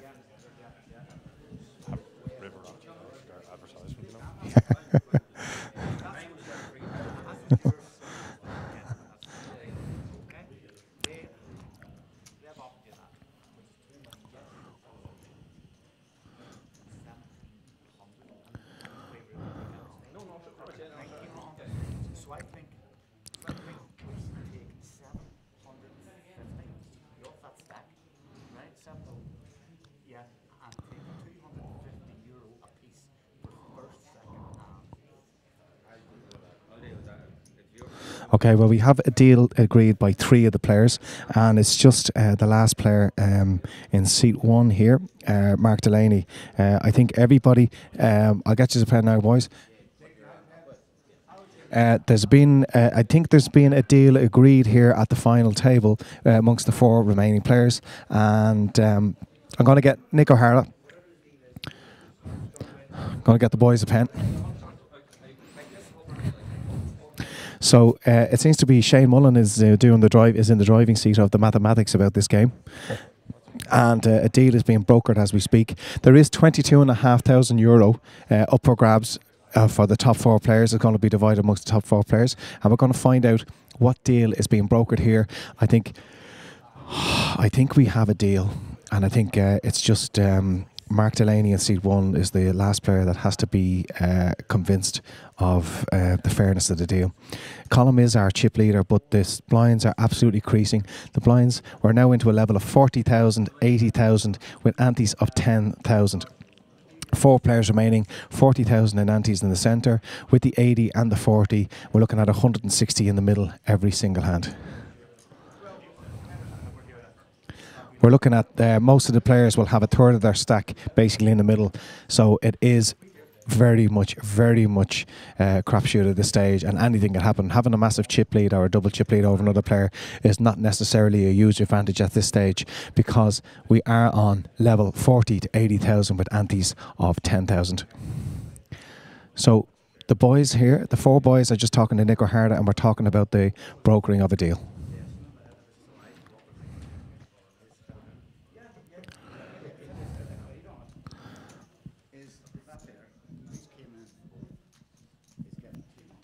If you're still on live stream with us, please don't forget that we have a €5,000 guarantee on tomorrow evening. It's a €120 buy-in, and those guarantees the guarantee game on Monday is mirrored on Tuesday. So again, the second night on the Tuesday, we have a second €5,000 guarantee. And I can tell you one thing: the guarantee tonight, the 10k guarantee, was a big struggle for the boys. They ended up with a small overlay, not as bad as it looked to be in the first place. But don't forget, tomorrow night here in the Regency Hotel, we still have 7 7 days of poker ahead of us. Tomorrow is the 5k guarantee. It's a €100 buy-in, and it's also on the Tuesday, exact same game, 5k guarantee, €100 buy-in. Super Sat for the main event is going to happen on Wednesday. It's a 120 buy-in for the main event on Thursdays. Thursday's main event buy-in for the deep stack is €550. There's a second chance game that's also happening on Friday. Friday evening is a total separate game, smaller, slightly smaller stack.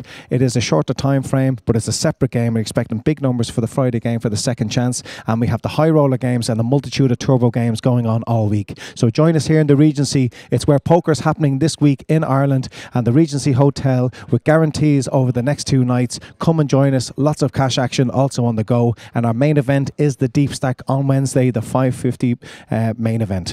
We have the 4 gentlemen on the table. Again, if you're looking at the live stream, you'll see that the 4 guys are with Nick O'Hara, our TD, and they're brokering a deal. Nick used the ICM. The ICM is a machine that will take the chip denominations, it will take the stacks of each of the players, it will take how much money is in the prize pool, and it will give an equity split to do with the stacks that each of the players have. I don't think some of the players were happy with the equity split, and I think we have brokered a new deal here in the main event.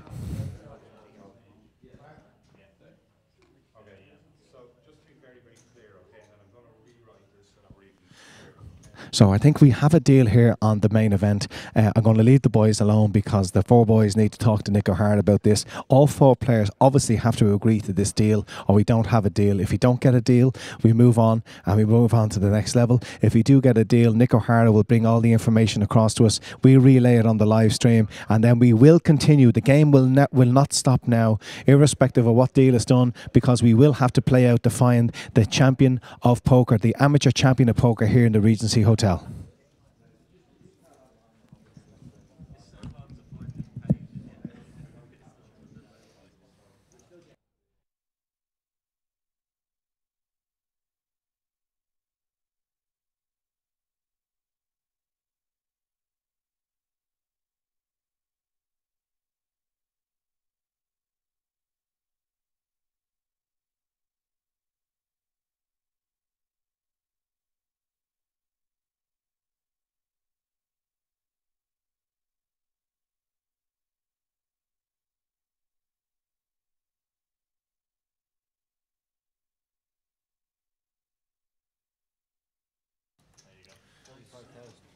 And just to let you know also that when we do recommence with the main event, we are in a crippling zone of 40, 80,000 with antes of 10,000. So there's not going to be an awful lot of action left. There's going to be a lot of shoving and folding in this situation. There ain't no 4 betting situations with these stacks and with these blinds.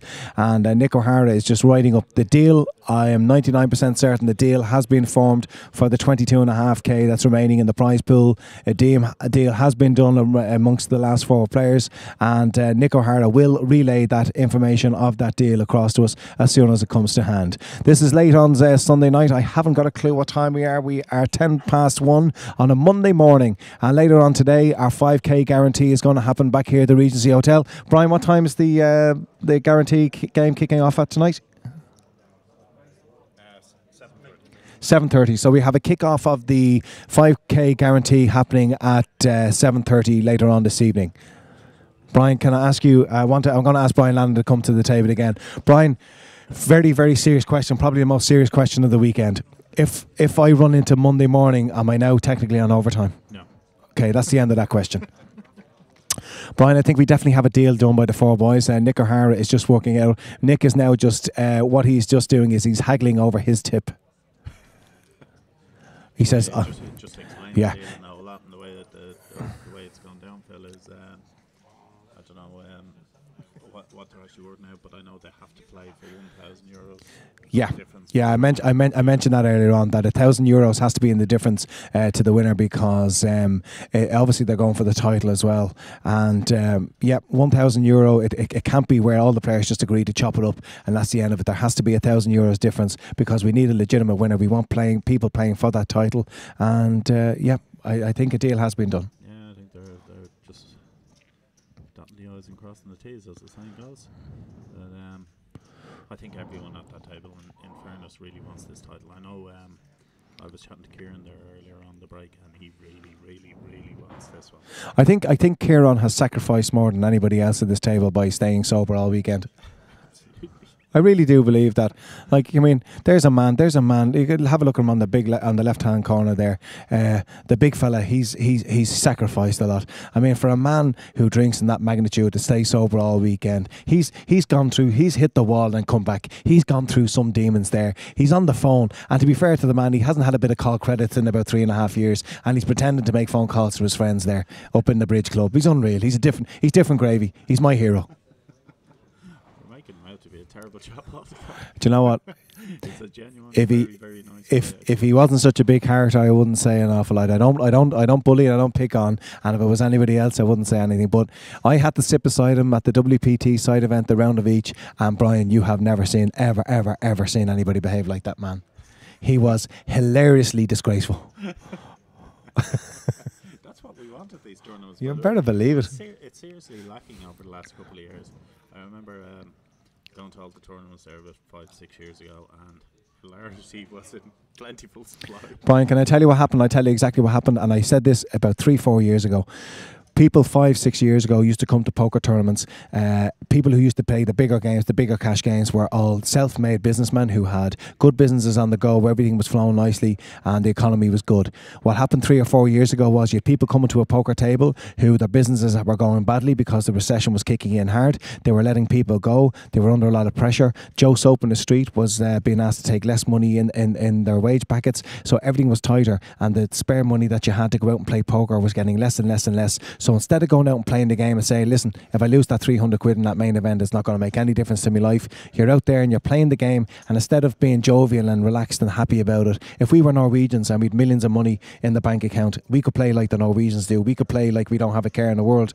But in Ireland, in a recession, when you're putting your money on the poker table, we don't have a lot of money to play around with anymore. And when you put your money on the poker table, you're doing your very best to get a nice bink out of it, and that's the huge difference.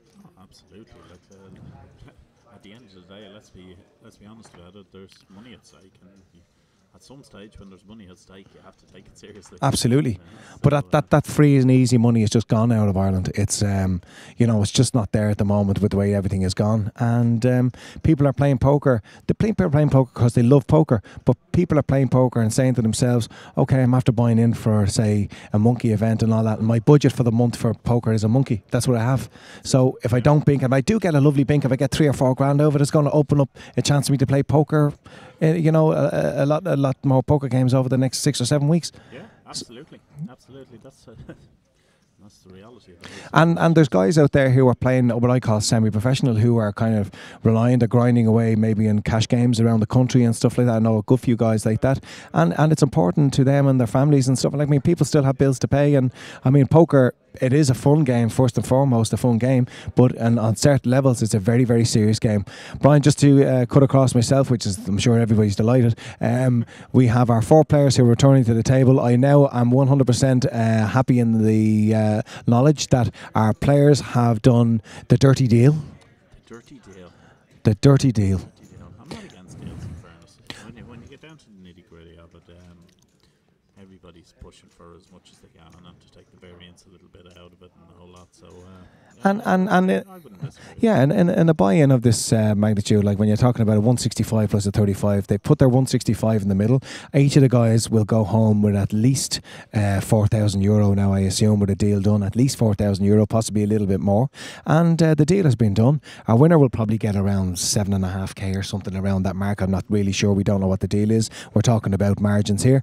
And you'll see there the difference in all 4 guys. Everybody was apprehensive and pensive, and they were sitting there and they were tightened up and they knew they were playing for the title. But you can see that all 4 guys there have now done a deal. They're all taking a chunk of money home, and everybody at that table is happy. And the Brucey bonus is the title. Absolutely, yeah. It's probably around this stage we'll really see who really wants this. Okay, we have a raise here in seat 1, and I think I heard an all-in. In behind. I think Kieran is all in. So we had a raise from Mark Delaney. The deal is being done, so the chips are going across the line now. Oh, is it a flat call? And it's a re-raise all in. Did I hear re-raise all in? And in last position here, Colin McCreary, with options still to come back around to seat 1. Colin McCreary is sitting there going, I have a decision to make on the button. No, he's folding. There was the small blind actually has folded, and Kieran has been re-raised. So what happened is Kieran raised under the gun. He was re-raised all in by the player in seat number 3 there. That was Shane Mullen, and deal has been done. Kieran has raised, re-raised by Shane. Shane is looking very confident in his hand. Yellow chips have been introduced into the game, which I assume are 10k, and we are going to have a decision. Just to let you know about the deal that has been done is this. Mark, who was our shortest stack, has agreed to take 3,920. Kieran has taken 5,250. Shane took 5,650. And Colin took 6,415. And the winner will get an additional 1,000 plus the trophy.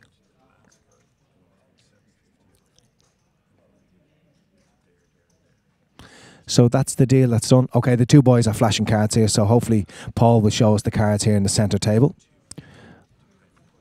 And Paul shows that it was, I think it was Queen Jack by Kieran and Ace King by Shane. Ace King by Shane. Shane looked very, very confident there and very happy, and Kieran has made a good fold there. So once again, the deal that's been done between our final 4 players is that Mark has 3,920 guaranteed in the kitty. Kieran has 5,250. Shane has 5,650. Colin has 6,415, and €1,000 extra plus the trophy goes to the winner.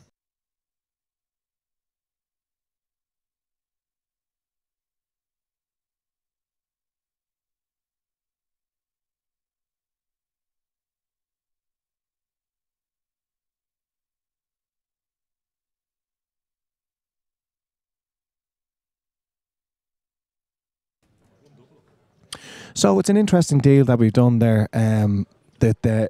With Mark taking the 3,920, and again, all 4 players seem to be very happy with the poker term is the bink that they got there.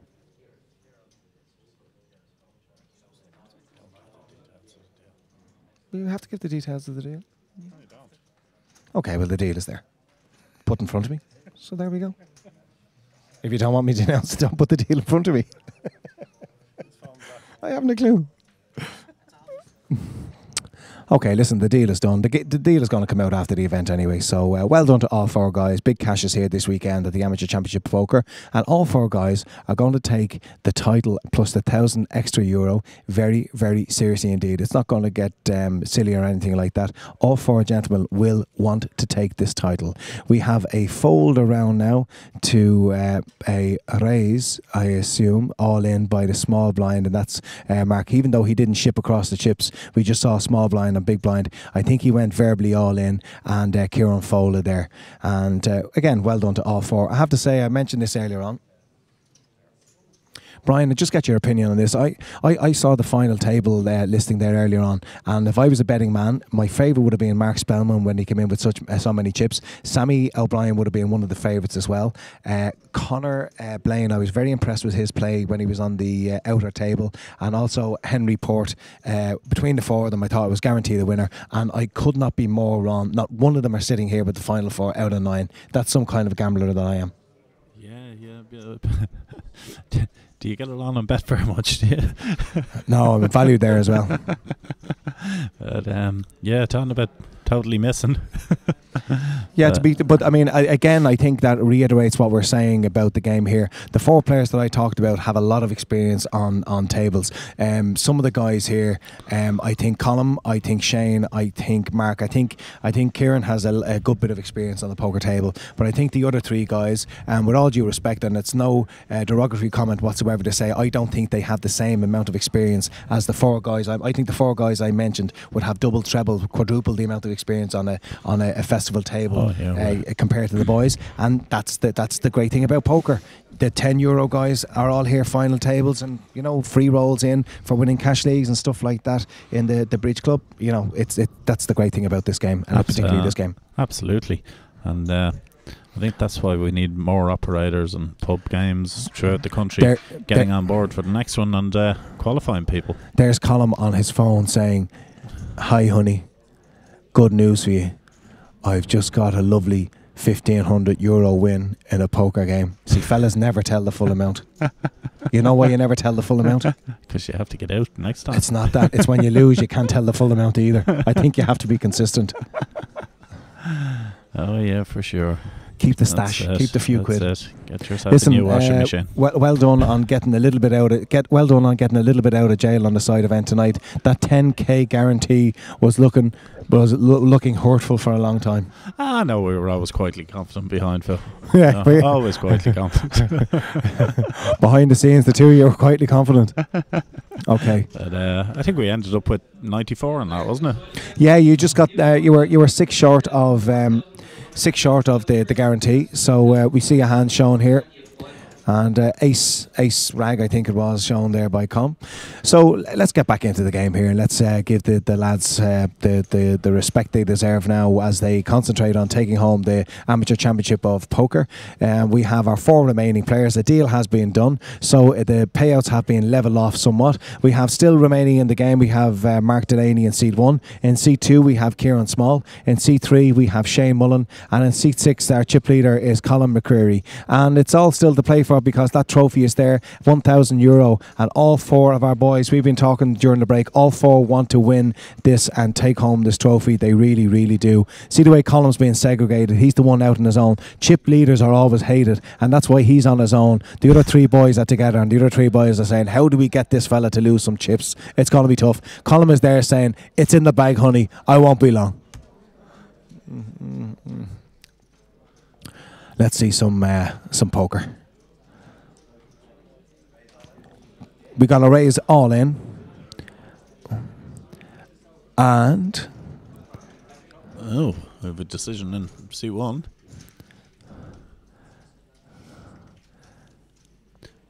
We have in C1 in the small blind, we had Mark Delaney, and Mark, I assume, had made up the big blind. And what's after happening is that look at Kieran, looking at the crowd, looking at his fans up in the Bridge Club, looking there, going, I would kill for a pint of Heineken, I really would. Look at him pointing at him. Look, passive aggressive. I'm sure there'll be a few pints sunk if Kieran gets his hold on this inaugural crown. ACOP champion. I actually didn't know where that sentence was going, Brian. A lot of people actually don't know where my sentences go when I start. But normally by the end I have it all. Come here, is the good lady Mrs. Lennon coming down to join us this week, or is she held up at home? No, she's been helping us there all weekend with the registration and all that, so that's what I love, when you can get the family on board to make the registration cheap as chips. Absolutely. Keep the X's right down. You better believe it, yeah. I want to congratulate you on not feeding the animals. Myself and the boys here, it's unbelievable. People were dropping bread rolls and we were snapping them up. It was incredible. Thanks, Brian. Absolutely. That's what creates the atmosphere, like, do you know what I mean? Creates hunger, all right. If I was just feeding you and the whole lot, spoiling us, you wouldn't have had the interaction with the players who That's were true. dropping down the bread rolls. I think any working relation should be a situation where you start as you mean to go on. Absolutely. Good man. And now you know where you stand. Absolutely. Am I still go for the gig next weekend? Oh yeah.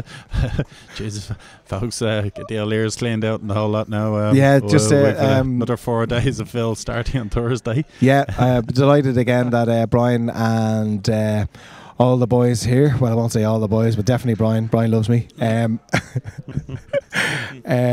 and Mike have asked me to take hold of the microphone again. You'll be sorry to hear next Thursday as we kick off with our main event for the deep stack, the 550 deep stack. We have the deep stack will be a 4-day event kicking off on the Thursday. We'll be concentrating on the deep stack, but trying to give you as much information about all the other games that are happening peripherally. Do you like that?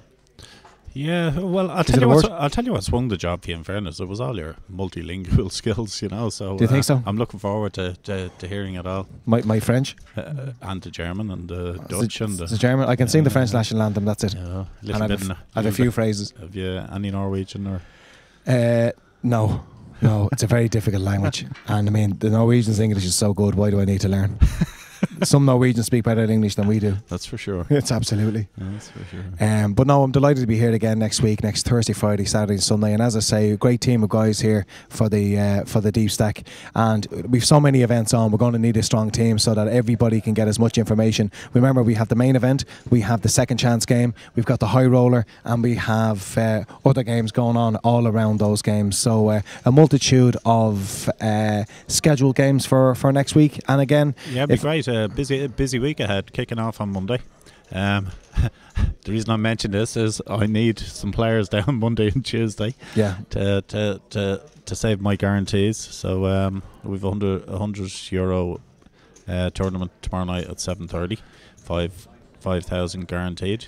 I don't think you get that on a Monday or a Tuesday in Dublin or in Ireland for that matter. No, there's nothing close. To be honest with you, Brian, there wouldn't be another 5 guarantee in the country on a Monday or a Tuesday anywhere. There's not a £5 guarantee in any club whatsoever anywhere in Ireland at the moment. The way things are going, I know Derrick's club down in Cork have a £3 guarantee on a Friday, and that's probably one of the bigger guarantees I know of that's happening during the week. Yeah, absolutely. So come on down for the value, guys. Come on down. So and then Wednesday we've the Super Satellite. That's a one. Oh, look at that. Thursday main event. Jesus, that frightened me. Yeah, it's incredible. It's incredible what 3 slices of pizza can do for you. Look at that. Yeah. There's a man. That is scary. That's unreal. That is if Grizzly scary. Adams ever had a love child, there he is. For you guys that can't recognise that guy, that is the former Michael Lacey. That's Mike Lacey on the lam.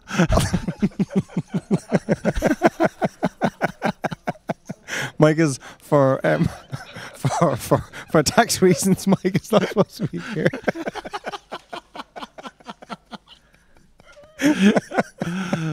There's a man incognito. Actually, we're going to have to find a photo of Mike from 3 months ago. Yeah. Mike heard about the bad weather here in Ireland and he dressed accordingly. Oh, please, lads, let's give us some action on the table so we can talk about some poker.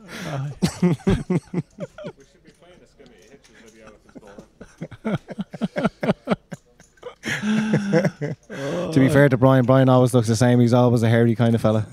That's it. Always well dressed. I'd like to congratulate the holder of camera 5. You're doing a tremendous job. I think it's Michelle Gavigan must have that camera. Michelle was over again complaining about the side event. How unlucky she got again. And then I think she went out to the back of the car to drink the half bottle of Captain Morgan's remaining. I saw Kieran Cooney in the side event. I've never seen a man in such poor condition in all my life. Him and Satnav drank a litre of Captain Morgan's. Oh, it was so funny. Okay, we got an all-in on the call on the feature table. Mark is all in seed 1 here, and he's up against our chip leader, and that is Colin McCreary. And it's ace 10 against king 7. Yeah, forehanded. I don't mind that call. He's got the biggest chips, and he's here to win that trophy. So Mark is in good shape at the moment. He's ahead, but he's got 2 live cards in the king 7. So we're going to see a flop. It's ace king of diamonds, ace 10 of diamonds versus king 7 offsuit, and there it is, straight in the window. There's 2 of them. Oh, Mark is a happy little camper. And we got a 7 on the turn. He's drawn blank, a jack of diamonds on the river. So we have a massive double up. It's a huge double up for this man who wanted to give himself a chance to take home the bonus €1,000. And more important than anything else, he wants to be the inaugural winner of the Amateur Championship of Poker. Because in years to come, when he has the kids, when he has the grandkids, he'll turn around and people say, that's a great game in the Regency Hotel. And he turn around and say, hey, baby, Daddy was the first to win it. What do you think of that? Oh, it's all about the trophy. It's all about the money. It's all about the gravy. So well done to Mark there. I don't mind Colum's call. Colum has the chips to call him there. Colum has actually obviously he's lost a chunk of chips there, and Mark has put himself in a great position now to take home that trophy. And that's why we were talking about this level of game at, you know, when your blinds are 40 and 80,000 and your antes at 10,000. chip leader means absolutely nothing. It allows you to get one hit. You can see column stack is decimated there. He's still got a chance to put the chips in. He's still got a chance to take this championship. But now, after being the shortest in stack, we now have a massive stack in seat 1. It looks like seat 3 is Shane has also got a lot of chips as well. And the 2 short stacks will be our old friend Kieran and also the previous chip leader, and that was Colin. But sure, Colin's done the deal already, and I think he's got a good chunk of money out of the game. So I don't think he's probably going to be the least disappointed player to not win the trophy and the money. Yeah, he's even cracking a little smile there on the face. It's not really. It's a little smile, was it? A small smile? Just a little smile. He'd be on texting now. He'd be on texting doing the update. He'd say, "Hi honey, bad news." Forget about that 1500. Forget about the Mr. Sheehan. I might need it for the trophy now. Back over to the 3 boys, the 3 amigos on the left hand side. We've 2 camera shots from the lower end. And yeah, absolutely. And we have Paul Fox as our dealer now on the feature table. We get the wide angle. We just to anybody who's checking out the live stream, just to let you know, I know the angle on our camera, our above camera, now looks a little bit different. The reason that being is that initially we were picking up whole cards by in seat 9, which is totally unfair to the player in seat 9 with people with texting and Facebook facilities on their phones. So we wanted to ensure that nobody's card. We've got an all in here. We are all in on in seat number 1, and that is Mark. And Mark has induced the fold here from the big blind, and that was Kieran. So jumping across to the boys there, and we've an all in there from Mark in the small blind. He gave the old hand forward, slap hand in. Mark is getting more confident now after getting a big double up. Mark then he went all in. He left the option open to Kieran Small, and Kieran says, "Not at the moment. We'll wait for another lap to get the bad boys across the line." It's incredible. Like, I mean, the deal is done, and you can see the difference of the boys. They're much more relaxed. They're much more flippant with what their moves are. There's still a trophy. There's still 1,000 on top of the deal that's been done between the 4 boys. But you can see it's you know, they've done their work for the weekend. They've got their chunk of money, and now they're playing for the bonus stuff. Oh yeah, that's it. What would you do now, Phil, when you get to a final table at some stage? I'm sure you will. You have to get over this min cash thing. A final table of the Irish Open 2009. I won the Eastern Masters this year, chopped it up in Dundalk. Before you start abusing your commentator, check your facts, pal. No, I just wanted you to get your results out there, because there's a lot of people just call you the main cash man. I am probably the best min cash merchant in the world. If anybody wants to see my min cash stats, get yourself onto the Hendemol profile and make sure that the viewing size is very small, because my min cash results are massive. I've min cashed on some great events. How dare you, Brian Lennon? Nick O'Hara's just told us that we're doing a chip race now at the moment. I wouldn't even bother with a chip race. I just keep it going. Just rattle it on. Just rattle it on. It'll be one of those situations. I'm all in. Yeah, but I'll be counted in a minute. Yeah, we do it after. We'll do it after. Have a point. And what are you drinking, by the way? I'm not asking as an option now. I'm just asking you, what are you drinking? When I take your chips. What are you drinking at the moment? I'm not drinking, actually. Oh, are you not? You're on the dry, eh? I'm off it now. Oh, very. Are you cured? Huh? You cured? No. Is this the Sunday thing? You don't drink it a Sunday? No, I went for that hypnotherapy thing. I don't think it's going to last much longer. No? No. What did you go in for the drink, or was it? Yeah, just in general. Right. It wasn't sex edition or anything, was it? No? Just life. Just life. Have you ever been hypnotised? I have. Well, I'm glad it's working. Well done. We've had a readjustment on the camera there on our main camera with our 4 remaining boys. We are perfectly positioned. Again, as I said, we had a little bit of a technical difficulty that we were picking up whole cards of the player in seat 9, and it's very, very unfair to that player that we are picking up any kind of cards whatsoever, with people being able to text each other on Facebook and all that kind of stuff. So the tech guys here have just altered the angles, and we will be back here online live again next Thursday for the kickoff. What time is the kickoff at the main event? I'd find out what the kind of kickoff of the main event is. It's the deep stack next Thursday, and you see, you got to ask these questions at 1:30 on a Monday morning. I'm sure it's around 2 p.m. It's around 2 in the afternoon. So yeah, and how many levels will we play on day 1, Brian? We'll definitely play. Actually, we're looking at it now because we've only won day 1 now.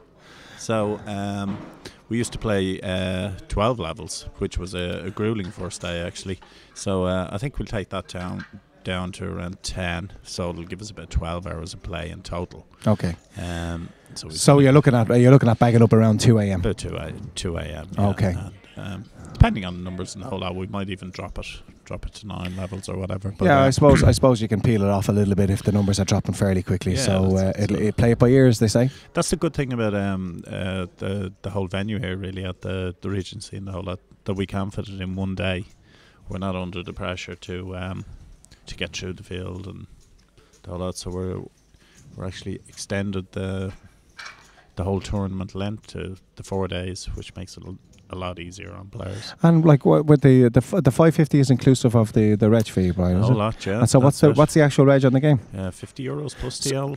So you got the VAT now. The VAT is mandatory with all games. So you're looking at the percentage coming off of the VAT. So like realistically, you're charging around 46 quid or something. Like, is it around that mark? Yeah, well, it's 50 plus, Phil. So it's a €50 reg fee. And really, but I mean, €50 for a 4-day game. At 4 days, exactly. Yeah. Absolutely. So.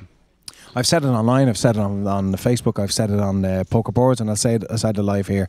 I can guarantee you one thing: charging €50 reg for a 4-day game will end up incurring a loss to the organisers. There's no way on God's earth that you can make money with a €50 reg. It's part of bringing players to the table. Of course, you're going to have cash games, and of course, you're here. You're in business. I know you love poker. I know Mike is a big supporter of poker, but I mean, it's not charity events. You're here as a businessman, you're here to make money. You're certainly not making the money on a 50 quid reg on a 4-day event.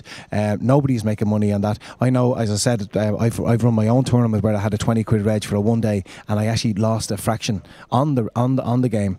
And but like, you guys come in here and you put the technical stuff behind it. You bring in a team of people that come in and give a top technical support here with all our different cameras, our different camera angles. This is all stuff that costs money, and it's on top of it has to be part of the reg fee. That's where the money should be coming out. So you're going to incur a loss here in the main event, but it's part of the package that you want to bring to the people who are joining us in the Regency. Yeah, well, what we try to do, Phil, and you've always been a strong supporter of us, in fairness, is lift the level a little bit on it. I think we're probably one of the only operators that offer our own live streaming service. So because we can keep it all in house, obviously we can keep the cost of this down and offer it to the players and our followers at home. So absolutely, we try and bump up the levels, but you've hit the nail on the head. Like, for a €50 fee, we don't make money on a main event. It's to create the whole action on the side events. Obviously, there's going to be cash games, etc. But and sometimes you hear complaints about registration fees, etc. And I can take a player's point, most definitely, that when they work it out over a period of time, they have to calculate the registration fees they're paying, etc.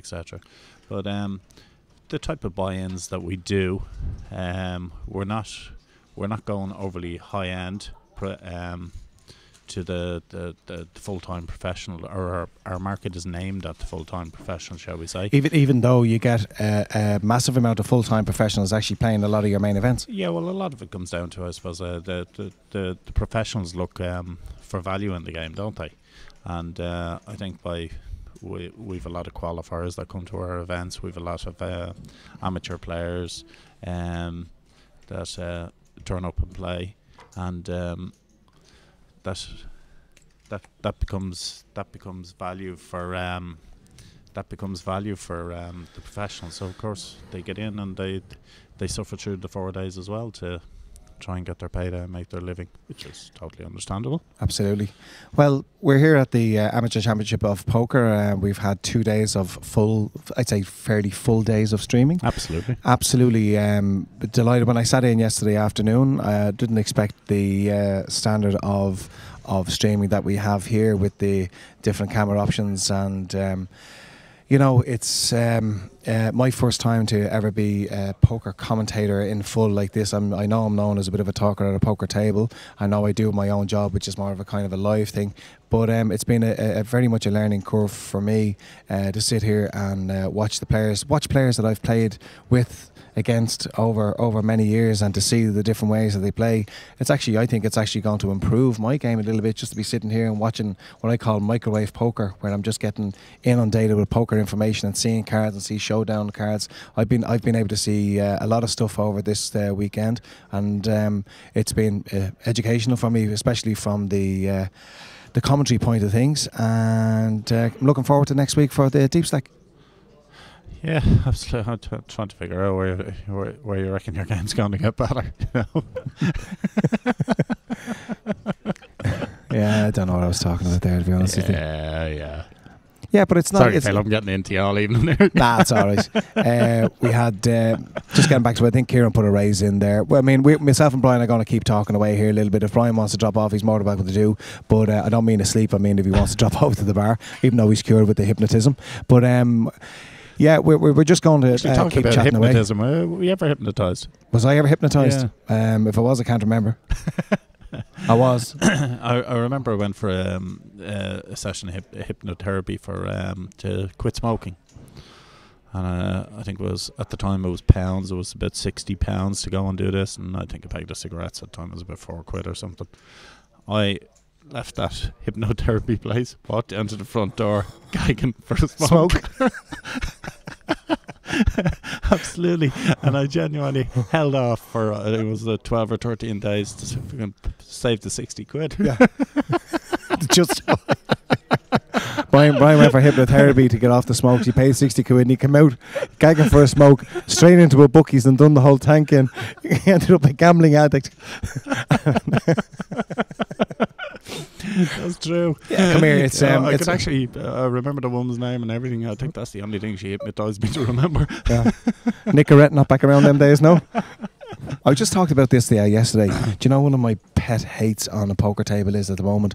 You know, the people the who electric have cigarettes? the electric cigarettes, and people blowing them in your face because they say, but it's not smoke, so it's not harming. You're sitting there and somebody is blowing what's after being in their mouth into your mouth, sitting right beside you, and the only reason they're doing it like that is just to prove to you that it's not actually real smoke. Actually, here's a question for you, and I've had this discussion with a few people. This is an ex-smoker coming out here now. I gave up cigarettes the day the smoking ban came in pubs. Okay. So, and I've always asked the question to people, if smoking was still allowed in the likes of hotels and pubs, etc., etc., do you think we would have had the poker boom that we have? That's a good question, isn't it? Okay, we've got a push here on the button from Shane. I'm going to answer that question. Shane has put in a big raise there on the button. It's folded around to Mark. Ooh. Mark has reshipped over the top of him. What's he doing? Is he calling? Is he folding? Is he folding? Is he folding? Shane, are you folding, my son? Shane is folding. He don't like the reship and he's going to let it go. He showed the two cards. We don't get to see him. Mark isn't showing at all. And Shane's little raise there doesn't get through. And Mark Delaney bashes over the top of him and gets a chunk of chips. Yeah, you're saying to me, would it be in a boom? I think when you're involved with poker, you're basically, your question is, would non-smokers put up with that smoking that went on? Absolutely. Like when you look at the big tournaments we've had throughout the country over the years, and we'd say 400, 500, 600 people in a function room in the hotel, and let's be honest about it, I'd say a good 33%, a third of the poker playing community, I think, would smoke. Absolutely, yeah. Yeah, so you've a third of those people so you're looking at 3 per table on average, aren't you? Yeah. So would the non-smokers have put up with it and carried on playing the game? Yeah, I don't think it would be as detrimental to the eventual amount of people that we have playing poker. I do think it would make a slight difference. I mean, I've worked in pubs and clubs since I was early 20s, and I remember I wasn't a smoker myself, Brian, and I used to go and work in the pubs and clubs and hotels, and we've all in for Mark here, and Kieran is showing a fantastic 2 there. What a player, what a fold. But basically, what we're a position there that, as I say, I was a non-smoker, but you become kind of immune. You don't even realise that you're a passive smoker. And I've worked in the clubs, and you'd be in there, and the smoke. My mother used to run bingo games, believe it or not, 100 years ago, where we used to live. And if you want to see smoke flowing around, I used to walk into those halls, and no joking, Brian, it would be swirling in the air. Absolutely. It was thick. Like you'd need to put on your fog lights going through the crowd. Now, I'm sure there was a majority of women playing the bingo there that were non-smokers, but there was a massive amount of smokers in those days. And the same, I walk into a pub or a club and I'm working away, there's a lot of people smoking there. It's gas to even think about people smoking, isn't it, nowadays in pubs? Yeah, it's really, the story I always tell everybody, when the smoking ban came in, a week later I had a gig in Belfast, and I'll never forget it. We have another batch of chips go in here. Mark Delaney is starting to boss this final table. He's beginning to whip it up here. He's starting to mix it up. But don't forget, folks, if you just join us, we have an all-in here with and called. Colm was our original chip leader, and Colm gets it in with ace 5, I think it is. And Mark, we're going to check out those cards now, if I can see. It's definitely a big ace. It's 7-2 Jack. It's ace 5, I think, with ace 8. So miss for both boys, but the ace 8 is still ahead. And it's a king of spades on there and a 3 on the river, which means that ace 8 is good and wins the pot. Well done, congratulations. So he was a chip leader for a majority of the time, and he takes away a very cool cash prize. He's played really well. We lose Colm McCreary. He's officially in 4th place. I think he's done very well out of the deal that was made up there a little while ago on the break, and he goes away with a smile on his face, as any man would do. Yeah, chip leader is gone in 4th position, and the short stack is now the chip leader. Do you think he's regretting any kind of deal there? Oh, I'm sure it has to be gone. It has to be gone through the mind. Do you know what? I'm not saying I have any favourites, because as a commentator I will stay impartial, but he was lowest in chips. I think he possibly got the lowest in the amount of money, as he would do because he's lowest in chips. But wouldn't it be nice for our runt of the litter, let's say, our shortest stack, would it be nice for young Mr. Mark Delaney there to take home the extra €1,000 and that trophy? Yeah, to make up for the deal, I think, wouldn't it? Oh, we got another all-in and call all-in here. now. Yes, indeed. It's getting juicy. It's getting sexy. And if you are in the Bridge Club at the moment, your boy is all in for his tournament life. It's ace 5 versus ace 4, so he's behind at the moment. But it's a great flop for him. It's a pair, so another high card. That's the jack, and that's made it good. It's chop there now. Chop with the ace playing and nothing else playing. The fact that the 2 6s came down made it a good card for Kieran there. I mean, ace 5, ace 4, the high percentages are always going to be for a chop. So we chop up the pot there as we have 3 players remaining on the feature table. Deal has been done. We're left with Kieran Small, we are left with Shane Mullen, and we're left with our chip leader, Mr. Mark Delaney, in seat 1. Card shapes. 5 of them. But no, my story was that we were talking about the smoking ban and stuff in clubs and how it would affect. The smoking ban came into Ireland. The first day it came into Ireland, a week later, it was the following Friday, I went to work in Belfast, and I had worked in the smoke environment for 14 years, well used to it. I went to Belfast, and they were in the north, they were still allowed to smoke in the hotels, and when I went in, I could not believe the difference in me after a week. I felt like I couldn't even breathe because there was a little bit of smoke in the room. Yeah, it made that much of a difference. Absolutely, Unreal. It's incredible. And we have the male pin-up model of D4 Events, Gary, who is hovering behind us like the Grim Reaper with some fantastic information. Gary, what have you got for us? No, I've no fantastic information. Okay, he's got nothing for us. Did you eat my pizza? Gary's just back from Oz now, and he feels he's back from Oz. Is yeah, he? I tell you what, if you want to see the tan and the Gary, what's your surname? Jarman. Gary Jarman. If you want to go on Facebook, type in Gary Jarman. Oh no, it's definitely Gary Jarman. Gary got a professional photograph done. I think he done it himself. It must have been in Oz. He's a handsome fella, isn't he? He's a handsome old hero, isn't he? I'm telling you now. I'll tell you one thing. Done strange things to me many an occasion. If I was a middle-aged woman with issues, I'd definitely be going for him. That's exactly the one I like. He always attracts those middle-aged Is that women what it with is? issues. Okay. Where's Michelle Gavigan go? She's not. She's in the prime. She's in her prime. She's at home with a bottle of vodka there going, Baker, you're dead. All right, well, listen, get back into the serious stuff. We've got our 3 players remaining. Our former low in chips, Mr. Mark Delaney in seat 1 is now our chip leader. He's taken out former chip leader Colin McCreary. Just to let anybody know who's just joined us, which I'm sure there's friends and relatives are still checking out the 3 guys at the table.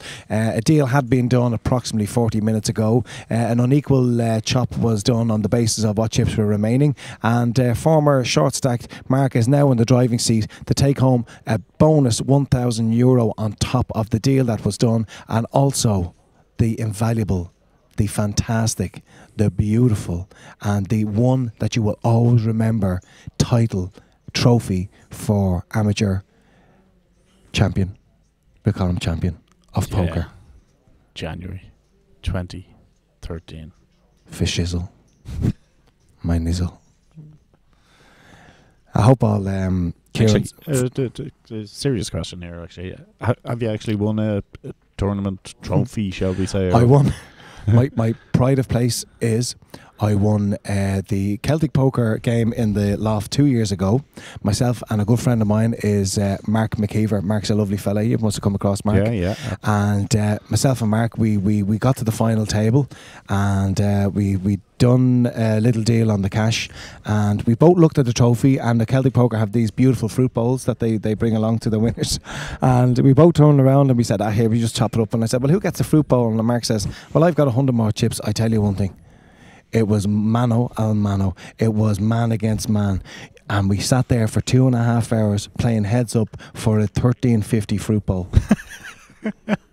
That's a true story. But you can always look at the fruit bowl. It's up on the window in the kitchen, and I show it to Ryan every morning. Absolutely, you can always look I at it. also was voted. And how much did you actually win that night?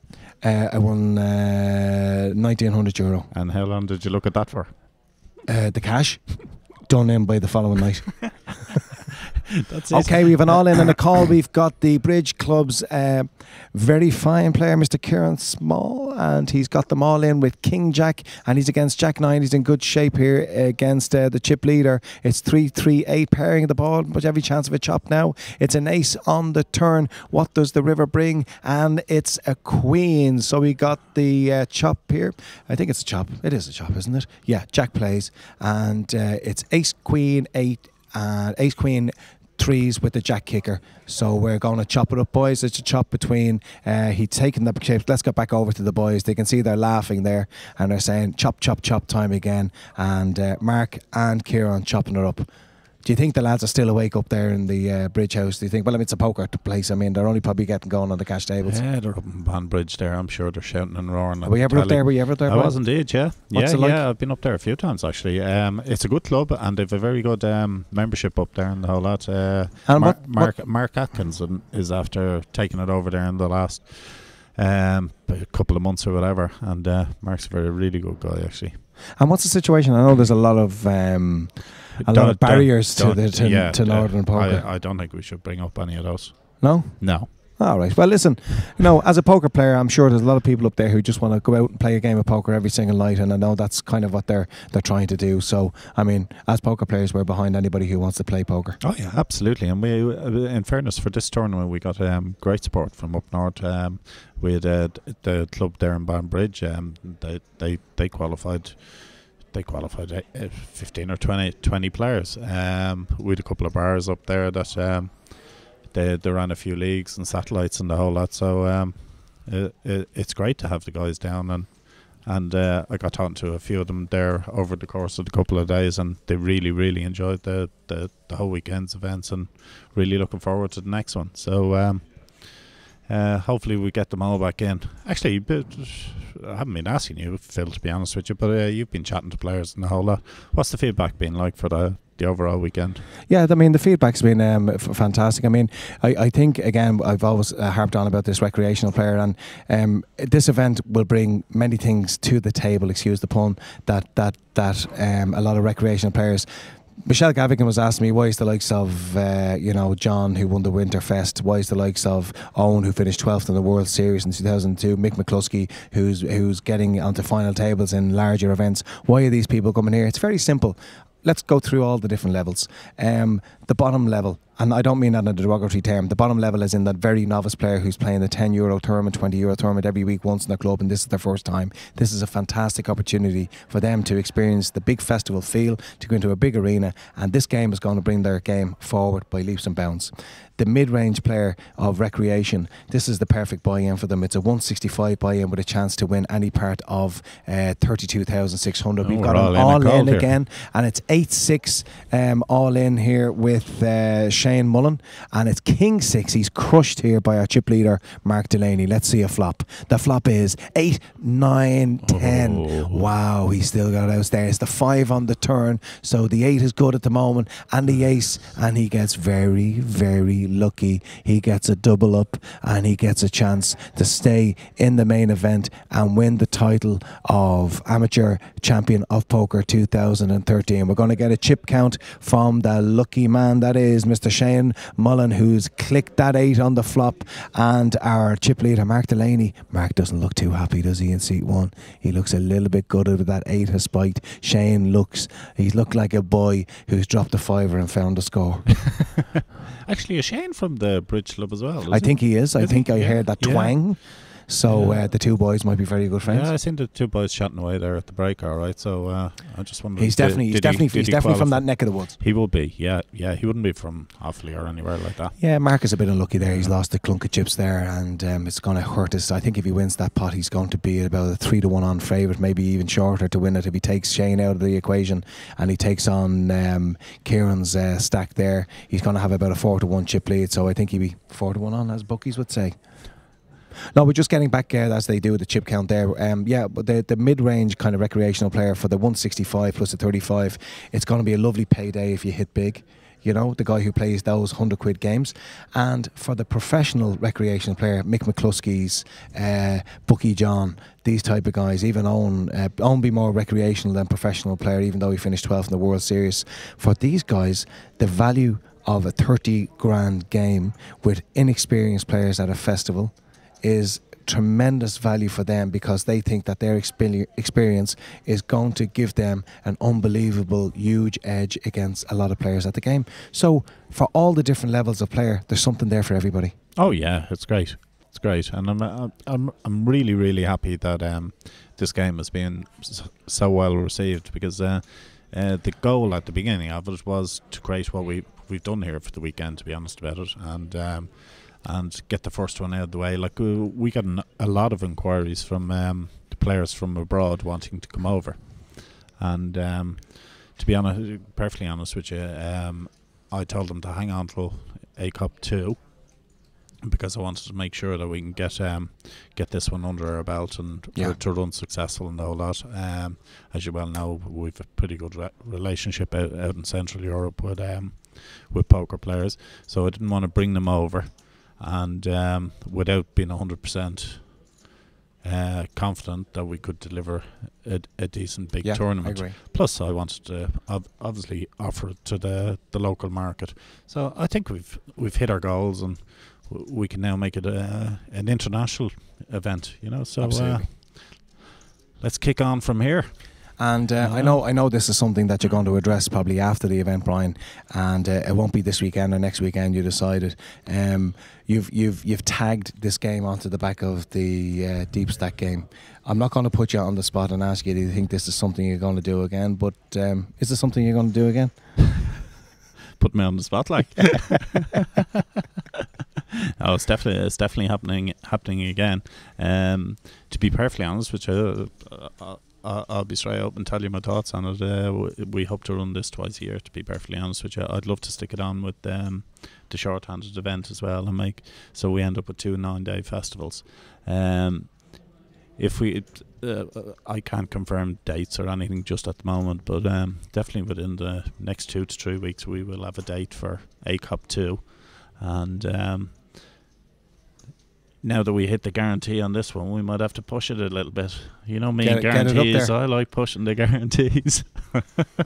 Does Mike like pushing the guarantees? Look.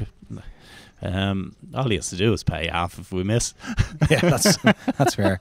Well, listen, just to any of our listeners on the website, just to let you know, I think over the last 2 days we've done some comprehensive breakdowns of judgment of hands and how things have played out.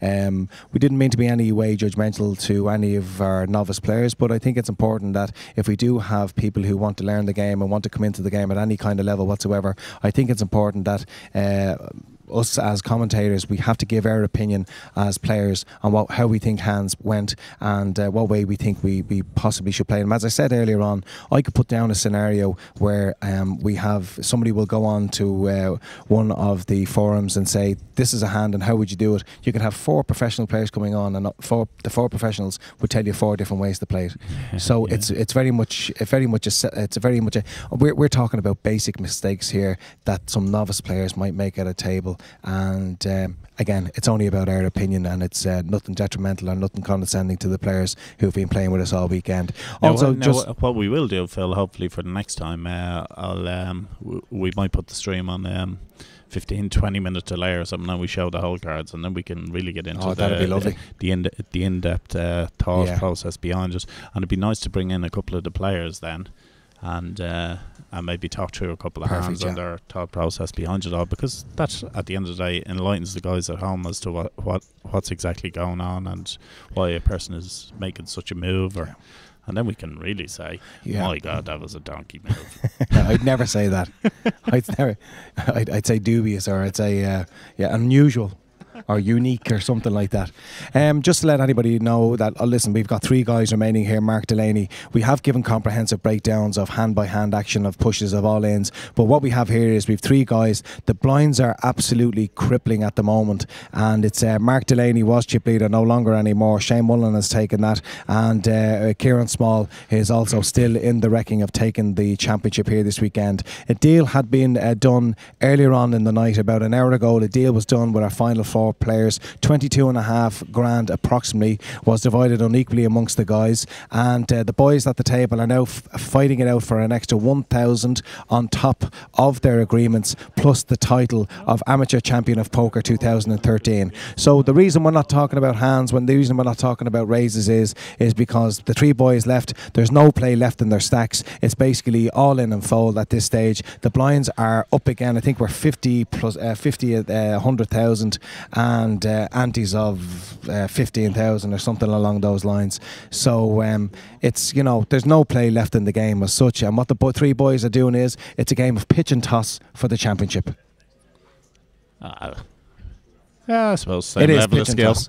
It's pitch and toss for the championship. I was just looking out there as well, Phil, at the side event, and we're down to 14 players, so that's moving along nicely, down to 14. And like when I say it's pitch and toss for the side, all 3 guys here, I've watched all 3 guys over 2 days, and all 3, whoever wins this title deserves to win the title, because they've all played really, really well this weekend. They've all got lucky on occasions. But Brian, what game have you ever seen in your life, even a one-day game? It's part of getting deep and winning a poker tournament is you have to get lucky. It doesn't matter how good you play. It doesn't matter what the position is. All poker players have to get lucky somewhere along the line. Yeah, well, the secret is, I suppose, to make the right moves at the right times. And look, let's be honest about it. Sometimes you get it in a place where you think you're in good shape, and all of a sudden you find out you're the dog.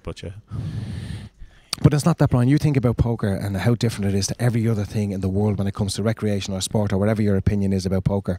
I was thinking about this last week, and I said, what other game or recreation or sport or anything else that you can think of that you can come in and play the absolute perfect game? You can do no wrong, and when I say no wrong, you can push in and you're ahead every single time. You can make the correct calls when you're ahead. You can do everything 100% right, and you can still walk out of a venue without getting a penny. Yeah, absolutely. That's poker. Absolutely.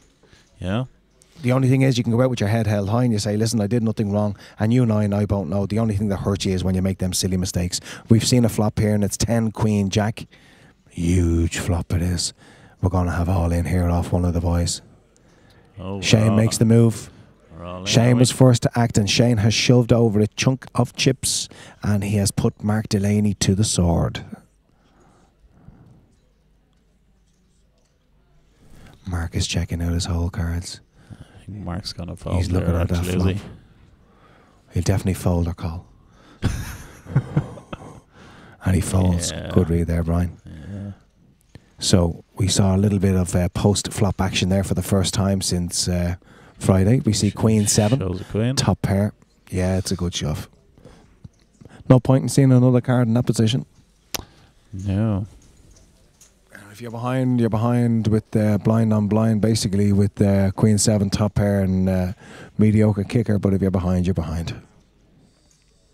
So yeah, we're getting down to the wind down time here. The deal has been done with our 4 players. Monies have been sorted out. There is still the little title of Amateur Champion of Poker. You know what? If you go home with that title and you say, I am the Amateur Champion of Poker 2013, that is something that is with you for the rest of your life. Something that nobody can ever take away from you unless you go and have a drugs test and we find something really wrong.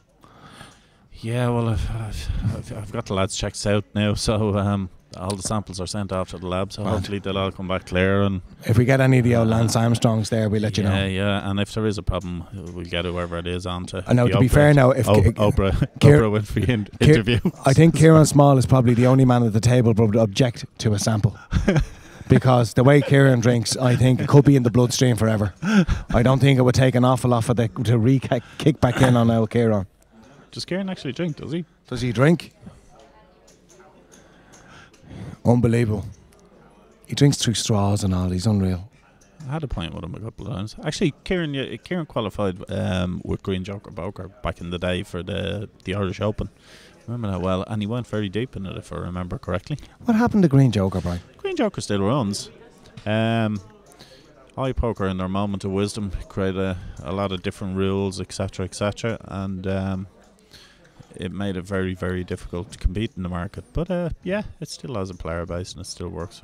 We don't do an awful lot of promotion on it anymore. We concentrate on the live events and all that. So, and mind you, over the last couple of years, I think it can be seen that we're concentrating on them. Yeah, the quality and the whole lot has gone way up. So onwards and upwards with that. Absolutely. And we used to be in the D4 hotel. I prefer here.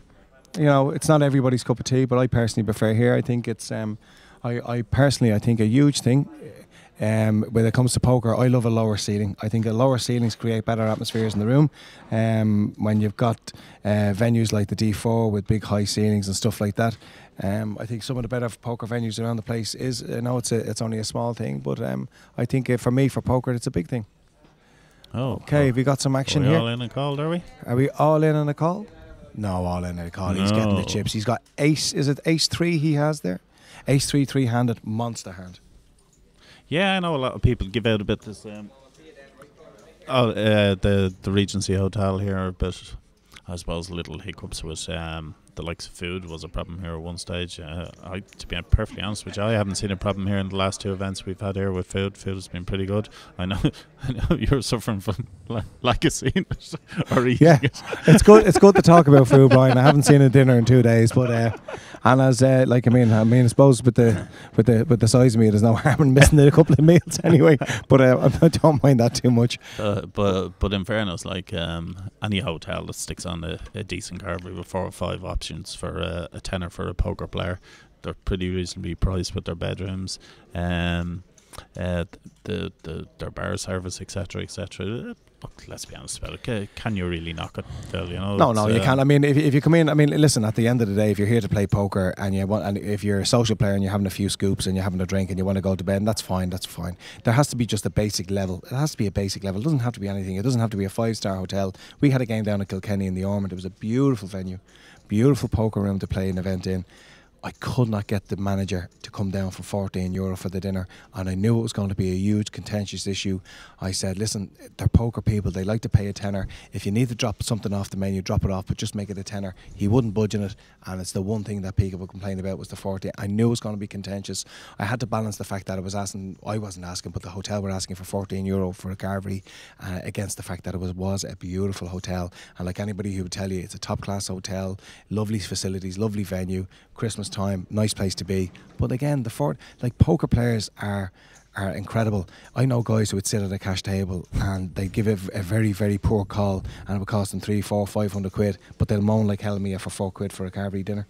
Yeah, I remember back in the day when included in your registration fee was your slap-up meal. Do you remember those? Do you know what? That's only coming back. Now, to be fair, I went down to a Lab Books event one year down in Killarney, and the meal was included. I went in. I went in on the first day, and I'm a Ballyfermot boy, and I have 4 brothers and a sister with 3 years gap between us all. If you didn't eat quickly in my house, you didn't eat. So I don't need top end range food whatsoever. Reach or starve, yeah. I will never forget that food down in the Gleneagles.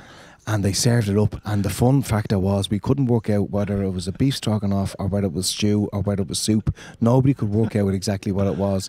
It was the biggest pile of tripe I have ever. And then I turned around and said, like, I was talking to Neil Kelly, and I said, Neil, that is an absolute disgrace what they served there. He said, well, I've no control. I said, no hotel in the world should serve that. Yeah, it was absolute tripe. It was a disgrace. I remember going through the talking about the arguments for having food and the whole lot. When we started the Deep Stack originally, a meal or carvery, some hot dish of some sort was included in the registration fee. The same registration fee, €50. And the guys that went deep into the tournaments, you were basically feeding them for 3 days. 3 days out of that €50, providing them with the service and whatever. And we said, if we would have to keep up if we have to keep in business, never mind keep up a level of service. Sure, how can you? It does not make financial sense. Have to stop. And I remember another operator saying, that's the end of you. You're finished, People are just going to kick up and the whole lot. It's going to be too much for them that you drop off the food. Yeah, we had 2 complaints for the weekend. And okay, I think we have a raise and an all-in here. Shane raised. We had Mark going all-in behind. And Mark's favourite signal is he gets the hand up and he gives it 2 flicks forward and says, I'm all in. And Shane says, good luck, kid. You're on your own. I'm out of here. So a raise and a fold, and still playing for the title plus the €1,000 bonus on top of the deal that has been orchestrated for the 3 guys. Yeah, but the meal again, I mean, listen, if you're playing the Irish Open, it was $3,500 back in the day, and you're paying a £300 reg. Absolutely feed the animals. There's no problems there. But I mean, I remember Stars were one of the first when they started the UK IPT. I remember they would feed everybody on day 1, which is the vast majority of everybody is fed. Everybody is fed. Now, day 2 or 3 people didn't get fed, and there was a big kerfuffle about it. Oh, why won't you feed us? It was a £5.50 event, £50 reg. It was a 3-day event. People got a dinner on the first day, a 3-day game, and they're moaning about the fact that they don't get fed on the second, third day. Yeah. And then people would sit down and dump off maybe £500-600 in a cash game and not even bat an eye over it. Welcome to Ireland. Can be crazy stuff. Okay, let's get back to the poker tables here and let's concentrate on what's happening with the boys on the table. I mean, again, we will just reiterate to everybody out there, it is a situation where you're just kind of shoving and folding at that stage. So the 3 boys are the final 3 contestants at the table.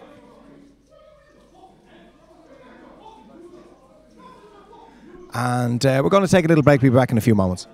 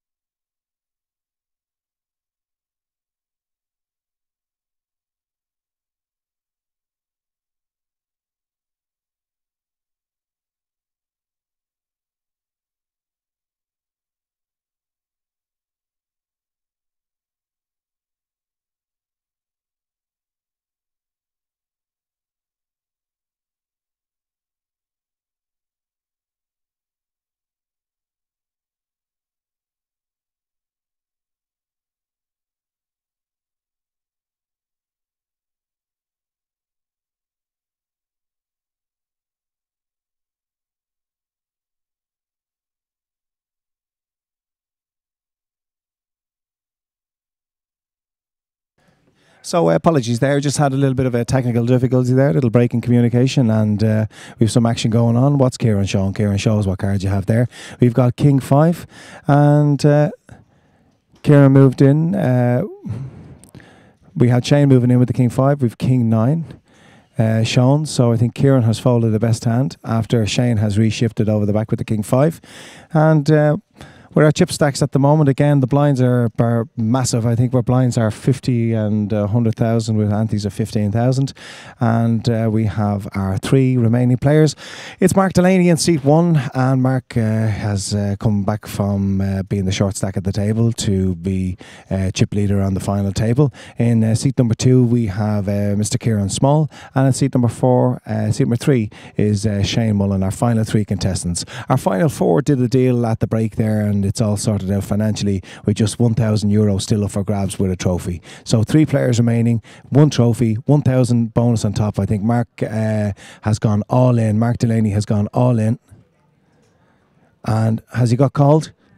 Yeah, I think he's got called. So we got Mark Delaney all in with ace-8, and he's been called by Shane, who's got 9-10 offsuit. So Shane gets to lose. Shane, I think, is the short stack. Mark Delaney is the chips in the middle with ace-8, and Shane is all in with 10-9. Let's see the flop. It's Jack 6-3. No help for either player, but 8-8 is still ahead. It's a 3 in the turn, so only the 10 and the 9. And it's a Jack on the river, so ace high wins the pot.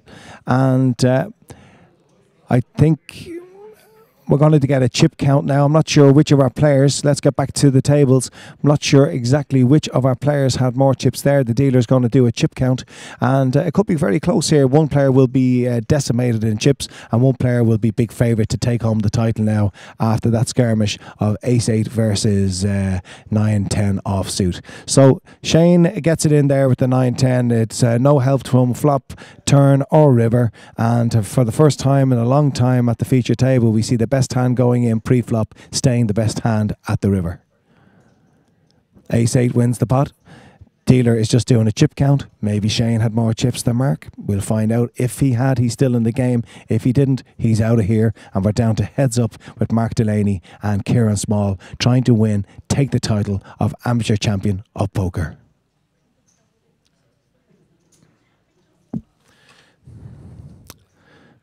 As soon as our dealer gets confirmation, I think Nick O'Hara will step in at some stage, possibly to do a double check on the chips. If they don't do a double check on the chips, we're going to get Nick in here now to just verify on our chip counts. Let's see that old flop again. We see it was a Jack 6-3 with the ace-8 of Mark Delaney's in front all the way, 3 in the turn. It was 9-10 for his opponent. Jack on the river, no help whatsoever to Shane. Ace high takes the pot, and at the moment our dealer is just trying to sort out who is the chip leader between the 2 players, and it looks like Shane has been eliminated from the main event. So ladies and gentlemen, he's put up a great performance here. He takes a chunk of money home with him, and it's Shane Mullen who exits in officially in 3rd place here at the Amateur Championship of Poker. We're down to 2 players.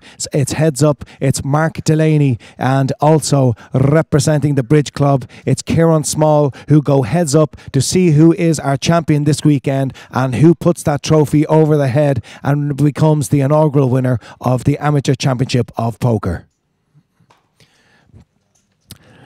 Mark Delaney's going to be a massive favourite here with his chip stack. He's got about a 4-1, maybe a little more. He's got about a 4-1 chip lead over Kieran, but Kieran won't be afraid to put the chips in the middle here. The blinds don't matter now. It makes absolutely no difference. There's only moves going to be made. Is going to be shove and call. That's all that's going to happen in this situation now.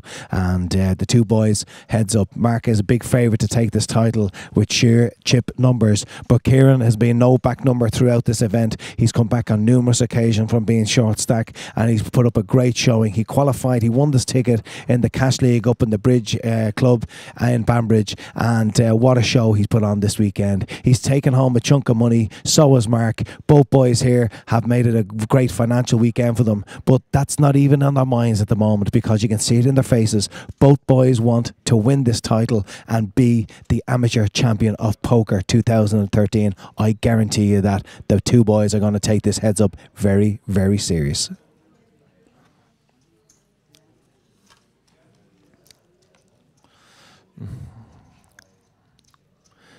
Even before we look at cards, Mark is asking for a chip count from his opponent, Kieran. Kieran is the big blind in this occasion, and Mark is looking down, checking out his cards. Is this it? He's all in. Kieran, what are you doing? All in on a call. We have an all in on a call. The short stack is Kieran. It's Queen 8 for the superior stack of Mark. and Mark Delaney has Queen 8, and he's got 2 live cards against Kieran Small's King 9. This could have a huge bias on and he gets the Queen right in the win. On the King is in the back door. So Kieran Small takes the lead with the King. It didn't look good. Now the turn brings a 10. And an ace on the river. So we get that double up here for Kieran Small. The bridge club in the Banbridge are going crazy for their local boy, and he's just got a massive double up on the final table here. Mark Delaney thought this was all over. We flipped over the cards, the community cards. Right in the window was that Queen. It looked all over, and there he was, right in the back door. The King was sitting there to save Kieran Small, and that King gets him home, and he's after getting a massive double up. The game continues for the Amateur Championship of Poker. Mark's looked a little bit disappointed there that it didn't get through. Kieran giving him the old eye. Look at this boy. Look at this lad. Loads of character in this man. Kieran has come back from a lot of short stacks here throughout the tournament, but he's never lost heart. He's never lost the faith. And he's put up a great performance here. To be fair to Kieran, he got it in good. He was hit by a King 9. King 9 heads up, it's a huge hand. And Mark Delaney gets it in with the Queen 8, but gets pipped by the King, who was lurking at the back of the community cards. All right, Kieran, put them chips in front. Give us a look at what you're dealing with. Let's see how many chips you got. Okay, that's a bit more like it. This is going to make it very interesting. This is going to make it very, very interesting. Situation is that still our chip leader is Mark Delaney, but Mark does not want to lose another heads-up battle here of the chips being in the middle. If he loses another heads-up battle, he's going to be in serious trouble against a man who's then going to have a 4-1 chip lead over him. And of course, Kieran will do his very best to get the chips in as good as he can.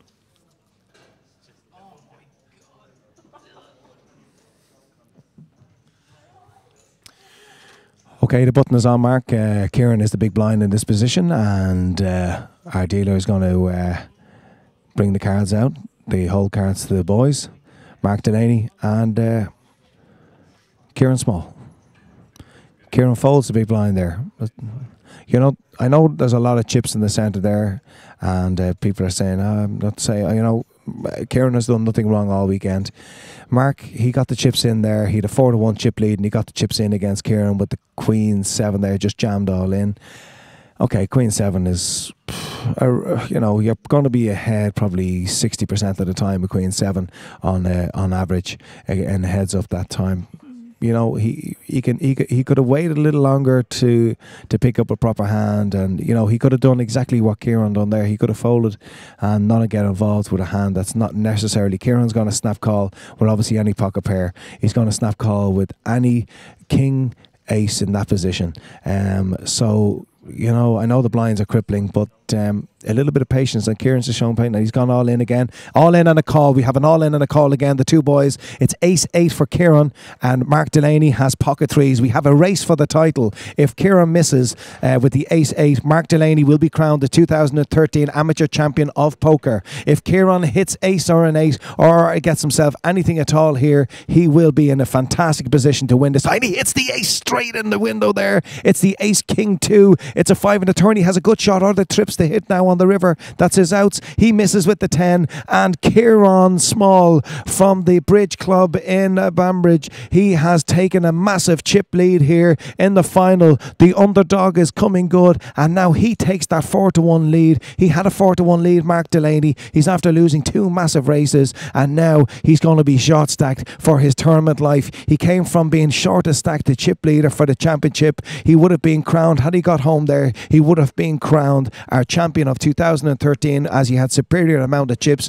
He would have been our title winner, plus that extra €1,000 bonus on top of the money that's already been agreed on by the final 4 players. But I'll tell you something now. The €1,000 doesn't make any difference to these boys. Both these boys are playing for one thing and one thing only. That trophy that you see on the table. That trophy that's there to the right-hand side of, on the left-hand side of Kieran. That's what both these boys want. They want to hoist it in the air and they want this title.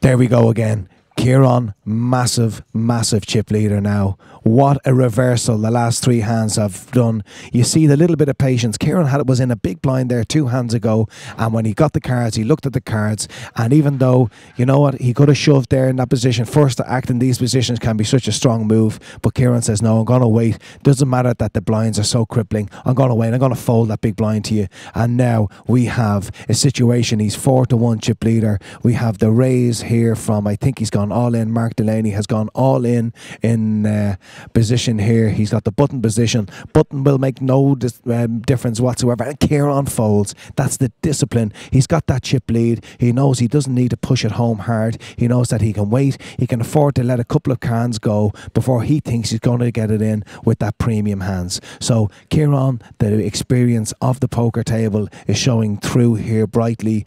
Mark, you know, the Queen 7, he's going to definitely, if he doesn't win this title, the Queen 7 is going to big regret. It's put Kieran back into this game, and at the moment we have Kieran. Of course, he got lucky with ace 8, but it was a race against 3s. The chips were going in. Neither player was ever falling in that position, and there again you see the experience of Kieran. He now knows what a chip leader can do. He doesn't want to give Mark a soft double up. He does not want to give Mark a soft double up whatsoever. He wants to put himself in a position to win this tournament now, and now he's not going to let it go, and it's going to be a proper hand. It's going to be a big king. It's going to be any kind of ace. It's going to be a pocket pair, and that's what he's going to wait for before he gets the chips in next time.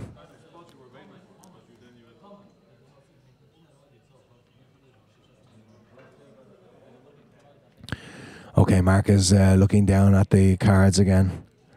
And he folds this time. He folds a small blind into Kieran. So it's the first time I think he's folded in about 4 or 5 hands. And again, I think if Mark just showed a little bit more patience, just probably a little bit of inexperience, heads up now. And this is where the experience on the poker table, you know what, it is. It's a toss of a coin here. But that little bit of experience of folding, even when the blinds are mammoth, that little bit of experience is vital now at this stage. The boys are here. The 25k chips are at 50k chips now in the centre.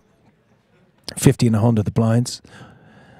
Antes are out of the equation when we go heads up. No more antes. It's up to Kieran. Kieran is going to put in a bet here, and he gets an automatic fold. He is going to get involved now. I'm taking a close look now at Mark. His whole body language, he's absolutely gutted and devastated that the pocket 3s didn't hold up. Of course, it's a pivotal moment, the pocket 3s, but I think his big mistake was with the Queen 7. The Queen 7, I think he was just a little bit exuberant there. Just needed to bide his time. He's such a massive chip lead. He didn't need to get crazy with it, and he should have done exactly what Kieran's doing now. He should have waited for a proper hand. He picks up a proper hand. Kieran gives him a mandatory call because he's so stacked. We have an all in and a call, and now we have Kieran Small all in, waiting to see if he can win the Poker Championship of Ireland for 2013. It's at the moment Mark is ahead with ace 4 suited against Queen 6. Let's see if he can get lucky. It's 5-2-5. It's a good flop for our underdog. He's got a 9 on the turn, only the Queen or the 6, and the ace high is good, so he gets a double up, and a nice double up for Mr. Mark Delaney. Mark Delaney gets a nice double up, and we keep on going. He gets a nice double up here, and it's even things out a little bit. He's still a 2-1, 3-1 underdog, but he gets a chunk of chips back off his nemesis, and that is Kieran Small. So it's very, very much all to play for here at the poker table. Kieran doesn't want to give. I'm just trying to see what the chips are there. We've got our dealer in the way. Let's see, go up to a different camera angle and see if we can see our chips. And yeah, it's leveled off things a little bit there. I mean, he's still chip leader, I think, and that is Kieran. But it's definitely going to be, you know, it's again, it's once again all to play for. Keep them chips coming over, Kieran. Don't be mean with the chips. You got them off Mark a few minutes ago. Give them back. Okay, let's get back to a different angle. Let's see if we can see what's happening. As soon as Adrian gets out of the way. Yeah, there's not going to be an awful lot in it now. So, yeah, he didn't really want to lose. He did not really want to lose that the chunk of chips there, Kieran, and it's fairly level again. I think Kieran is still chip leader, so Kieran still can afford to lose to an all-in to Mark, but it will again tip the scales very firmly over in Mark's favour. So it's been very up and down for both players all day. Both players have done well. Kieran folds there with the small, and it's now 2:30 in the morning here on a Monday morning for the Amateur Championship of Poker. It's been an enthralling couple of days. I want to thank everybody who's been tuning in over the couple of days. And again, please give us some comments, good or bad. We'll take them all on board. We want to make this a better show. We want to make this the best show that we can. So please put all comments on Facebook on ACOP, Amateur Championship of Poker. Put all your comments, and good, bad, indifferent, abusing, whatever they are, we don't care. We want to take them on board, and we wanted to make the best show that we can make it for the people out there. He folds in the small blind. Mark folds in the small blind, and Kieran flashes over a couple of cards. What did he pick up there? Did he pick up a hand? He picked up pocket tens, and he folded. Oh, he wanted him to push. That's a little point for Mark there. You know, that's a confidence thing there, going, yeah, thank God I folded. Something like King Jack or something for Mark there. He wakes up, they're getting in.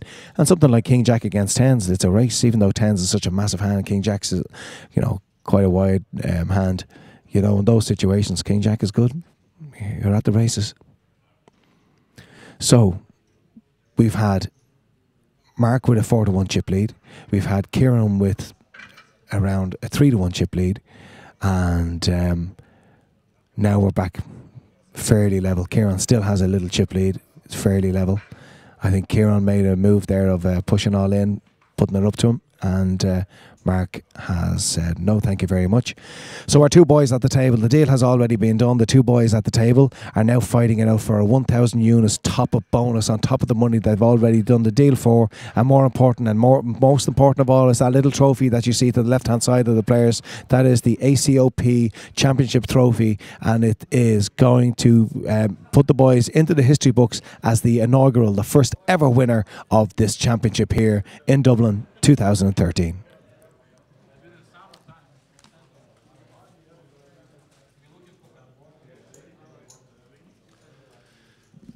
It's been a long and eventful couple of days, and anybody who's still with us on live stream who are not connected with the poker players, thank you very much for everybody who's been tuning in throughout the weekend. Hope you've enjoyed the stream.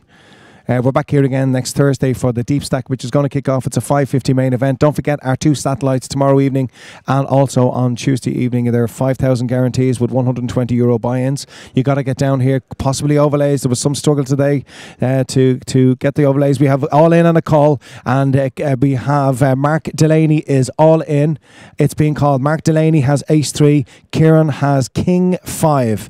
King 5 against ace 3. If a king 5 hits, we have a new champion. Our very first champion is 2 hearts, 6-2-10. No help to Kieran. 10 of hearts in the turn. He has the ace high flush as bat, and he hits the nut flush. Hits the nut flush on the winner. He's absolutely delighted, and he has now put himself back in position. Massive position. He's going to have a massive chip lead over Kieran Small. What a yin and yang to this game there's been. We got Kieran Small, who was 4-1 underdog. Then we had Mark, who with the Queen 7 made a move with the Queen 7, got called by King 9, lost to the King 9. He became the 3-1 underdog, and now it's swung right back over again because we have Mark Delaney. He's picked up the right hands at the right time, and he is going to have a massive chip lead. I think he's going to have a 5, 6, 7-1 chip lead over his opponent here, and Kieran Small. And Kieran, the hill that you have to climb now is a massive one, my friend,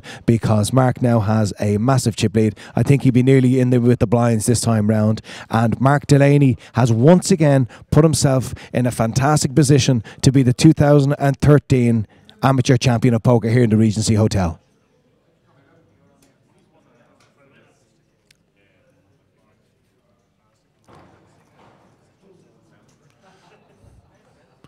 Wow.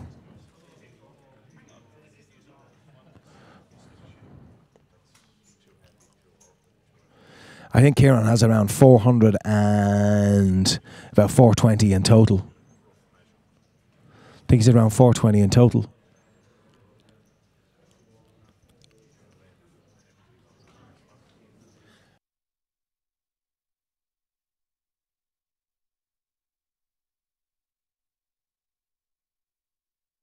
So that means that his opponent has 3.5 million, so it is around the 7-1 chip lead.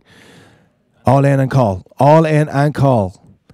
Okay, Kieran has Jack 10 and he's a 7-1 underdog at the moment with chips, and he's being called by Queen 9. If he holds up the 9 straight away in the window, and if it stays this way, he's picked up a good shot, Kieran, so if he hits it, he's good. If he needs the 8, he needs a Jack, he needs a 10, and he hits the Queen. Ladies and gentlemen, we have a winner. It's been topsy-turvy. It's been up and down. Both players deserve it. They've been fantastic, but we have the 2013 Amateur Champion of Poker, and it is Mr. Mark Delaney. It looked like he was dead in the ground there when he had a 3-1. He was 3-1 underdog. He was massive chip leader. He went 3-1 underdog, and then he came back to take the victory here. And well done to you, sir. Okay, ladies and gentlemen, here in the Regency Hotel, we had an incredible heads-up battle there where we had Mark initially with a massive 3-1 chip lead over Kieran. 4-1 chip lead. Kieran came back. He took a big chip lead off Mark. Things didn't look too good for Mark, but it went back again the other way. The boys eventually, we had Mark with a massive chip lead going into the final hand. And the final hand, we see Mark getting the chips in with Queen 9. We had Kieran with a Jack 10. On the flop, it was Ace 7 9, Ace on the turn. Only the Jack 10 or the gut shot of an 8 would keep Kieran in the game. It didn't happen. Ladies and gentlemen, this weekend, our 2-day event, a great battle by our final 3, our final 4, and our final 9. But there can be only one champion here this weekend, and he is the inaugural 2013 Irish Champion of Poker. Ladies and gentlemen, put your hands together for Mark Delaney. Mark, congratulations to you. And we'll have Brian Lannon here. Brian is the male model with D4 Events. As you can tell, we've kept the expenses right down. And we will ask Brian, representing D4 Events, to present our trophy to the inaugural winner of the Amateur Championship, the Amateur Champion of Poker 2013. Let's hear it for Mark Delaney.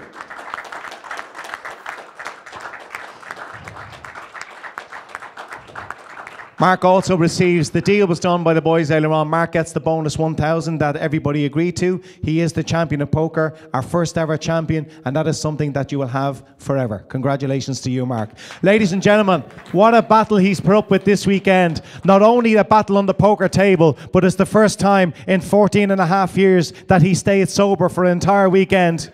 Will you please put your hands together for the gallant runner-up? What a representation. The club, in the Bridge Club in Banbridge, we're all cheering you on. They stayed on the live stream right throughout the evening. You've been a great representation of the boys. You're a great character in poker. You're going to win one big one day. Ladies and gentlemen, our gallant runner-up, Mr. Kieran Small. Kieran, get yourself a drink. And get me one as well. So, ladies and gentlemen, there we have it, the conclusion of our fantastic game this weekend. A great innovative idea by D4 Events to make the Amateur Championship of Poker this weekend. We had professional recreational players. We had professional players. We had novices playing the event right throughout the weekend. And we have a great champion who has represented everybody in the amateur game so well this weekend. Hope you all enjoyed the game. We have a multitude of scheduled games here throughout the next 7 days. We have our guarantee game on tomorrow night, 5k with a 120 buy-in. That game is mirrored again on Tuesday, 5k guarantee, 120 game. On Wednesday is day one of the main event. It's a 550 buy-in. That's on Thursday. The satellite for the main event is on Wednesday. That's a 120 game. The main event starts on Thursday, the 550 buy-in. We have the second chance game on Friday, which is a totally separate game from the main event. It has a slightly less starting stack, shorter structures, but it is a full 550 buy-in, fresh, brand new game. It's called the Second Chance game on Friday. And of course, the High Roller game is a 2K buy-in. Lots of turbos also going to take place. 7 days of poker. It's only the start. It's only the beginning. It's all happening here in the Regency. Join us again. Congratulations. Our champion of poker, it is Mr. Mark Delaney. Well done, Mark.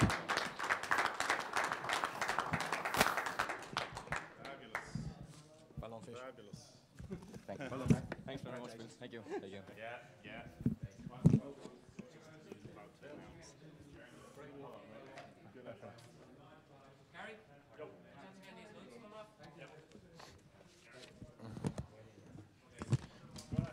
Well, what an absolutely fantastic finish to the proceedings over 2 days. What a great job done by our organisers, D4 Events. Hope you enjoyed our live stream. We have some wrapping up to be due, some congratulations. The chop was done by the last 4 players. A deal was done, but it made no difference to our final 2 players. You saw it in their eyes.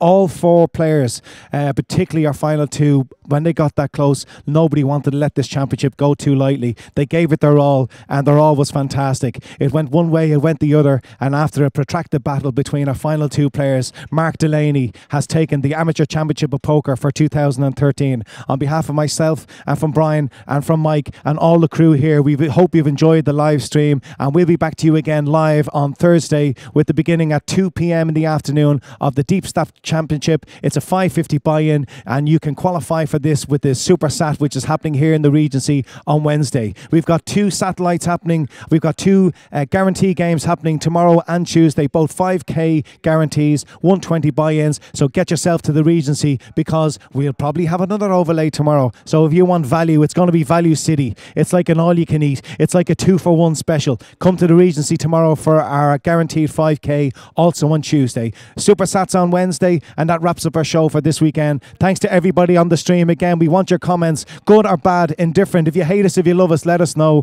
on the website. It's on Facebook page ACOP. From all the guys here, hope you enjoyed the stream. Well done. Mark Delaney, you are the champion for this weekend. You are the inaugural 2013 Amateur Champion of Poker.